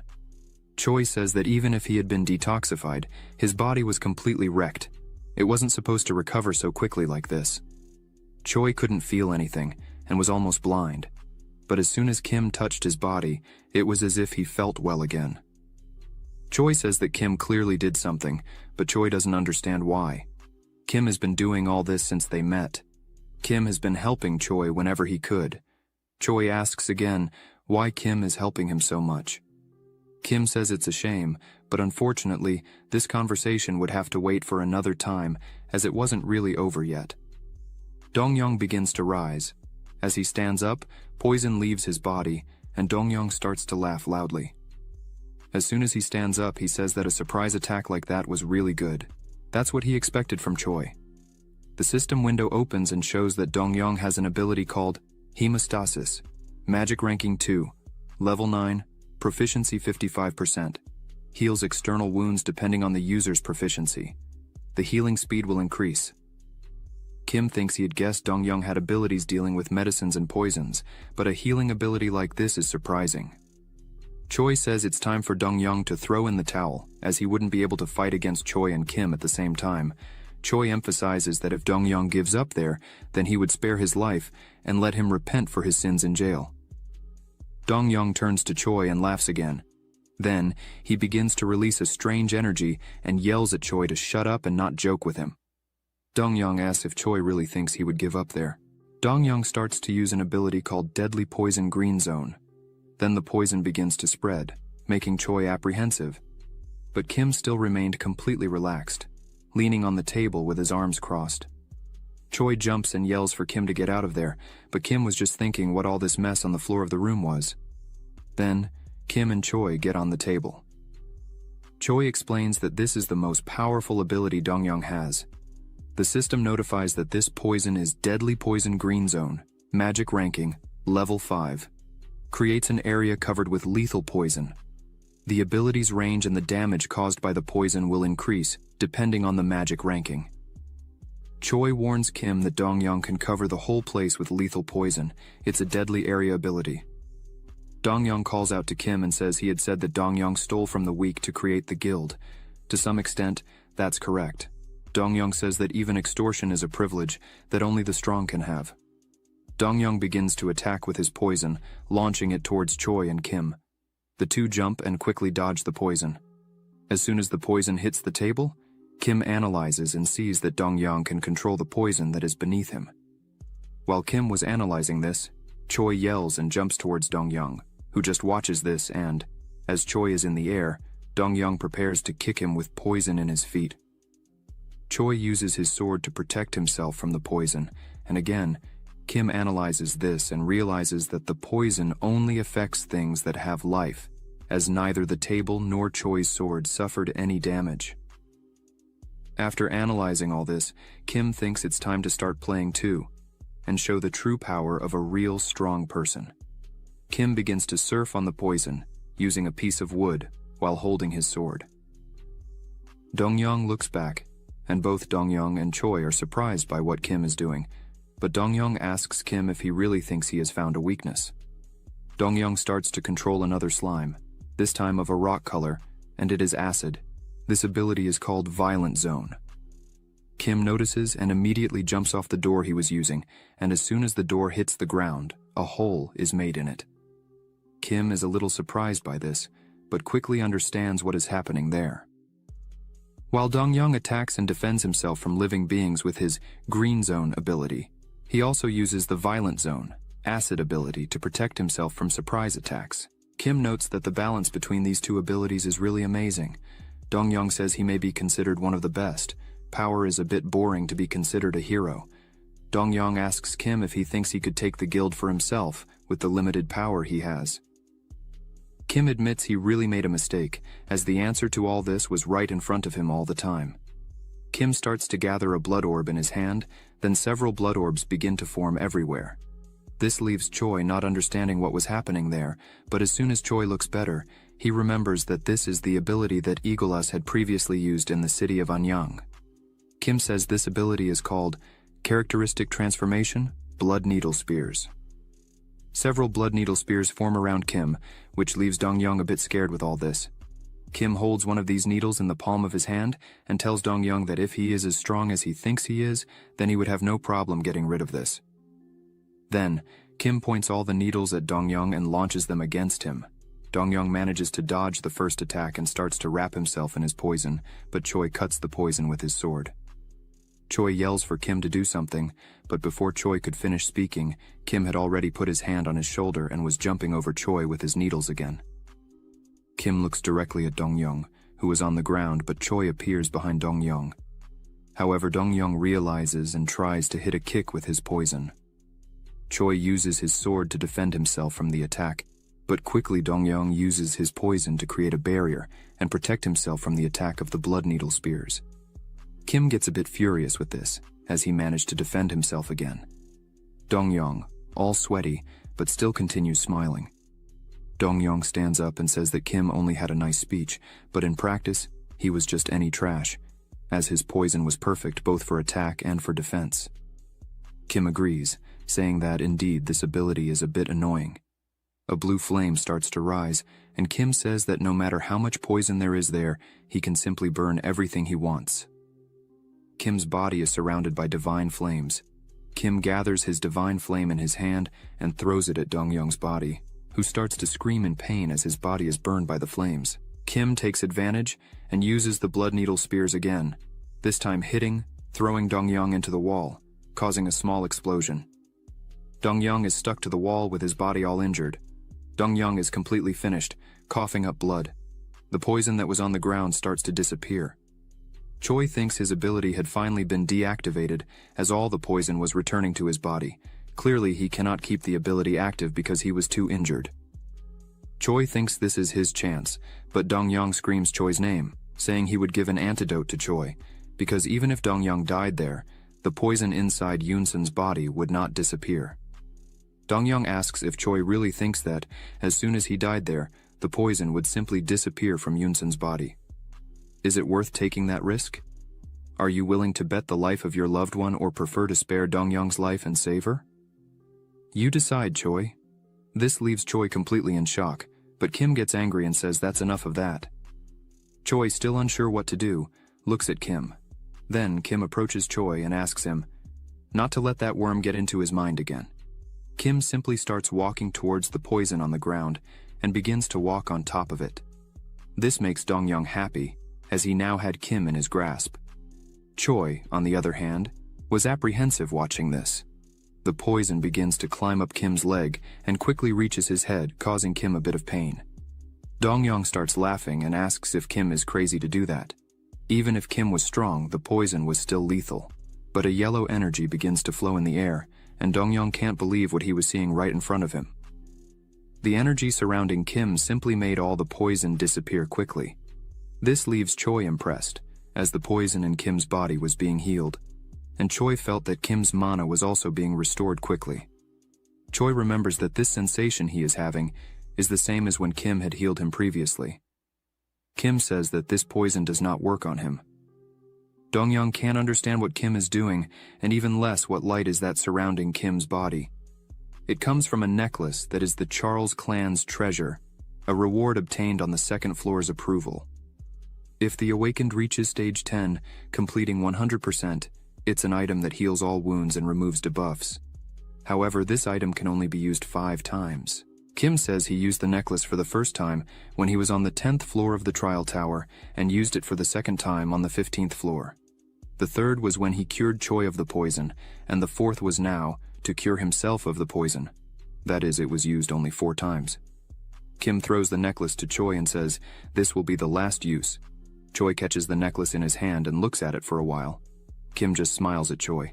Then he remembers Yoon-sun and says that finally, everything will be okay. Kim tells Choi that he knows better than anyone who to use it on. Choi can't hold back and starts to cry and begins to thank Kim for this. Then, Choi runs off to help his beloved. Dong-young, still stuck to the wall, screams Choi's name, calling them damned. But Kim quickly grabs his neck and, while holding Dong-young's neck tightly, says that finally, he wouldn't need to hold back anymore. Dong-young asks Kim if he intends to kill him. Dong-young emphasizes that he is the owner of one of the largest guilds in the country. People wouldn't care much if it were just a fight between awakened, but how does Kim think they would react if Kim killed him there? Dong-young says he has contacts with extremely important people. Even if Kim was a strong person, he would still have to deal with all the consequences. Kim looks into Dong-young's eyes and says that he really wouldn't be able to get away. As it involves the murder of a master of one of the biggest guilds, it would be a big problem. However, what if, by chance, this master had a relationship with the infamous criminal organization, the Dump Guild? As soon as Dong-young hears this, he is paralyzed with fear. Kim says he had already researched both organizations well. The connection that Kim had with Ju-ho about the Aries Guild previously was precisely about this. Ju-ho made sure that the two guilds were interconnected. The Dump Guild is based in other countries, so they had not yet gained enough influence there to enter the country more easily. They made an alliance with the Aries Guild. Ju-ho also said that, in addition to this, with the skills and information of the Aries Guild, they were eliminating everyone who knew about this. Ju-ho emphasizes that the Dump Guild, at this exact moment, is keeping an eye on Kim. With all this, Kim starts to tighten Dong-young's neck more, saying that he was deceiving the guild members and committing horrible crimes, working with the Dump Guild and killing innocent people. Kim asks Dong-young if that isn't reason enough for Kim to kill him there and now.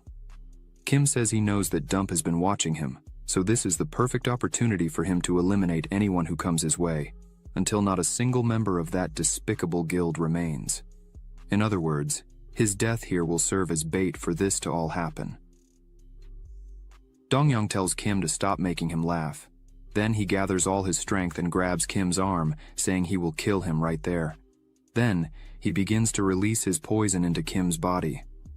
The poison, again, spreads throughout Kim's body, but Kim just focuses, and all the poison flies out of his body, as if it were nothing. Dong-young, seeing that his poison had no effect on Kim, asks how this is possible. Kim says everything he said before was just an act. This little poison had no effect on him, as his resistance to magic is infinitely stronger than the poison. But Kim says he has a little curiosity. Then, with a terrifying look, Kim asks Dong-young, what would happen if that famous poison were used against him? Dong-young doesn't believe this could be possible. Then Kim uses his ability, characteristic transformation. Poison. Again. Now the needles that were made of blood have turned into poison. Then, Kim injects the poison into Dong-young's body, who falls to the ground, screaming in pain and saying it hurts a lot. However, he remembers that he still has an antidote with him. While Dong-young grabs the bottle with the antidote, Kim looks at him and starts to take his sword again. Then, with a quick and precise strike, Kim cuts Dong-young's hand in half, telling him not to try anything, as he had deceived and extorted many people with this poison.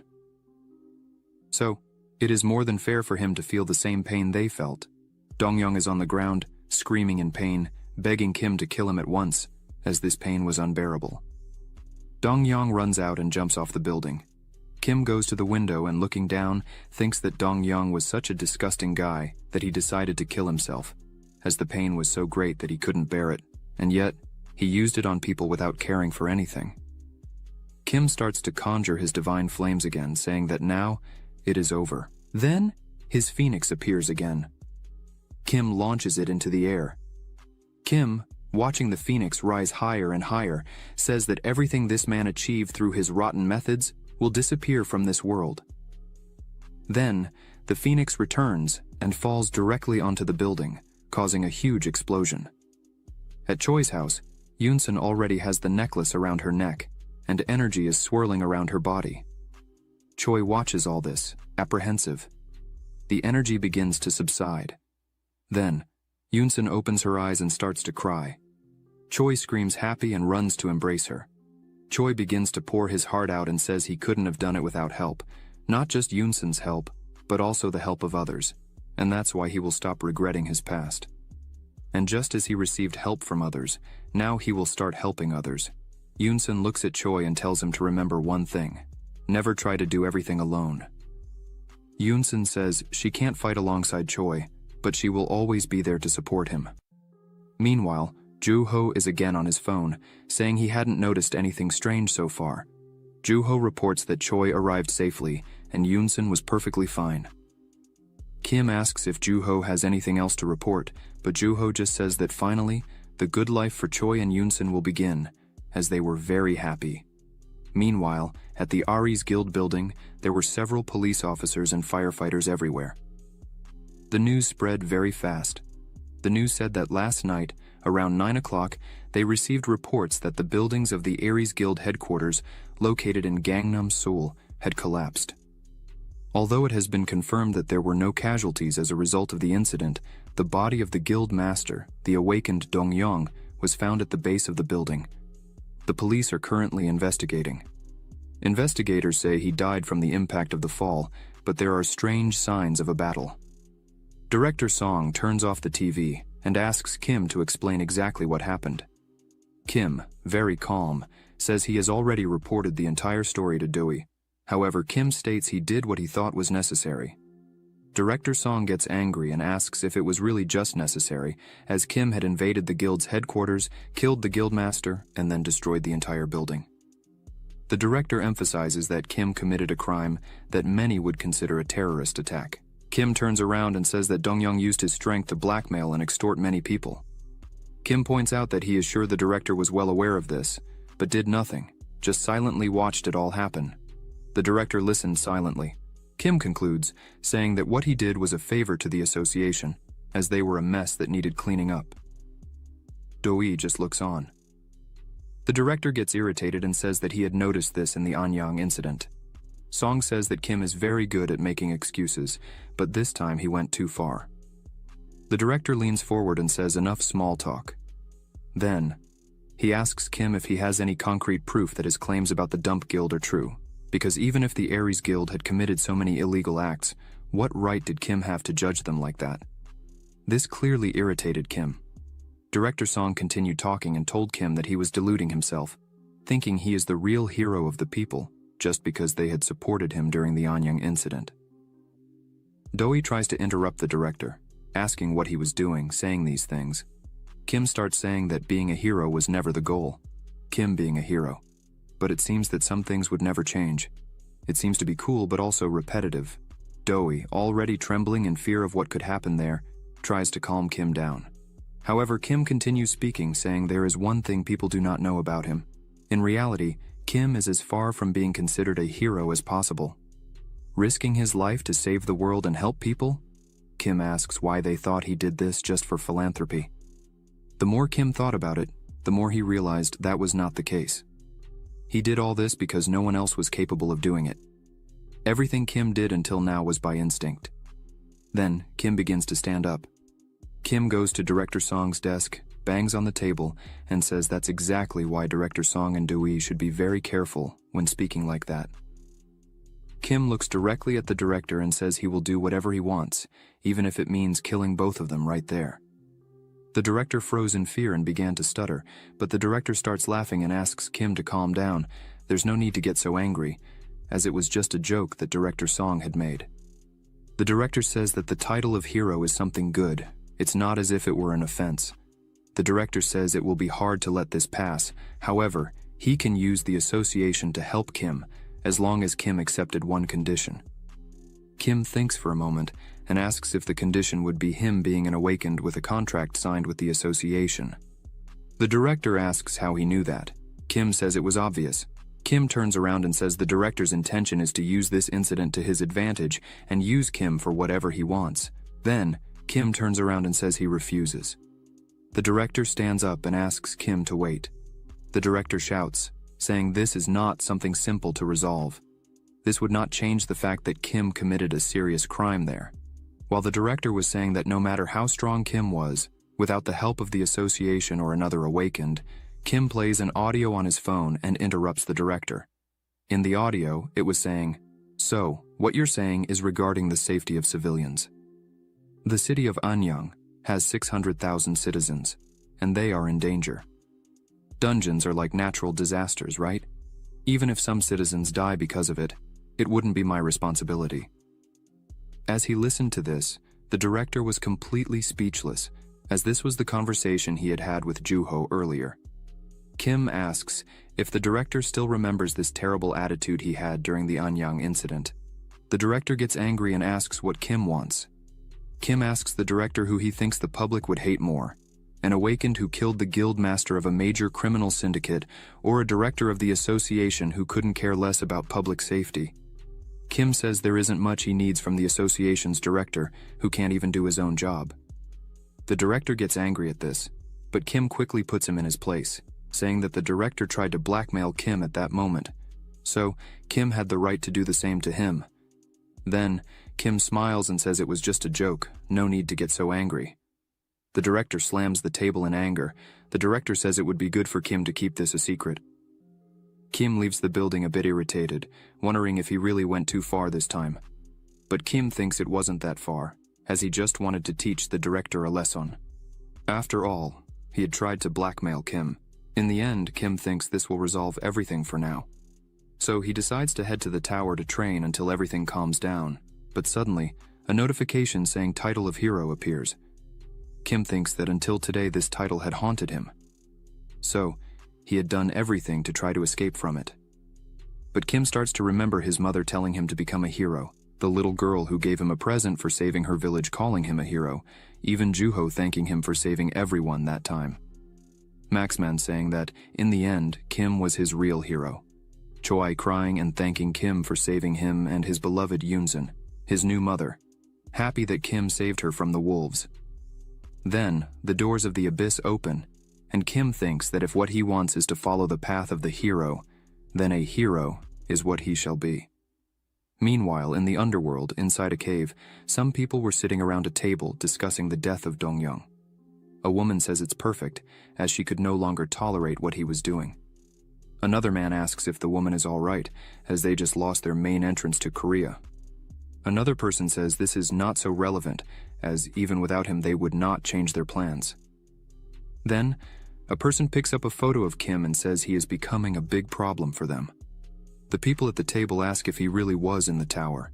A man kneeling there says yes, that was the last location they had of Kim. Then they ask to send a surveillance team, and as soon as Kim returns, they should be informed immediately, and after that, they themselves would deal with Kim. After the fall of the Aries Guild, public opinion regarding Kim began to divide. Was Kim a hero, or an existing evil, showcasing his monstrous strength? Some people argued and said that Kim was indeed a hero, as he had saved the city of Anyang thanks to his strength and knowledge. Over 600,000 people were saved. His quick decision-making saved all these lives. But there were also people who disagreed, saying that he is just a mere human hungry for power, constantly wanting to flaunt his strength. The discussion drags on, and this man keeps accusing Kim, as the Aries Guild is a very important guild when it comes to dungeon exploration. But Kim destroyed the entire guild just because he didn't like them. Not to mention he suffered no punishment and still continues to receive special treatment in the form of dungeon exploration passes, despite being just a C rank. It is more than obvious that Kim has connections with the association that allow him to act as he pleases. On the other hand, people defending Kim said that the number of dungeons he has destroyed alone, including the one in Anyang, already amounts to dozens. If Kim really was after power, he would climb the Tower of Approvals and not just wander around, saving people and destroying dungeons. The discussions continued, but Kim didn't care about anything and continued his work, getting stronger and stronger. Kim fought countless monsters alone, without any reaction, as if he were a machine, and killed them all without mercy and with extreme ease. All he wanted was to do what needed to be done. Kim was sitting under the bodies of the monsters, with several notifications saying that he had defeated the boss and completed 100%. A window warns that the awakened Kim is returning to reality. In the cafe, Juho was sitting using his computer until someone calls his name. Juho turns around and sees Choi. Then Juho asks what Choi was doing there. Choi asks him if he was still working, even after coming there. Choi says it had been a while since they last met. Juho says it had been about a month already. Choi pulls up a chair and sits down, asking how Juho was. Juho sighs and says he is completely exhausted, as he needs to go frequently to the Association of Awakened Management, needs to visit the Tower of Approvals, and also complete some dungeons. Choi gives a small smile and says that, on top of that, Juho needs to help Kim. Juho responds that it is true. Since he is working for Kim, it would be good to get paid for it. Choi diverts his gaze a bit and says he had touched on the subject before, but wanted to say some things. Choi starts saying that, during the Aries Guild incident, Juho helped him a lot with the association. Thanks to Juho, now Choi was able to prove his innocence, and, thanks to that, now he can spend more time with Yoon-sun. Then, Juho is relieved and says that it's okay, but Choi owes him one. Choi says that next time he would pay for lunch. Someone opens the cafe door. Juho asks how Yoon-sun is. Choi replies that now she is great. They are always together, but now that Choi is trying to go back to the tower, Yoon-sun is trying to stop him, as she is a bit scared. Kim appears behind Choi and says that this is good news. Kim sits at the table with the two. Juho is angry and asks why Kim was late again, as he always does this. Kim says he just stopped by his mother's house first to see how she was, but Juho says that this is just an excuse Kim always uses. But Juho lets it go and gets straight to the point, asking if Kim had returned to normal around there. Kim takes Choi's coffee, who looks dumbfounded at this. Kim starts talking that yes, he had returned. There were just a few things to deal with. Juho asks what kind of things those would be. Choi takes his coffee back and says that even if Kim were his friend, he can't just take other people's food. If he wants coffee, he should order one for himself. But Kim is focused on something else. He asks the two there to be quiet and take a look at this. Both Choi and Juho are surprised, as Kim had a divine beast egg in his hands. Kim places it on the table, and Choi and Juho can't believe what they're seeing. Choi asks Kim where he had gotten that. Kim replies that as soon as he completed 100% of the 10th floor, he had won it. Choi says that must be a super rare item. He emphasizes that he heard it supposedly has some special powers. The egg begins to emit a glow, and Choi is amazed by all this. Juho asks if this is what Kim was talking about when he said he still had some things to deal with.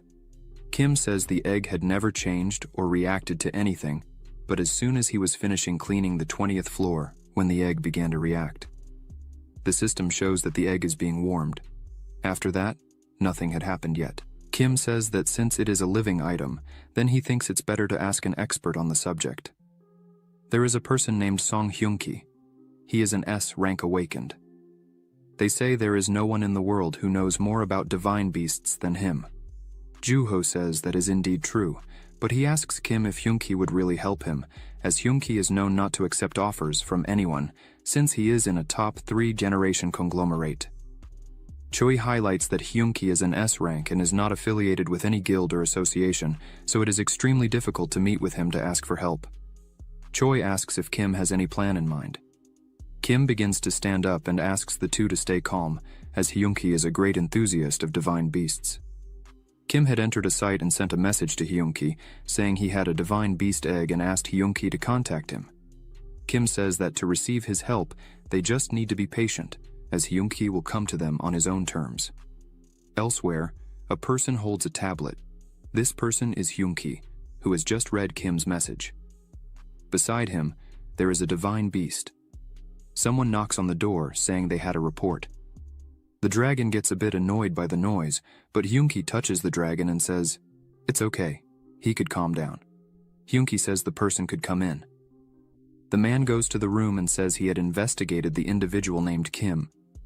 Hyun-ki asks him to tell everything he knows. The man begins to say that Kim is a magic-based awakened, well-versed in swordsmanship and magic. They say he is a C rank. Hyun-ki turns around annoyed, asking how Kim dared to use the community chat to contact him, being just a C rank. The man again says that's what's in the system. However, Kim is currently ranked as number 1 in all the floors of the Tower of Approvals up to floor 29. Not to mention that Kim was known to be the number 1 reason for the completion of the outbreak in Anyang. Clearly it is correct to say that Kim's true rank is something close to S rank, or even something beyond that. Hyun-ki, after hearing all this, thinks for a bit and places his tablet on the table, saying that exaggerated stories always hide the truth. Kim is the same. It's all a facade. The man there adjusts his glasses and says that initially, he also thought so. But apparently Kim is at the association to proceed with the advancement procedure. To the S rank, that catches Hyun-ki's attention. Is Kim really going to undergo the advancement procedure to S rank? As soon as the three arrived at the association, several people were there in the street. Kim asks why there were so many people there. Joo-ho says that it seems the rumors about Kim's re-evaluation to S rank had spread. Joo-ho says he tried to keep it a secret, but apparently it was in vain. Choi calls Kim and asks if he was really going to enter there with the divine egg in hand. Kim smiles and says he had already said he would make Hyung-ki come after the divine egg. People there finally notice Kim and start taking pictures, filming, and asking various things like what he had to say to the public, since he had been chosen as a promising newcomer. Is there a reason why you will be reassessed as S rank after all this time? And is there any guild that Kim is thinking of joining? They also wanted to know how Kim knew about the outbreak in Anyang. Joo-ho and Choi were trying to make way so they could pass, as there were many people surrounding them. One of the reporters notices that Kim was holding an egg in his hand, so he asks what egg it was. Another reporter yells out, frightened, saying that this egg was the egg from the rumors. Kim says that's right, that egg was from a divine beast. All cameras turn to the egg Kim was holding in his hand. Kim takes advantage of the cameras and smiles, saying he intends to learn a lot about this matter. So if there is any professional in the field, please contact him. The reporters go crazy, asking how Kim got this, and if it was with Hyung-ki. Kim turns and calls Choi and Joo-ho to get out of there. Joo-ho notices that this was Kim's plan, to attract all the television attention to reach Hyung-ki. As Kim leaves, he thinks this should be enough, since now everyone saw that he really has the egg of a divine beast. Hyung-ki would not take long to appear, but someone yells, and Kim notices this.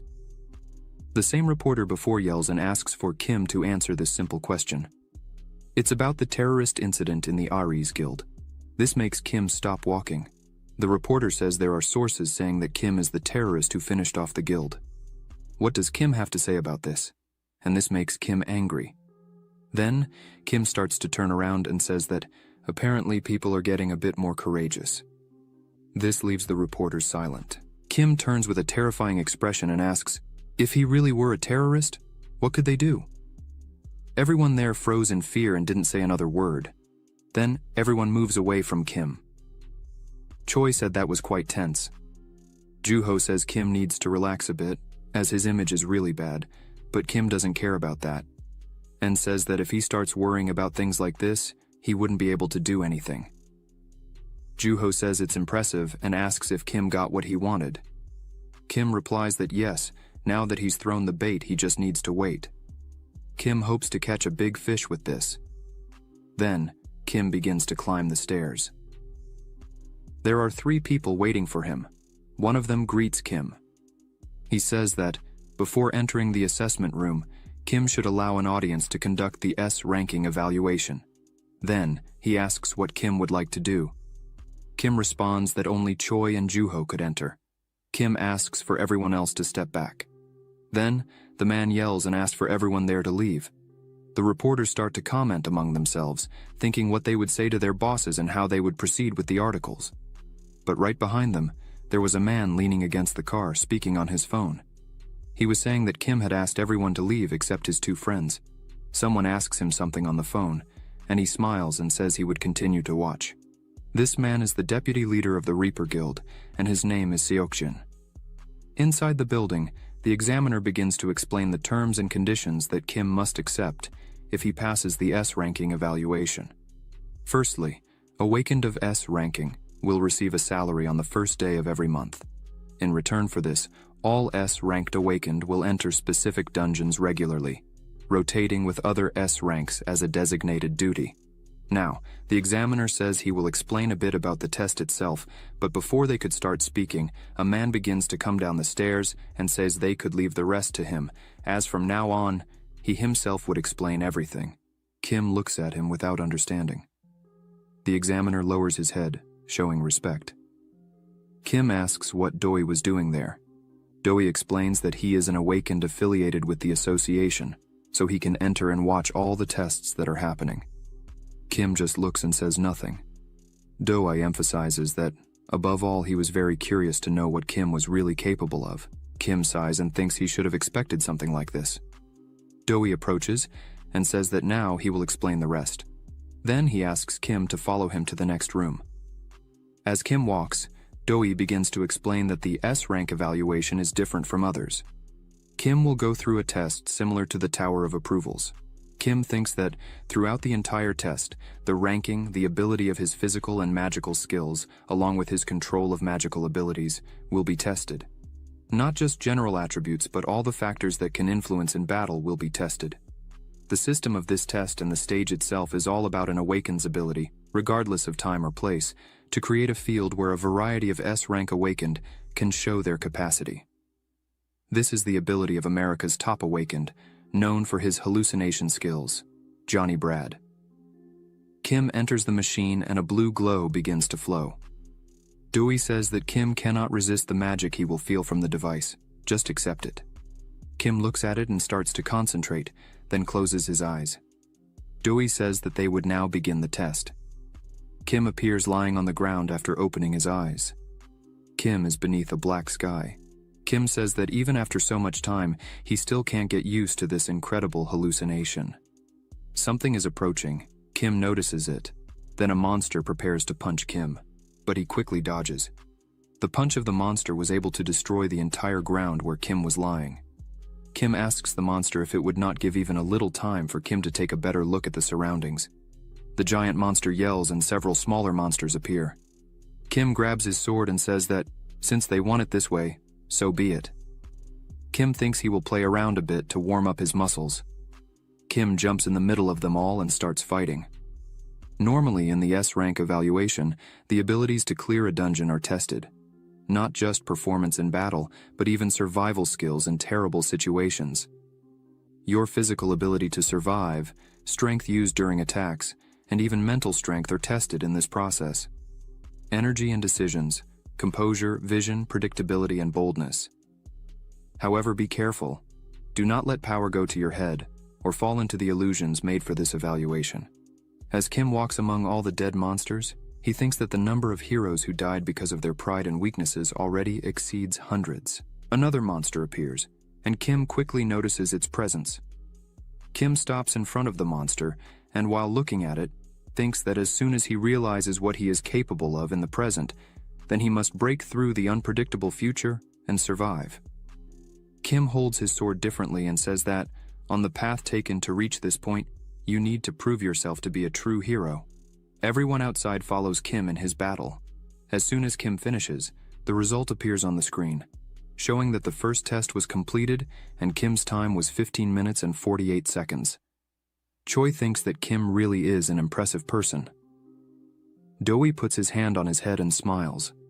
Dewey thinks that, although Kim's time was better than others in the S-rank, it was still quite similar, so it was within the norm. But, in the first place, the first test should evaluate survival skills, especially in situations like facing giant hordes of monsters. Many people can't even pass the first test, but Kim managed to get through this test, showing that he was just playing and having fun with the monsters, as if they were nothing much for him. Dewey says he is very eager to see how Kim will perform in the second test. Kim stops, looks up, and closes his eyes. After thinking a bit, Kim opens his eyes, sighs, and gets ready. The system announces that the second test would start now. Kim thinks that there's no time to rest a bit, and here comes another part. A strange energy begins to form nearby. Kim just glances sideways at it as the energy begins to take shape. Suddenly, an army appears in front of Kim. The second test serves to evaluate his experience and talent for magical control. Before the monsters could do anything, Kim already attacks, using his holy flame, destroying part of the monster's head, but in seconds, the head regenerates and returns to normal. Kim, with that, already understood what was happening, because even if he destroyed them all, they would come back due to their cores. So, obviously Kim needs to find the cores and destroy them quickly. Kim begins to concentrate and conjures his magic in his hand, thinking that magic, energy, speed, precision, and focus, everything needs to be perfect. Kim jumps with incredible speed. One of the monsters tries to hit him, but Kim simply disappears from in front of the monster and appears behind it, quickly using his holy flame, which passes through the monster. As soon as Kim stops and looks in his hand, he sees the monster's core in his hand. Kim crushes the core, destroying it.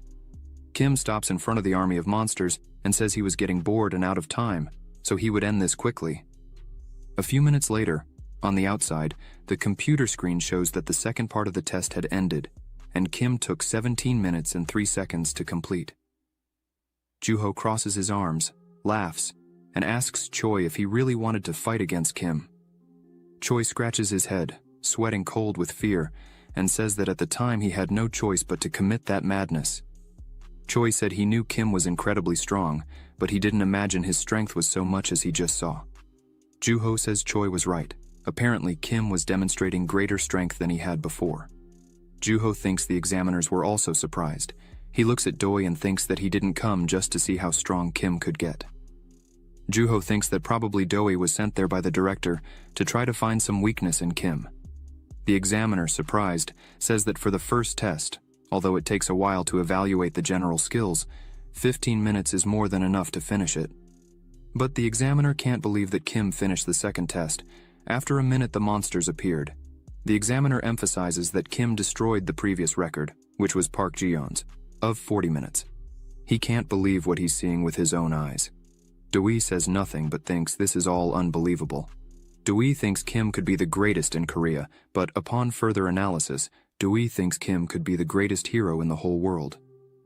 But suddenly, the test apparatus malfunctions and loses signal. Doi doesn't understand what's happening, so he asks the examiner what's happening with the equipment. The examiner says the connection was interrupted. Juho wonders what could be happening, but Choi points and asks Juho to look. As soon as they look, Kim's hand was with purple lightning.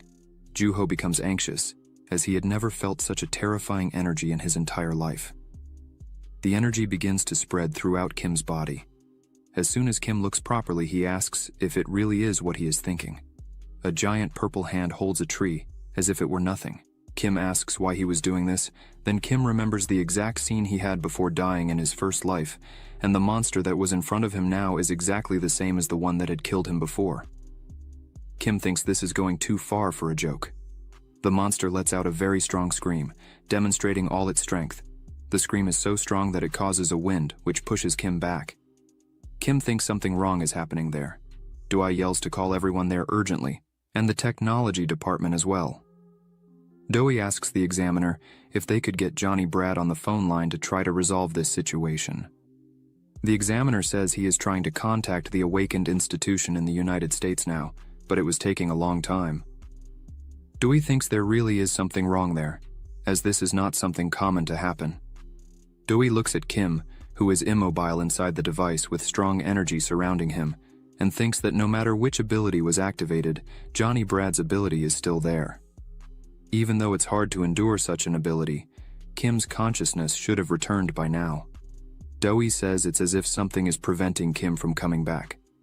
Meanwhile, inside, Kim is fighting the monster and takes a very strong hit that throws him far away. Kim says he was sure that the test for S rank ended at level 2. This makes Kim wonder if this is really an error, as he has never seen this in his previous life. Kim looks at the monster running towards him and says he does not know where it came from. The monster attacks again where Kim was and destroys the ground. Kim manages to dodge the blow and becomes furious with it, then prepares for the fight and says that unfortunately, this monster chose the wrong person to fight. Kim jumps on the monster's arm and starts to slice it in various places with his sword merged with holy flame. Kim jumps and cuts the monster's arm in half, and with great anger, focuses directly on the monster, cutting it again in half. But the monster's arm that was lying on the ground starts to move on its own. Then, suddenly Kim feels something, and when he notices the arm he had cut off was now holding him. Kim was trapped and exposed in front of the monster. Kim looks at this and thinks now the monster would attack with everything. The monster starts to create energy around itself, but Kim was prepared and grabs a crystal. This crystal is an item that allows someone to concentrate mana outside the body for a moment, above their normal capacity. This item is called Mana Amplifier. Kim crushes it in his hand and begins to release all his mana at once. A blue energy begins to take over the place. Kim concentrates his mana in his sword, then he launches his mana towards the monster, which also launches its power at Kim. The powers collide, but Kim's mana is incredibly stronger and passes through the monster's power with some ease, hitting the monster squarely. The hand holding Kim begins to disintegrate, and Kim falls back to the ground. Kim looks up and asks if it had ended already. Kim closes his eyes and concentrates. After a few seconds, he opens his eyes and sees Ju-ho and Choi banging on the glass of the machine, completely worried, asking if he was okay. Ju-ho yells and orders someone to open the machine. Choi grabs Kim by the shoulders and starts to move him back and forth quickly, saying he was extremely worried, but Kim tells Choi to stop and let him return to normal. Doi asks if Kim was okay. Doi apologizes to Kim and says there was a technical error on their part. Kim says there was no problem and everything was fine. Kim asks how the results were. The examiner goes to Doi and speaks very softly that Kim was clearly calm. He was not at all impressed with the situation. Doi gives a small laugh and says that clearly Kim had passed and even had a new identity for him. Kim is happy with this. Doi and the examiner say nothing, just look at Kim. Then Doi takes out a box and shows Kim's new identity, saying that now he was officially an S rank. Doi says that, based on Kim's results, he would have the highest priority in the dungeons that appear and could take any loan amount from banks. Kim takes his new identity and thinks that there are indeed several privileges to being an S rank. But there was only one reason for Kim to have taken the assessment and become an S rank. That reason is that now, Kim could participate in expeditions around the entire world, as the dangers that were coming would not be just in Korea. Kim, looking at his new identity, smiles and thinks that now he had finished all his preparations to truly become a hero. Outside, Hyun-ki was flying on his monster. Kim senses an energy coming towards him. Everyone inside the building starts to feel unwell and fall. Ju-ho asks where this intimidating aura is coming from. Choi says it's a very large amount of mana. Hyun-ki was finally there. Doi looks up and wonders what kind of mana it could be. Hyun-ki finally arrives at the building. Kim looks up and laughs, thinking it could only be one person. Kim wonders if he really had bitten the bait. Hyun-ki, atop the building with his monster behind him, yells and calls for Kim to come up to him. On top of the building, a person was standing waiting for Kim. It was Hyun-ki, who was accompanied by his dragon. He asked for Kim to come to him, so Kim starts heading there. The two stared at each other. Kim smiles and says that Hyun-ki made quite the flashy entrance, even with so many people behind him. Hyun-ki says nothing and just looks at Kim. Then Kim starts to take out his divine egg and tells Hyun-ki to see for himself, since, obviously, Hyun-ki was there because of the unidentified divine beast egg. As soon as Hyun-ki sees the egg, he is a bit surprised. Kim says he is surprised that Hyun-ki acted so quickly. Hyun-ki smiles and says he just responded to Kim's provocation. Hyun-ki tells Kim to stop joking and drop the divine egg. Suddenly, in the blink of an eye, the dragon standing beside Hyun-ki disappears and appears right in front of Kim, ready to attack him after Kim drops the divine egg. He was to simply disappear from there. Kim is a bit surprised, but dodges the dragon's attack without much effort. Kim looks back and sees that the attack was indeed serious, and wonders why Hyun-ki attacked like that, out of nowhere, without reason. Kim looks at Hyun-ki and sees that he was clearly trying to forcefully take the divine egg. Kim thinks he is in a completely bad position, as he just used all his mana in the test he just finished. Kim thinks this battle will be a defensive battle. If he can take the egg, Kim would lose. Kim thinks that first of all, he needs to protect the egg, so he opens his window to store it. But as soon as Kim was put there, Hyun-ki holds his hand, and looking at Kim, asks why Kim does not stop this and just hand over the divine egg. But Kim notices something and gets scared. The egg Kim was holding begins to tremble very strongly and cracks open a small crack. Both Kim and Hyun-ki are shocked by this. The top part of the egg simply comes off, and a red paw starts to appear. Kim, looking at this, thinks this is a dragon. Kim, very surprised by this, thinks it is small, but clearly, it is a dragon. Kim is happy, as dragons are considered the strongest among divine beasts. The dragon looks at Kim with a sleepy look, but soon opens its eyes and is delighted with Kim, then jumps on Kim's face and hugs his head, which leaves Kim somewhat surprised. Hyun-ki, seeing this, cannot believe it. Hyun-ki's dragon was right behind Kim, seeing all this. With a furious look, Kim tells his new dragon to stop as it was not the time for that, but out of nowhere Kim's little dragon makes a noise, and Hyunki's dragon stops and becomes very calm. Kim does not understand anything that is happening. Then Hyunki's monster returns to him. Hyunki starts petting his monster and asks what is happening, while Kim, still trying to get his little dragon off his face, thinks that his little dragon just greeted Hyunki's monster. Hyunki's monster starts talking to its owner. Hyunki asks if what his monster was saying is really true. Then, he looks back and calls Kim to leave there. The two went to Hyunki's house, who asks Kim if he really got his little dragon by completing the 10th floor. Kim replies that yes, after passing with a 100% success rate. While Hyunki was playing with the little dragon, he says that his monster, Yang, said that this little dragon has a higher ranking than his. Kim is surprised, as he did not know there was a ranking for this kind of thing. The little dragon bites Hyunki's hand, who lifts him all happy, while Yang looks scared.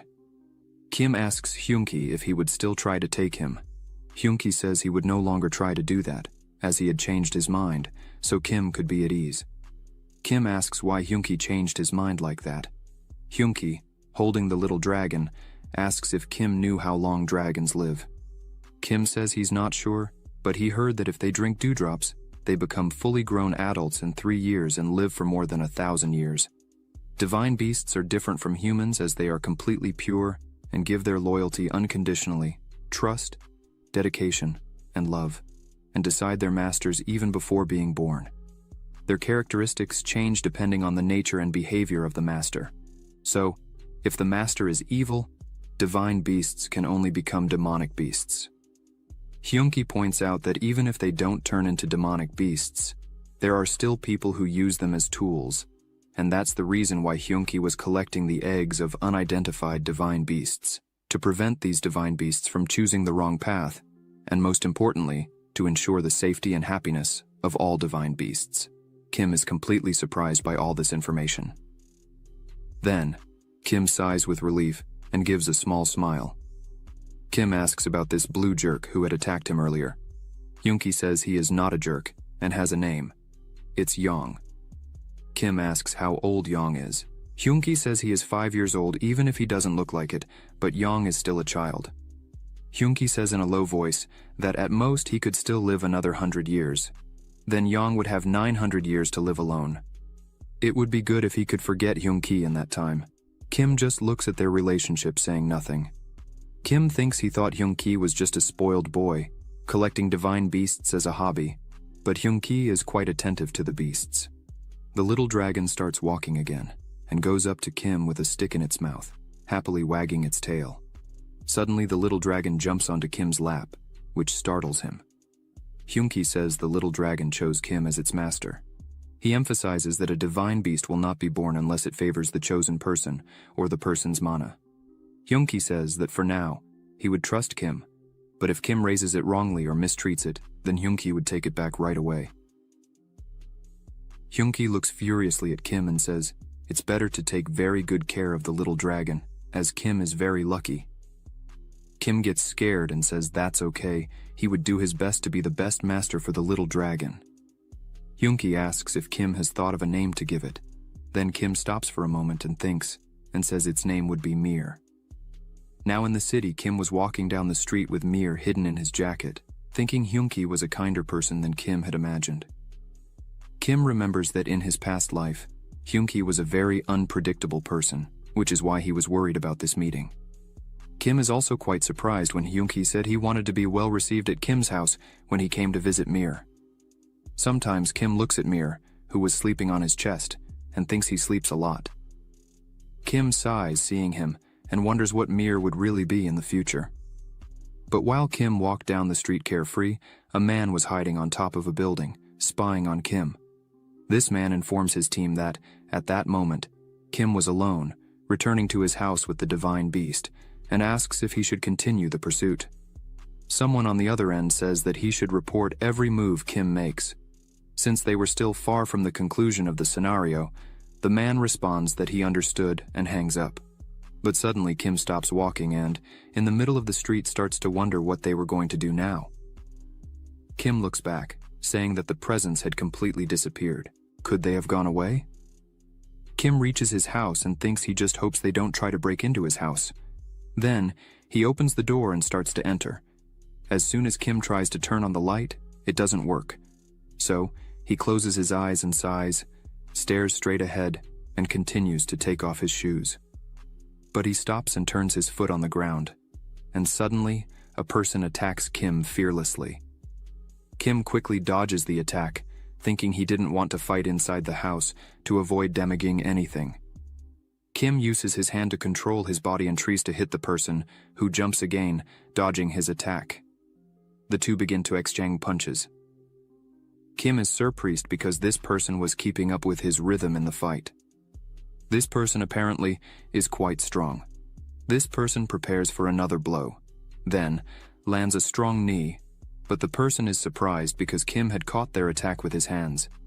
Kim says he would overlook breaking into his house, but if someone lays a finger on Mir, then it would be a different story.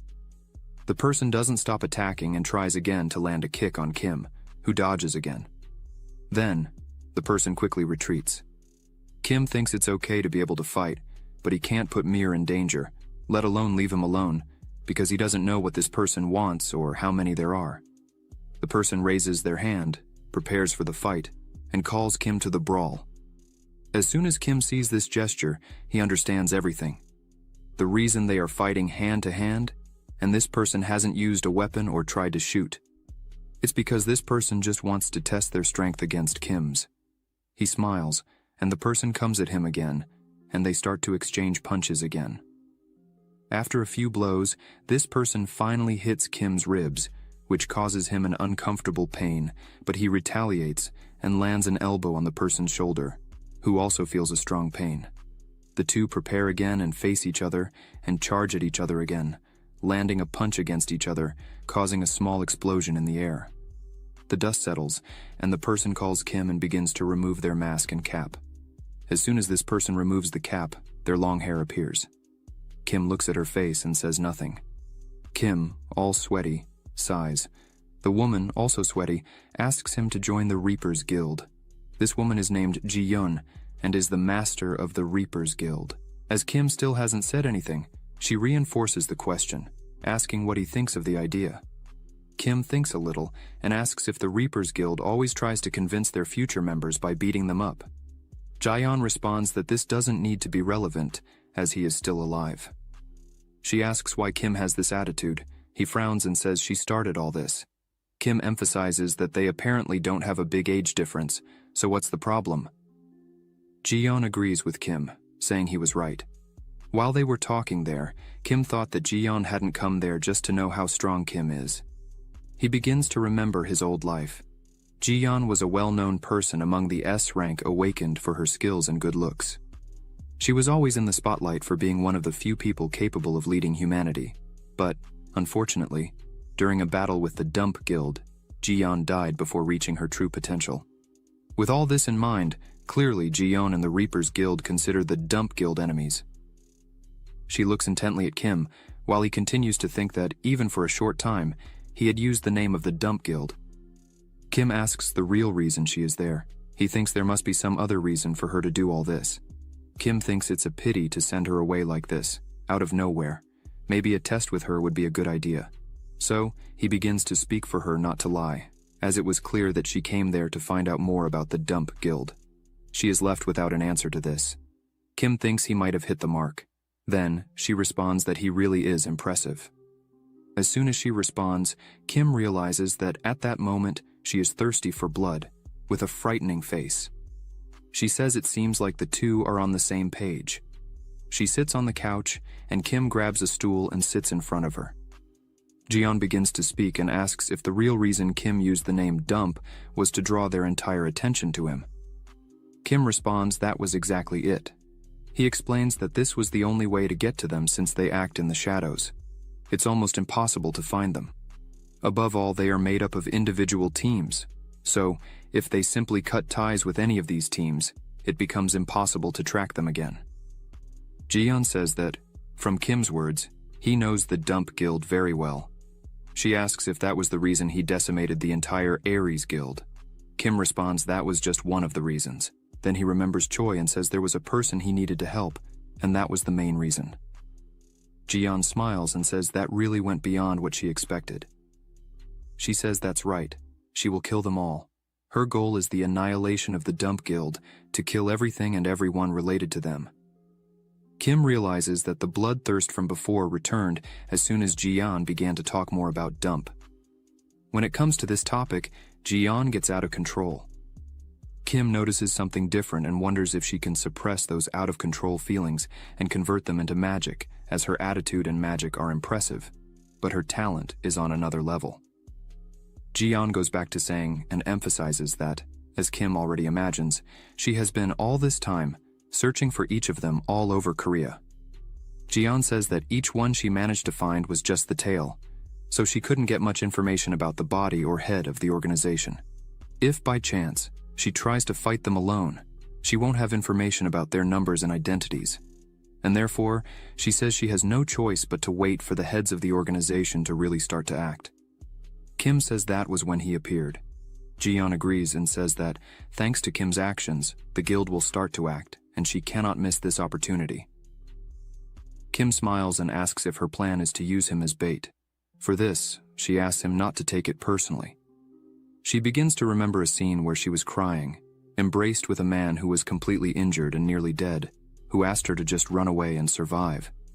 She says she just has her personal reasons for solving this, and again, Jiyeon loses control, and with a murderous aspect, their leader's life will be hers. Kim just looks at her, surprised. She stares back at him, then starts to turn into dark smoke and says they would see each other again soon, and wishes Kim good luck as she completely disappears from the room, leaving Kim there, sitting alone. Kim thinks it's resentment. That's the reason why, in his past life, the Reapers Guild was hunting the Dump Guild. Kim crosses his arms and thinks it's good she really had a decent reason for this. Then, his cell phone rings. Kim puts his hand on his head and is surprised, saying he can't believe it.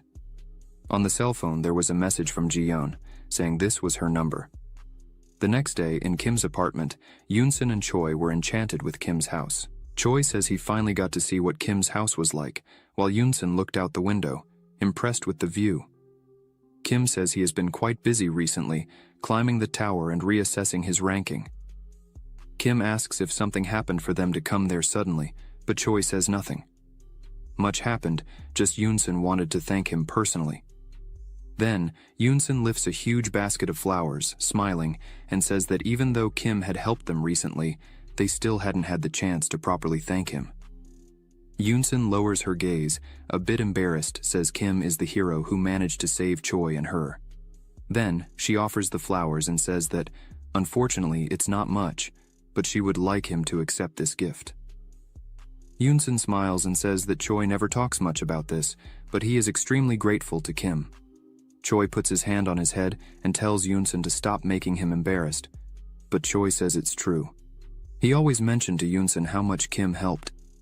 Seeing this, Kim is very shocked and, without saying a word, just admires the happiness that Yoonsun and Choi were feeling. Then Kim looks at the flowers and touches one of them, thinking of the word hero. He bends down with a smile on his face and smells the rose, thanks, saying they smelled wonderful. Yoonsun asks if Kim had any pets, as she adores them. Kim thinks he doesn't know if Mir could be considered a pet, but he answers, yes, it's a small dragon. Yoonsun gets very excited and asks where he is. She wanted to see. Kim says he couldn't show because he was sleeping at the moment. He has been sleeping a lot since he is just a baby, but Mir's little ears perked up, hearing the conversation. Yoonsun is very happy to learn that he is still a little baby. Kim begins to say that he really was a baby, as he had been born not long ago, but suddenly, Mir jumps onto Kim's head, leaving Yoonsun amazed. Mir yawns and Choi says, it seems he had just woken up. Yoonsun is completely in love and asks Mir if he is the how cute Mir they were talking about. Choi asks Mir if he remembers that he had carried Mir when he was just an egg. Mir, half asleep, notices Yoonsun in front of him, then begins to fly towards her, leaving her and Choi not understanding what he was doing. Then, he lands on her shoulder and stays quiet. This leaves Choi with his mouth open, while Yoonsun says he is really very cute and pets his head. Kim is also quite shocked and says he had never seen him do that with anyone other than himself. Apparently, Mir had taken a liking to Yunsun. Suddenly, Kim's cell phone rings, and it's Jiyeon calling him, which leaves him a bit surprised. Choi asks if she is that famous S rank. Kim says yes, and then he gets up and says he needs to take this call. As soon as Kim leaves, Yunsun asks about this Jiyeon, as she had heard she is quite important. Choi responds that yes, she is very important. People like her are like superheroes who appear in movies. Choi says he will get there soon, but Yunsun pinches his cheek and tells him to be very careful and not to get hurt. Kim, going upstairs, answers the phone and asks what's happening. She says that a green dungeon would open in Busan. This leaves Kim a bit surprised. She emphasizes that she had never seen green dungeons open at such short intervals, and that's why the association is having difficulty in predicting its difficulty. Kim thinks that in his other life, this type of event didn't exist. Of course, there were some exceptions, but they shouldn't happen by now. Kim thinks that he should wait for this even in the middle of the S rank evaluation. Probably, this is happening because the future is changing. Kim asks who was chosen as the leader of the exploration team. Jiyeon answers that it was Hyunki, but he refused. And thanks to that, Jiyeon can now choose who will be the leader, and she asks if Kim would be interested. Kim sighs deeply and thinks that he needs to see this with his own eyes, and answers that he would accept. He can take care of the leadership. Kim says he already knows that Jiyeon would ask something in return. She says they would get along well. Apparently the scoundrels from Dump would really see on the day he mentioned. She emphasizes that the problem of the Dump Guild being in Korea could be left to her, that she herself would solve it. All this started when the first blue dungeon appeared in the United States. While completing the dungeon, they murdered several S rank awakens and, after that, they couldn't on their own complete the dungeon. Then, there was an outbreak and, as expected, from this numerous people died. Returning to Kim, he thinks this is perfect. He would leave the Dump Guild in Korea with Jaeyeon and start investigating the events there better. Kim then tells Jaeyeon that he agrees with everything and counts on her. Kim warns that she should be very careful, as just one mistake could cost her life. Jaeyeon says he doesn't need to worry about that, but for now that's it. She would send a message with more details. Then Jaeyeon hangs up and sends the message. She says he doesn't need to worry so much. Around Jaeyeon there were numerous dead bodies on the ground. She says she would already be dead if it were to be so easily like that. Meanwhile, on the other side of the phone, Kim reads the message and sees that the guilds that would participate in the raid are Gambler, Red Demons, Papillon. Kim sighs and wonders if these people are really going to obey him. Elsewhere, a person questions the association for having placed Kim as the leader, even though he is a newcomer. He asks if the lives of his guild members are so worthless to let a novice be the leader. This person is named Kang Hae. He is an A rank and master of the Papillon Guild. Seung-chul crosses his arms, clearly annoyed by this, and says that an S-rank novice is still an S-rank, so he sees nothing wrong with it. Kang Hee says he won't accept this. The leader should be someone like Jaeyeon or Hyunki. After that, Seung-chul says that if that's the case, then he will go back and inform the association that the Papillon Guild will no longer participate. Kang Hee gets angry at this and asks if Kang Hee is trying to mock him. Seung-chul starts to laugh but just means that he should keep an eye on Kim, as he would change his mind when he sees what he can really do. On the beach of Busan, Gwangali, the dungeon opens. Juho stretches and says that Busan is really too far away. Kim asks why he wanted to come all the way here. Juho says that as it's Kim's first time as a leader, maybe Juho's help would be welcome. Kim looks at him and says he appreciates the intention, but he knows very well how to give orders. Juho looks at Kim and asks if there is anything he does not know how to do in this life. Juho says that's not really the only reason he's there. Juho emphasizes that, as he's older, he can't just stay behind Kim and Choi all the time. He needs to do everything possible to become stronger.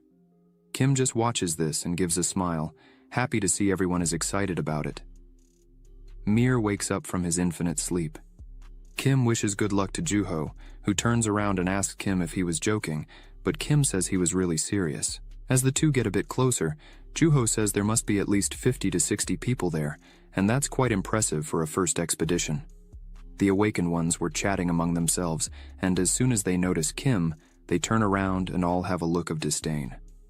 Juho says, just by their faces you can tell they are not satisfied with this, but Kim just looks at all this and says he can't do anything about it. As for them, Kim is just a novice with no experience in expeditions. Suddenly a person arrives behind Kim and smiles, saying he finally arrived. Kim and Juho quickly turn to see who it is, and it's Kang-hee, who smiles and introduces himself, saying it's a huge pleasure to finally meet Kim in person. He says he is the leader of the Papillon Guild. Kim smiles and says it's a pleasure to meet him too, but Kang-hee interrupts Kim and already says that probably he must be very nervous for being the first time and having no experience at all. Kim just looks at him without saying anything. Kang-hee smiles and says, Kim even brought a guardian with him. Kim frowns immediately, and Juho shouts, asking what Kang-hee thinks he's doing, but he smiles and pats Kim's shoulder, saying it was just a joke and offers his help to Kim, saying if he needs help with anything, just ask. Kang-hee lowers his hand that is injured after Kim squeezes, but he disguises, saying he is a veteran when it comes to dungeon expeditions. Kim smiles and, looking at everyone, thanks Kang-hee for the offer and says they just need to follow Kim's orders. At that moment, everyone looks angry. Kang-hee gets very irritated by this. Suddenly, 2 more people arrive there. One of them steps forward and holds Kim's hand, saying he is the master of the Red Demon Guild and his name is Taekyun. He smiles and wishes good luck to everyone there. Kang-hee walks away annoyed, and Taekyun says that apparently Kim is already getting along with them. Taekyun emphasizes that Kang-hee is very proud of his guild, so it's complicated to deal with him, and asks Kim to be patient. Taekyun introduces a woman named Moyoung. She goes up to Kim and introduces herself, saying she is the master of the Gamblers Guild, and it's a pleasure to meet him. Kim says he feels the same, but inside Kim was thinking that this really would be a big challenge for him, as the mana of one of them is at the limit, despite the smile on their face, and the other is very skilled at hiding the mana. Kim thinks that even if he tries to ignore all this, he can't, as Moyoung might be skilled at hiding the flow of mana, but she can't hide the smell of blood. Kim stays alert, and thinks that he will have to pay close attention to the two. Moyoung notices that Kim was staring at her too much and asks if there is something wrong. Kim looks away and says, everything is fine. Kim asks if they are ready to go. Taekyun says yes, they are just waiting for Kim and Juho to finish. Kim says then they would depart, as they didn't need to prepare anymore. Already inside the dungeon, it was intense. Everyone together fighting against various monsters that were appearing. After finishing clearing the first wave of monsters, Taekyun says they were not doing badly. Kang-hee turns around and says that, despite this being an infamous green dungeon, it was not being too much of an issue. Suddenly, a monster is killed right next to Taekyun, who is a bit surprised and says that, as always, the gamblers continue to be quite silent while working. Taekyun starts to notice something strange. A man begins to stab a monster multiple times. Taekyun says the monster was already dead.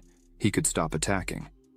Then the man stops and turns around, saying that then everything was okay and just disappears, leaving Taekyun not understanding anything of what happened there. Kim kneels down and touches the ground for a moment. Mir starts to get annoyed, and Kim says there really is something there. Juho approaches and asks if it's a trap. Kim says yes, apparently there is something further ahead from where they are. Juho turns to the others and warns that there might be traps, so they should not lower their guard. Kang-hee turns around and asks if he was serious and smiles mockingly. Then he asks if Juho had recently become an A rank. Juho asks what that has to do with anything. Kang-hee asks if he is not happy to have an S rank working with him. Kang-hee continues not understanding where Kang-hee is going with this. Kim, who was still analyzing the ground, calls Kang-hee, who starts to say it was just a joke. But suddenly Kim pulls him hard, saving his life. Kim shouts for everyone to get out of there quickly. Then, several traps begin to activate. A drop of water falls to the ground and, suddenly, everyone becomes completely frightened by what they are seeing, as a huge amount of water starts to fall from there, surrounding all the awakened. And in the blink of an eye, the water takes over the place, leaving everyone not understanding where they were, as they were apparently thrown into a submerged city. The people still didn't understand the reason why everyone was underwater. Kang-hee looks around and thinks it's like Atlantis, and wonders why this dungeon is so beautiful. Juho moves his hand and says that all this is very strange, as, even under the water, they move and breathe normally. Not even bubbles come out when they breathe. Kim says that all this is because of the dungeon.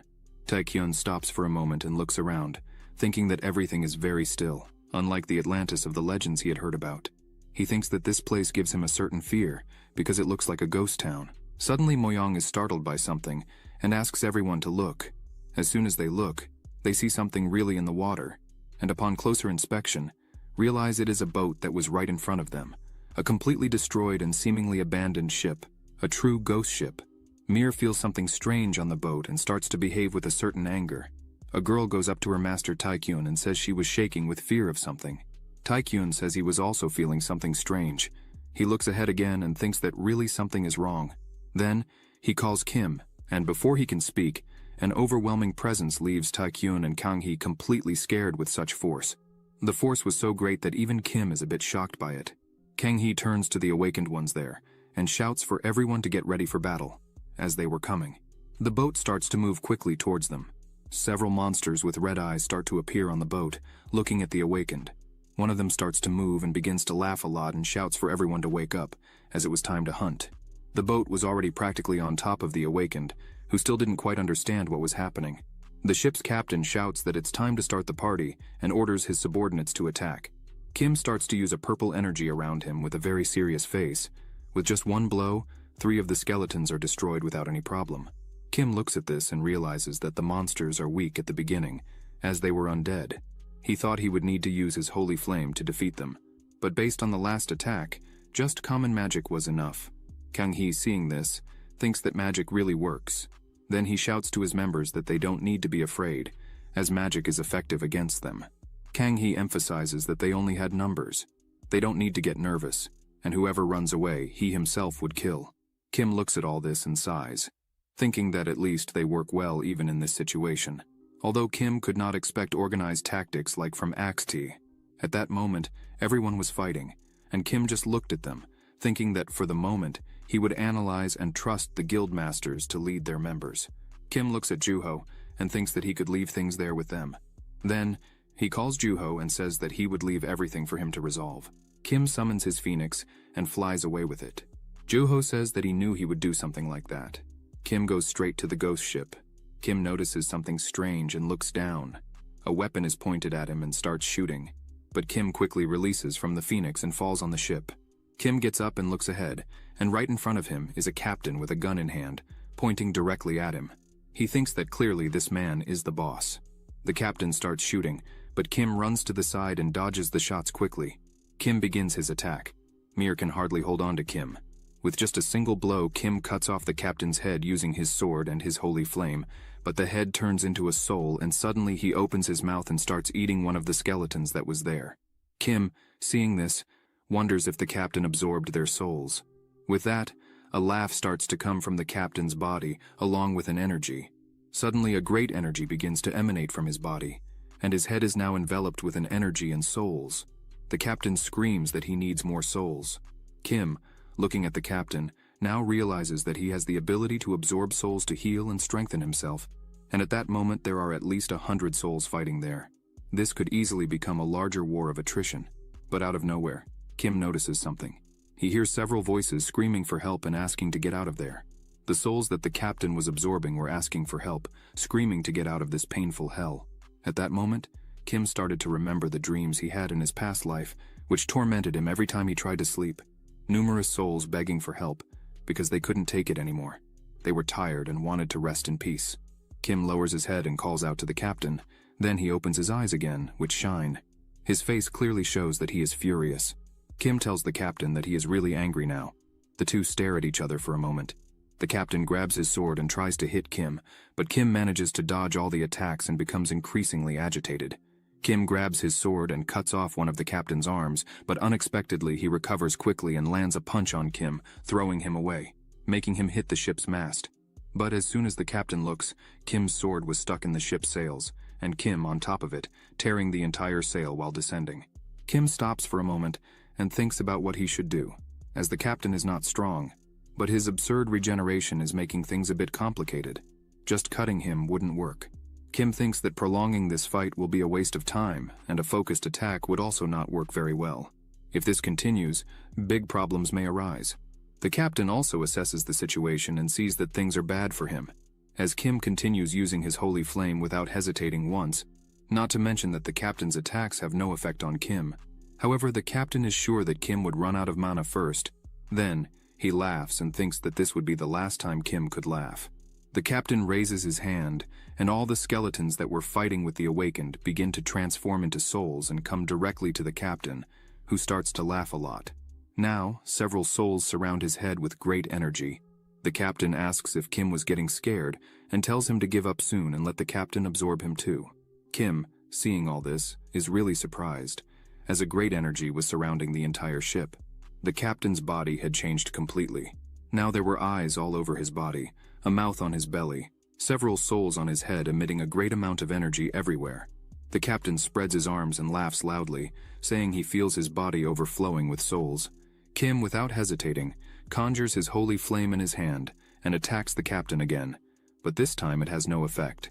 Kim stops and thinks he might be in trouble, as his mana was reaching its limit. The captain continues laughing at all this and says the divine flames are not as hot as before. The captain advances towards Kim, who doesn't move. Kim tries to defend just using his hands for it. The captain's attack hits right where Kim was, causing a small explosion that destroyed the ship's mast. Smoke covers parts of the ship, but the captain does not stop attacking and strikes the ship's floor again, creating a new explosion. From afar, Juho notices the energy surrounding the ship and the noises caused by the intense fight. Juho wonders if Kim was really okay with all this, but Kim was defending from the attacks with just his arms. Mir was starting to get irritated with the whole situation. His eyes shine. A very strong light begins to emanate from Mir, who leaves Kim. The captain also stops and doesn't understand what's happening. Suddenly, a huge amount of energy hits the captain's face. The captain notices that he started to catch fire on his forehead, and suddenly the fire spreads throughout his head. The captain screams, saying it was very hot. Kim starts to stand up, not understanding very well what was happening, but as he begins to analyze, he realizes that his mana had returned. His entire body was surrounded by energy. In addition, his physical abilities were also amplified. Kim looks at Mir and wonders if this could really be one of Mir's abilities. He starts making noises of happiness and wagging his tail quickly from side to side. The captain, still on fire, wonders who the hell this is, as he was sure that Kim's mana had run out. While the captain was burning, someone asks if he is still alive. As soon as the captain looks, he sees that exhaling holy flames everywhere. Kim holds his sword and says that, in this case, he would continue killing the captain until not a single soul remains, and he dies once and for all. Without hesitation, Kim charges at the captain who, at this moment, does not see how to defend himself. For a moment, everything went silent, but suddenly a large explosion with blue flames comes out of the ship, covering the whole place. Juho, seeing this, realizes that Kim is really fine, and says he doesn't need to worry so much about him. Meanwhile, Kim was breaking the captain in the fight. Kim's punches at that moment were so strong that each punch he landed caused a small explosion around him. The captain thinks that almost all the souls are gone. If this continues, he would die quickly. While Kim was preparing to throw another punch at the captain's face, the captain raises his hand and asks for a timeout and asks Kim to calm down. Kim doesn't quite understand what's happening. The captain starts saying that the Lich King is to blame for this, as he gave the order for the captain to do this. He had told the captain to kill anyone who got close to the ship because he has a pet there. Kim looks at the captain and asks what kind of pet the Lich King could have. The captain thinks he knew Kim would be afraid. The captain continues explaining that he is a mere servant who feeds him when the time comes. He was not there because he wanted to be, but in order to survive. But a divine flame begins to surround the captain, and with a swift strike, Kim ends it, cutting the captain in half. Kim smiles and thanks for the tip. As to finish this dungeon, he needs to kill that pet too. Kang Hee says they need to head to the ship. It's not fair to wait for Kim to do everything alone. Taekyun says that at this moment they can't, as the wounded are still being treated. And seeing how Kim still hasn't asked for help, it's not the time to move forward. Kang Hee smiles and asks Taekyun to just admit he was scared, because he only talks among his members. Taekyun sighs and says he understands Kang Hee wants to do something, but he still doesn't understand the situation they were in, after putting everyone in danger at the beginning. Taekyun emphasizes that he doesn't understand how someone like Kang Hee is still the captain of a guild. Kang-hee asks if he has said everything he needed to. Taekyun asks if anything he said was a lie. Juho, just standing there in the middle, watching this unfold, until Taekyun comes closer to him and asks what he thinks of all this. Juho says he doesn't know what to say, but the most important thing is where Moyong is. Taekyun starts looking around and says not only has he disappeared, but so has the entire gambler guild. Kang-hee scratches his head and says they went to the ship to take advantage, so they should follow and do the same immediately. Juho thinks this is quite strange. At some point, they disappeared without a trace. He thinks that going to the ship to take advantage would be a very obvious place, so someone should have seen them. Juho says they should look for them together. Meanwhile, on the ship, in a room inside the ship, there was a strong and red energy coming out of an object that floated in the center of a magical circle. Kim looks closer and sees just an eye in there, and thinks that this is just a child still. He remembers that the captain was saying that the Lich King had a pet there. With this, Kim thinks that's why they say he is raising a kraken. The energy starts to come toward Kim. He thinks he is weak, but is covered with the ki, life force of the Lich King, and therefore, most of the awakened cannot resist and probably die because of this effect. This ship is actually like a cradle for the Lich King to create a kraken. The captain's job is to kill people and throw them inside the ship, so the souls and thoughts of the dead people become food for the kraken to grow. This structure is created in a way that even if people enter the ship, defeat the captain, and try to kill the kraken, they will all die from the deadly ki. The Lich King's goal here is to nourish the kraken's strength and self-control. The preparations are very meticulous, but now it is asleep under the sun. Thanks to that, Kim thinks he can kill it right now with all his magical power, since it is in sealed form. Kim thanks the Lich King for leaving it sealed like this, as it made things much easier. Then he prepares to strike, but suddenly Kim is hit from behind. Two people attacked him from the back, but the faces of both were surprised. As soon as they look, Kim had armor on his back. Kim quickly turns around in anger and kicks them away, but suddenly two more appear again. That armor of Kim's was a turtle he had received on the 21st floor. Kim turns around and asks them to stop the show and just get out of there. Someone starts coming out of the shadows, laughing, saying they already figured Kim would know this. This person is Moyong. Kim says he reeks of blood. From a distance, it's clear. Kim asks if this means the Dump Guild was around. Surprisingly, a person tears their face, showing it was just a disguise. This person smiles and says it was expected of someone targeted by the superiors, as detecting their camouflage abilities should be difficult even for an S rank. Kim closes his eyes and sighs, saying all this is very obvious and stupid to him. Always the same thing. Murdering the awakened inside the dungeon and carrying out terrorist attacks to cause the outbreak. Aren't you tired of the same thing? Kim looks directly at him and says that this time he was planning to kill Kim, disguise himself, and after that, they would cause an outbreak in the blue dungeon that would appear in the United States, thus throwing all the blame on Kim. This leaves the man completely shocked, wondering how Kim knew all these details, as information about the plans in the United States is restricted, so few know about it. The man starts to laugh and says that's right and adds, saying that finally, the day they would appear to the whole world had come. There would be a bloodbath, through an outbreak in each country. Countless lives would be lost in this. The man says that the cause of this global tragedy would be, but Kim interrupts him and says that this plan would only work if they could kill him. Kim looks at him again with a smile on his face and asks if he could manage to do that. The man gets very angry with this and says Kim could say whatever he wants, because today would be his last day on Earth. They all charge at Kim at the same time. Kim uses his divine flame on his sword and prepares. Meanwhile, he thinks for sure they were not the only ones who entered Korea. Clearly the executives were there too. Kim thinks and says he would leave the rest to Jiyeon and charges at them all. Outside the dungeon, a man arrives at a place. This man was on the phone, notifying that he had arrived at the location. He says the advance group was already inside the dungeon and, even if Kim came out alive from there, he himself could kill him outside. The person on the other end of the phone says it could be so. The responsibility of killing Kim would be with him, as the preparations on the other side were still not ready. The man agrees and hangs up. As soon as he hangs up, he looks ahead, and all his members were dead, and Ji-yeon was sitting on the bench waiting for him. Then he asks who she was. Ji-yeon doesn't answer anything, just says that he finally arrived. She looks at all the dead there and thinks that, unlike that bunch of trash on the ground, this man seemed quite strong. Ji-yeon's thirst for blood was clear at that moment. The man asks if she had done all that. She smiles and asks back who else could it have been. A random person walking around aimlessly. The man starts removing his suit and thinks that this bunch of trash lost to a single girl. This is unacceptable, in fact. It's a complete disgrace.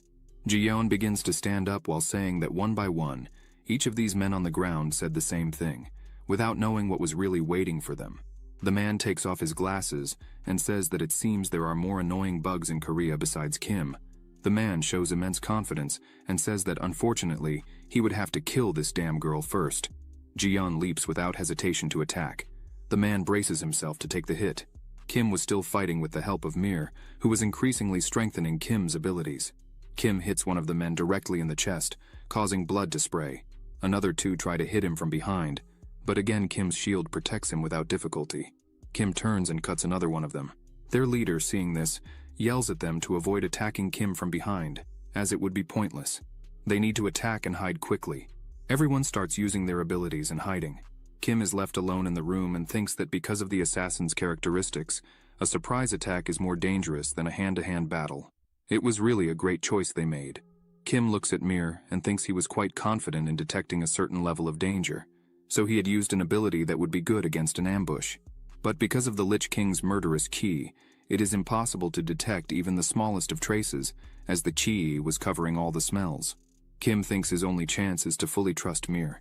Kim picks him up and places him on his head and asks if Mir can really smell them. Mir responds that he can, so Kim says that's great, and as soon as Mir feels that Kim will be attacked, he should warn him. Kim closes his eyes and concentrates deeply. Mir keeps an eye on every corner until he feels something and alerts Kim, pointing out the side. Kim, with his eyes closed, attacks and wounds one of them with his sword. As the man falls full of blood, he asks how Kim managed to predict this. Kim prepares for battle again, and thinks that, as he thought, when it comes to sensing danger, Mir was much better than him. Mir warns once more. Kim quickly attacks, but the leader manages to dodge. The leader says that invisibility also isn't working against Kim. Another man says that a little earlier, when they were discovered as members of the Gambler Guild, they could attack Kim disguised as someone else. The leader thinks it would be useless. If that really worked, Kim would have lost to the ghost captain. The leader looks at Kim and thinks that he really exceeded all expectations, as he is too strong. He's not someone they could just take on for starters, and that's just the first problem. The leader thinks that in addition to facing Kim's absolute strength, they still need to get out quickly, as they could go mad because of the Lich King's murderous ki. But this gives the leader an idea.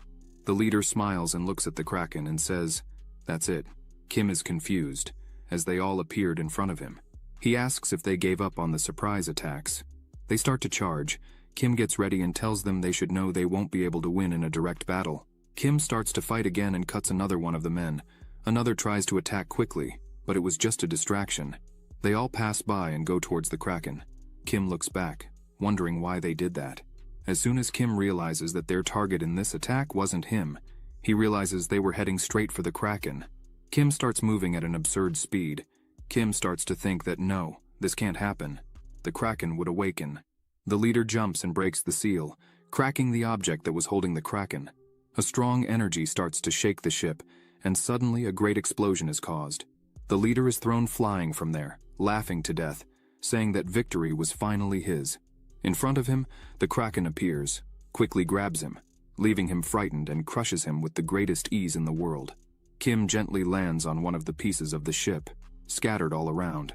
Kim jumps, holding his sword in one hand and his faithful companion Mir in the other.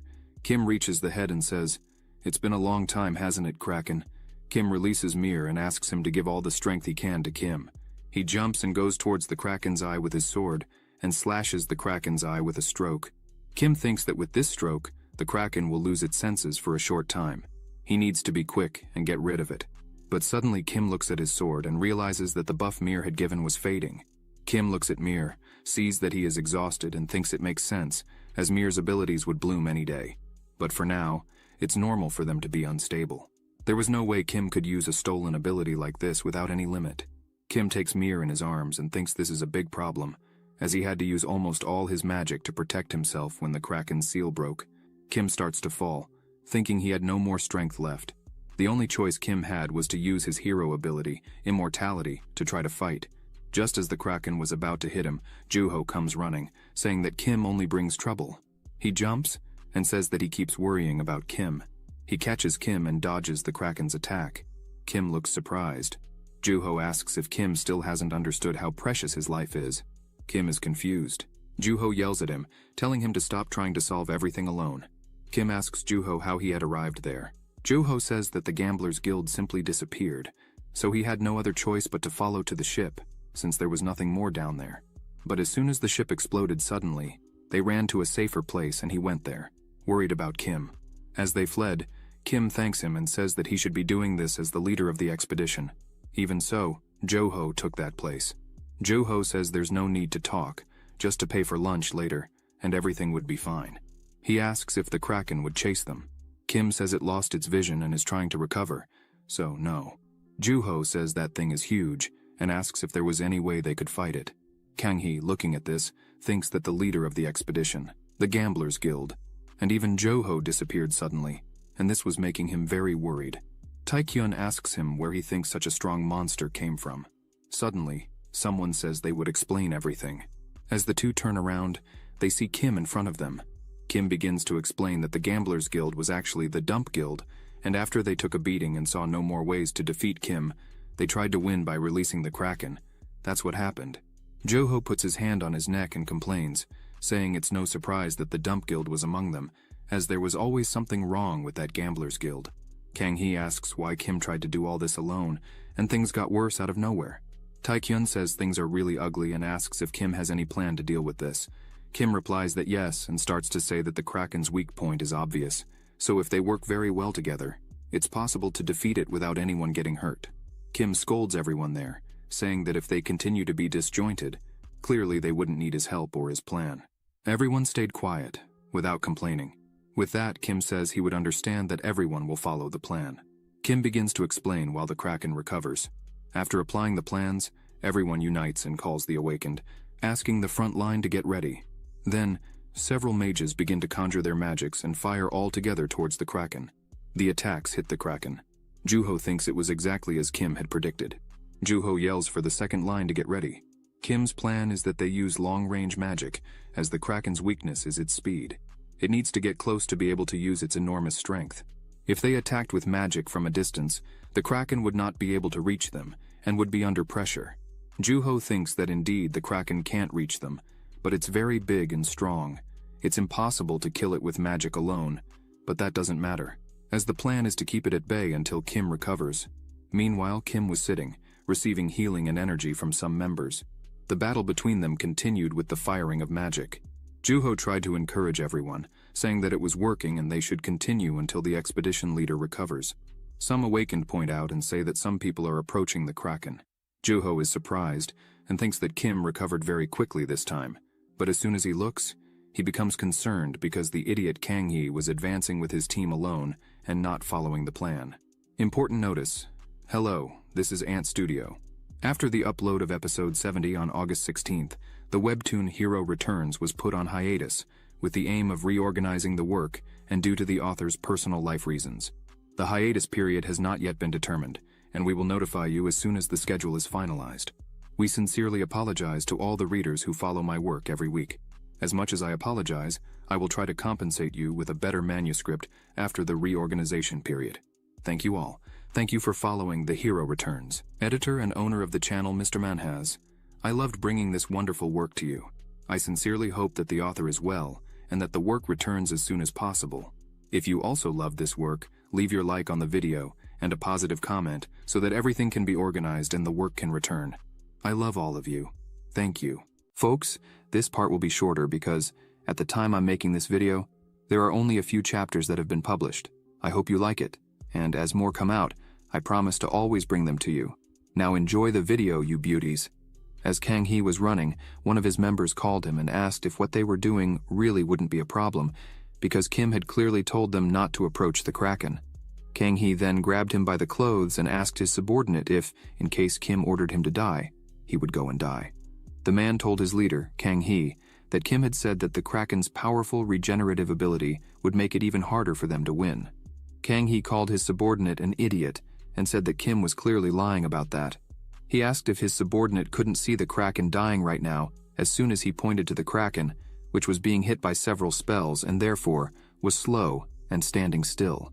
Kang Hee continued saying that Kim had said this to keep all the loot for himself. Kang Hee let go of the man and turned to continue what he was doing, and told his subordinate that if he didn't want to lose his livelihood, it was better to do what Kang Hee ordered and follow him immediately. After saying this, he took the lead and said that the Papillon Guild would kill the Kraken. A few seconds later, they were already fighting directly against the Kraken. However, their attacks were not causing much damage. Kang Hee screamed at his companions not to give up. They should attack non-stop, so they wouldn't give time for the Kraken to counterattack. On the other side, the Red Demon Guild arrives, and its leader, Taekyun, asks what they would do, because if they continued attacking from afar with magic, they would end up hitting the Papillon Guild. With this, Taekyun gets annoyed with Kang Hee's stupid attitude and yells for everyone to stop attacking and just watch while the Papillon Guild continued attacking the Kraken. Kang Hee says that that brat Kim is arrogant just because he is a bit stronger, and that in the end, it will be him with his guild that will kill the Kraken. Suddenly, Kang Hee notices something strange that catches his attention. As soon as he looks at the part of the Kraken's body that was attacking, he sees that it had only a few scratches. This leaves Kang Hee confused, as he swore he had cut that part with his blows. The Kraken looks at him with its body completely restored and now able to move freely, as it was no longer suffering from the attacks of the spells from the Red Demon Guild.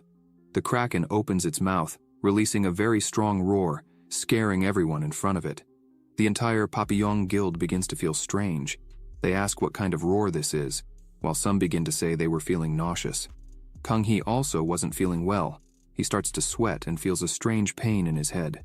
With a trembling voice, he asks what this was. Finally, Kang Hee begins to understand what was happening. This roar was enough to start destabilizing their mana. Kang Hee realizes they are in danger and screams for everyone to retreat quickly. But before he could take a step, he looks up and realizes that the Kraken was already attacking. He falls sitting on the ground without being able to do anything and just watches death arrive. However, several beams of light appeared from nowhere, cutting the Kraken's tentacle into several pieces, leaving Kang Hee amazed at this strength and speed. Behind him, Kim stops with his sword. Kang Hee smiles and looks back. Still with his trembling voice, he says that Kim came very fast. Kang Hee asks if he has already recovered, but Kim was no longer patient with this. He looks bloodthirsty at Kang Hee and asks if he really wants to die. Kang Hee trembles with fear and screams, asking Kim to wait, saying that it wasn't the time for this. Before Kang Hee could even finish speaking, Kim smashes his face with a punch, throwing him several meters back, leaving his entire guild completely frightened by this punch. Taekyun, who was looking from afar, is amazed by all this. The rest of the Papillon Guild, frightened, ask Kim what they should do. Kim, with a serious expression, tells them to go to the location of the expedition squad. He begins to conjure his holy flame magic and says he won't take the blame if someone dies for disobeying orders, like a certain idiot who thinks he's a leader. Kim summons his phoenix and orders it to cover the Kraken's mouth. The phoenix quickly advances towards the Kraken, which starts to look at it. The Kraken tries to do something, but the phoenix is too fast and easily fulfills Kim's order. As soon as the phoenix does its part, the Kraken looks up and sees Kim jumping right towards its eye.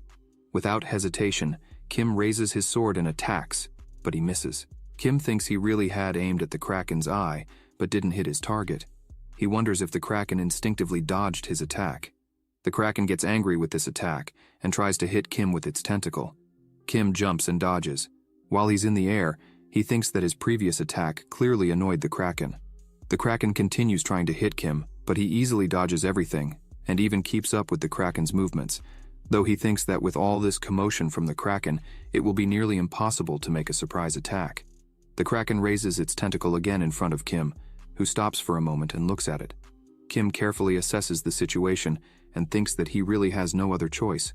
Kim dodges again and starts using his holy flame, cutting off one of the Kraken's tentacles with absurd ease. He thinks that, unfortunately, he'll have to cut all the Kraken's tentacles one by one. The people of the Papillon Guild are shocked by this, saying it was impossible what Kim was doing, as they, with several men attacking at once, only managed to cause a few scratches on the Kraken, but Kim was cutting the Kraken like butter. Juho asks Taekyun if he was okay, as those earlier roars left many people dizzy and confused. Juho points out that they should leave the Kraken to Kim and regroup. Taekyun wasn't even paying attention to what Juho was saying, as he was completely impressed with the skill, strength, and speed with which Kim was fighting such a monster. He asks if they can't see that. Kim fought tirelessly, and without taking a single hit, his movements extremely precise, he was slicing the Kraken without any problems. Taekyun says they were not in a position to join him in this fight. Clearly, Kim will kill the Kraken alone, and the dungeon will be completed.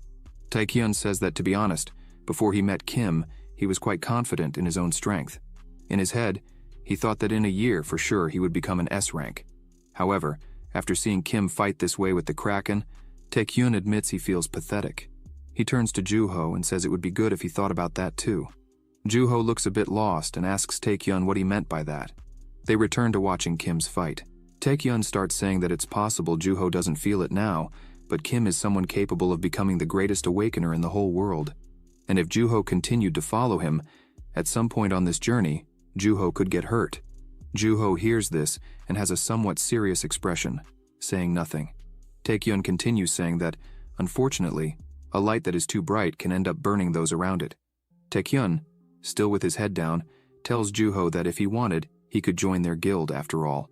Among the common ones like the two of them, Juho clearly stands out. This leaves Juho a bit confused. Juho continues to watch all this without saying anything, until he looks at the Kraken, all in pieces, and Kim attacking faster and stronger. Juho says he already knew this. Pieces of the Kraken begin to fall to the ground, one after another. Kim looks at the Kraken's eye and advances, saying this would end now. The Kraken opens its mouth again and lets out another roar. Kim doesn't stop for anything, and enters the mouth of the Kraken. Not even the Kraken believed this, being a bit suspicious of the situation. Suddenly, a very strong beam of light comes out from inside the Kraken's body, passing through the middle of its entire body. Then, there is an explosion with the holy flame, blowing up half of the Kraken's body. Kim looks at it and sighs. He steps on a part of the Kraken's body and wipes the blood that had splattered on his face, commenting that the Kraken's blood stinks as usual. Everyone participating in the dungeon falls silent and astounded. They look at the Kraken completely destroyed and in pieces on the ground. They say that Kim really defeated the Kraken and begin to shout with happiness and celebrate the victory. Juho looks at all this and just sighs. Juho was a bit angry because Kim always had this way of wanting to solve everything absolutely alone and takes too many risks because of it.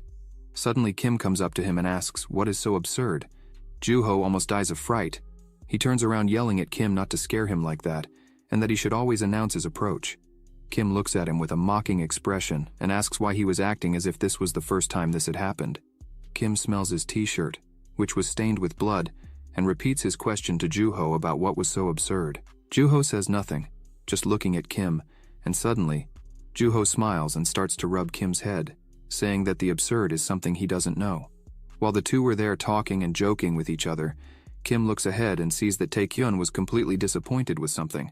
Kim asks Juho what it could be, but Juho just shakes his head, leaving Kim a bit confused. Juho tries to deflect, turning his head to the side, saying that, finally, the dungeon had ended, and therefore the raid was over. They should go home. Juho points out that Kim did a great job as a leader in fighting the Kraken, but Kim still remains a bit suspicious of all this. However, Kim changes the subject and says he almost forgot. He asks where Kang Hee was. Juho says that Kang Hee was knocked out back there after the punch in the mouth that Kim had given him. It seems he is still okay, just unconscious. Kim goes up to him and snaps his fingers, asking Kang Hee what he thinks of them finishing what they started. Kang Hee starts to wake up and open his eyes, but he still wasn't understanding very well what was happening. He puts his hand on his head and wonders if he had passed out and who was in front of him. As soon as he looks up, he sees Kim's face looking at him in a frightening way. He screams Kim's name, scared, thinking he was going to die. Kim asks Kang Hee if he had anything to say to everyone there. Kang Hee looks to the side, frightened, asking if Kim had defeated the Kraken. Everyone starts to look at him angrily. Kang Hee gives a small smile and says that apparently Kim really did kill the Kraken. He continues saying that, in that case, they should calculate the numbers. He stands up and says that, as everyone knows, the Papillon Guild caused more damage to the Kraken compared to the Red Demon Guild. They are outraged and ask Kang Hee if he was really serious about that. Kang Hee looks surprised and says that the dungeon was over, so obviously they had to distribute the loot first. Kim begins to say that he would explain it another way. Running out of patience, Kim asks Kang Hee if he really had nothing else to say to the others there. Kang Hee stands still, saying nothing, and suddenly grabs his sword and attacks Kim, but Kim was much faster, and, in the blink of an eye, breaks Kang Hee's sword into several pieces. Kim says that apparently, Kang Hee really doesn't know what he's doing. With the impact of Kim's attack, Kang Hee starts to stagger backward. Kim says that because of the selfishness of the idiot leader of the Papillon Guild, everyone could have died. Kang Hee begins to get angry. He yells out of hatred and charges at Kim with a punch. Kim catches his punch with one hand and says he really was trying to give Kang Hee a chance to admit his mistakes and apologize to others. But it ended just as he expected. Kim begins to squeeze Kang Hee's hand so hard that he starts to scream in pain and begs Kim to let him just go back home. Kang Hee feels humiliated and starts yelling, asking how Kim dares to rob and treat him like this. He is the leader of the Papillon Guild. He continues yelling and asks Kim if he really thinks he will get away with this, because as soon as they leave there, Kang Hee would personally go to the association to tell everything that was happening. Kim responds very calmly, saying that he could do that whenever he wanted. Kim says there's just one small problem. Kang Hee was forgetting something very important. Kim releases Kang Hee's hand, which was already all twisted and red from the pressure. Kim continues saying that he is the leader of this dungeon, and being the leader not only gives the right to plan the strategy and take command, but also the responsibility for the life of everyone under his command. Kang Hee looks at all this with hatred in his heart. Kim continues saying that Kang Hee was blinded by the dungeon exploration and put all his companions at risk just for the greed of wanting to keep the biggest reward. Kim raises his sword, staring intently at Kang Hee, and says that the dungeon leader has the right to execute the entire squad to eliminate risks to the other raid members, and therefore, you must die. Kim moves towards him with his sword. Everyone is frightened, as someone was going to be killed there. Juho grabs his sword and gets ready. Kim comes with everything with his sword, aiming directly at Kang Hee's neck, but he stops when the sword was about to decapitate him.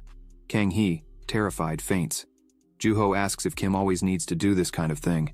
Kim looks at Juho and says he needed to scare Kang Hee as much as possible, otherwise he could harm innocent people when Kim was not around. Kim says that with this incident he lost the trust of the guilds and therefore it won't be easy for him to continue as a leader of any guild after all this. Kim calls everyone's attention and says that now they should finish the dungeon and move on. Everyone shouts, immediately agreeing with him. As everyone starts to leave and chat, Kim begins to walk alone, with Mir on his shoulders, sleeping as usual. Kim was thinking that, thanks to this dungeon, he was able to gain Mir's powers, and also discovered that the Lich King was planning something big. Kim thinks this was unexpected for him, as he did not know this would happen, and therefore now he was thinking that he needed to search for some dungeons of which he had no knowledge, to prevent future problems. Kim also remembers that he needs to check on Jian. After all, each member of the Dump Guild is a threat. A few hours before Kim's success in his first dungeon as a leader, Jian was fighting with a member of the Dump Guild. He hits her with a punch that throws her with great force against the wall, causing a cloud of dust. His punch was just with brass knuckles he was wearing. He tries to hit another blow while she was on the wall, but Jian quickly dodges the blow and charges at the man. The man resumes his posture and prepares to throw another punch. Jian was also prepared for this and continues advancing toward the man's fist. As the punch was about to hit her, she uses her ability Assimilation of Shadows. This ability allows the user to merge their body with darkness, nullifying all attacks for a short period of time, and allows movement in a shadow state. With this, her head disappears into the darkness, making the man's punch pass straight through. He doesn't understand. The darkness begins to move behind the man. Jian appears behind the man with her sword in her hand. He turns his head looking at her. Jian looks directly into his eyes and says this game is over. She cuts his neck with just one strike, making blood fly everywhere. She looks at this and smiles, thinking she had finished the dispute. If you enjoyed this video, subscribe to the channel, hit the bell icon, and like the video. Thank you.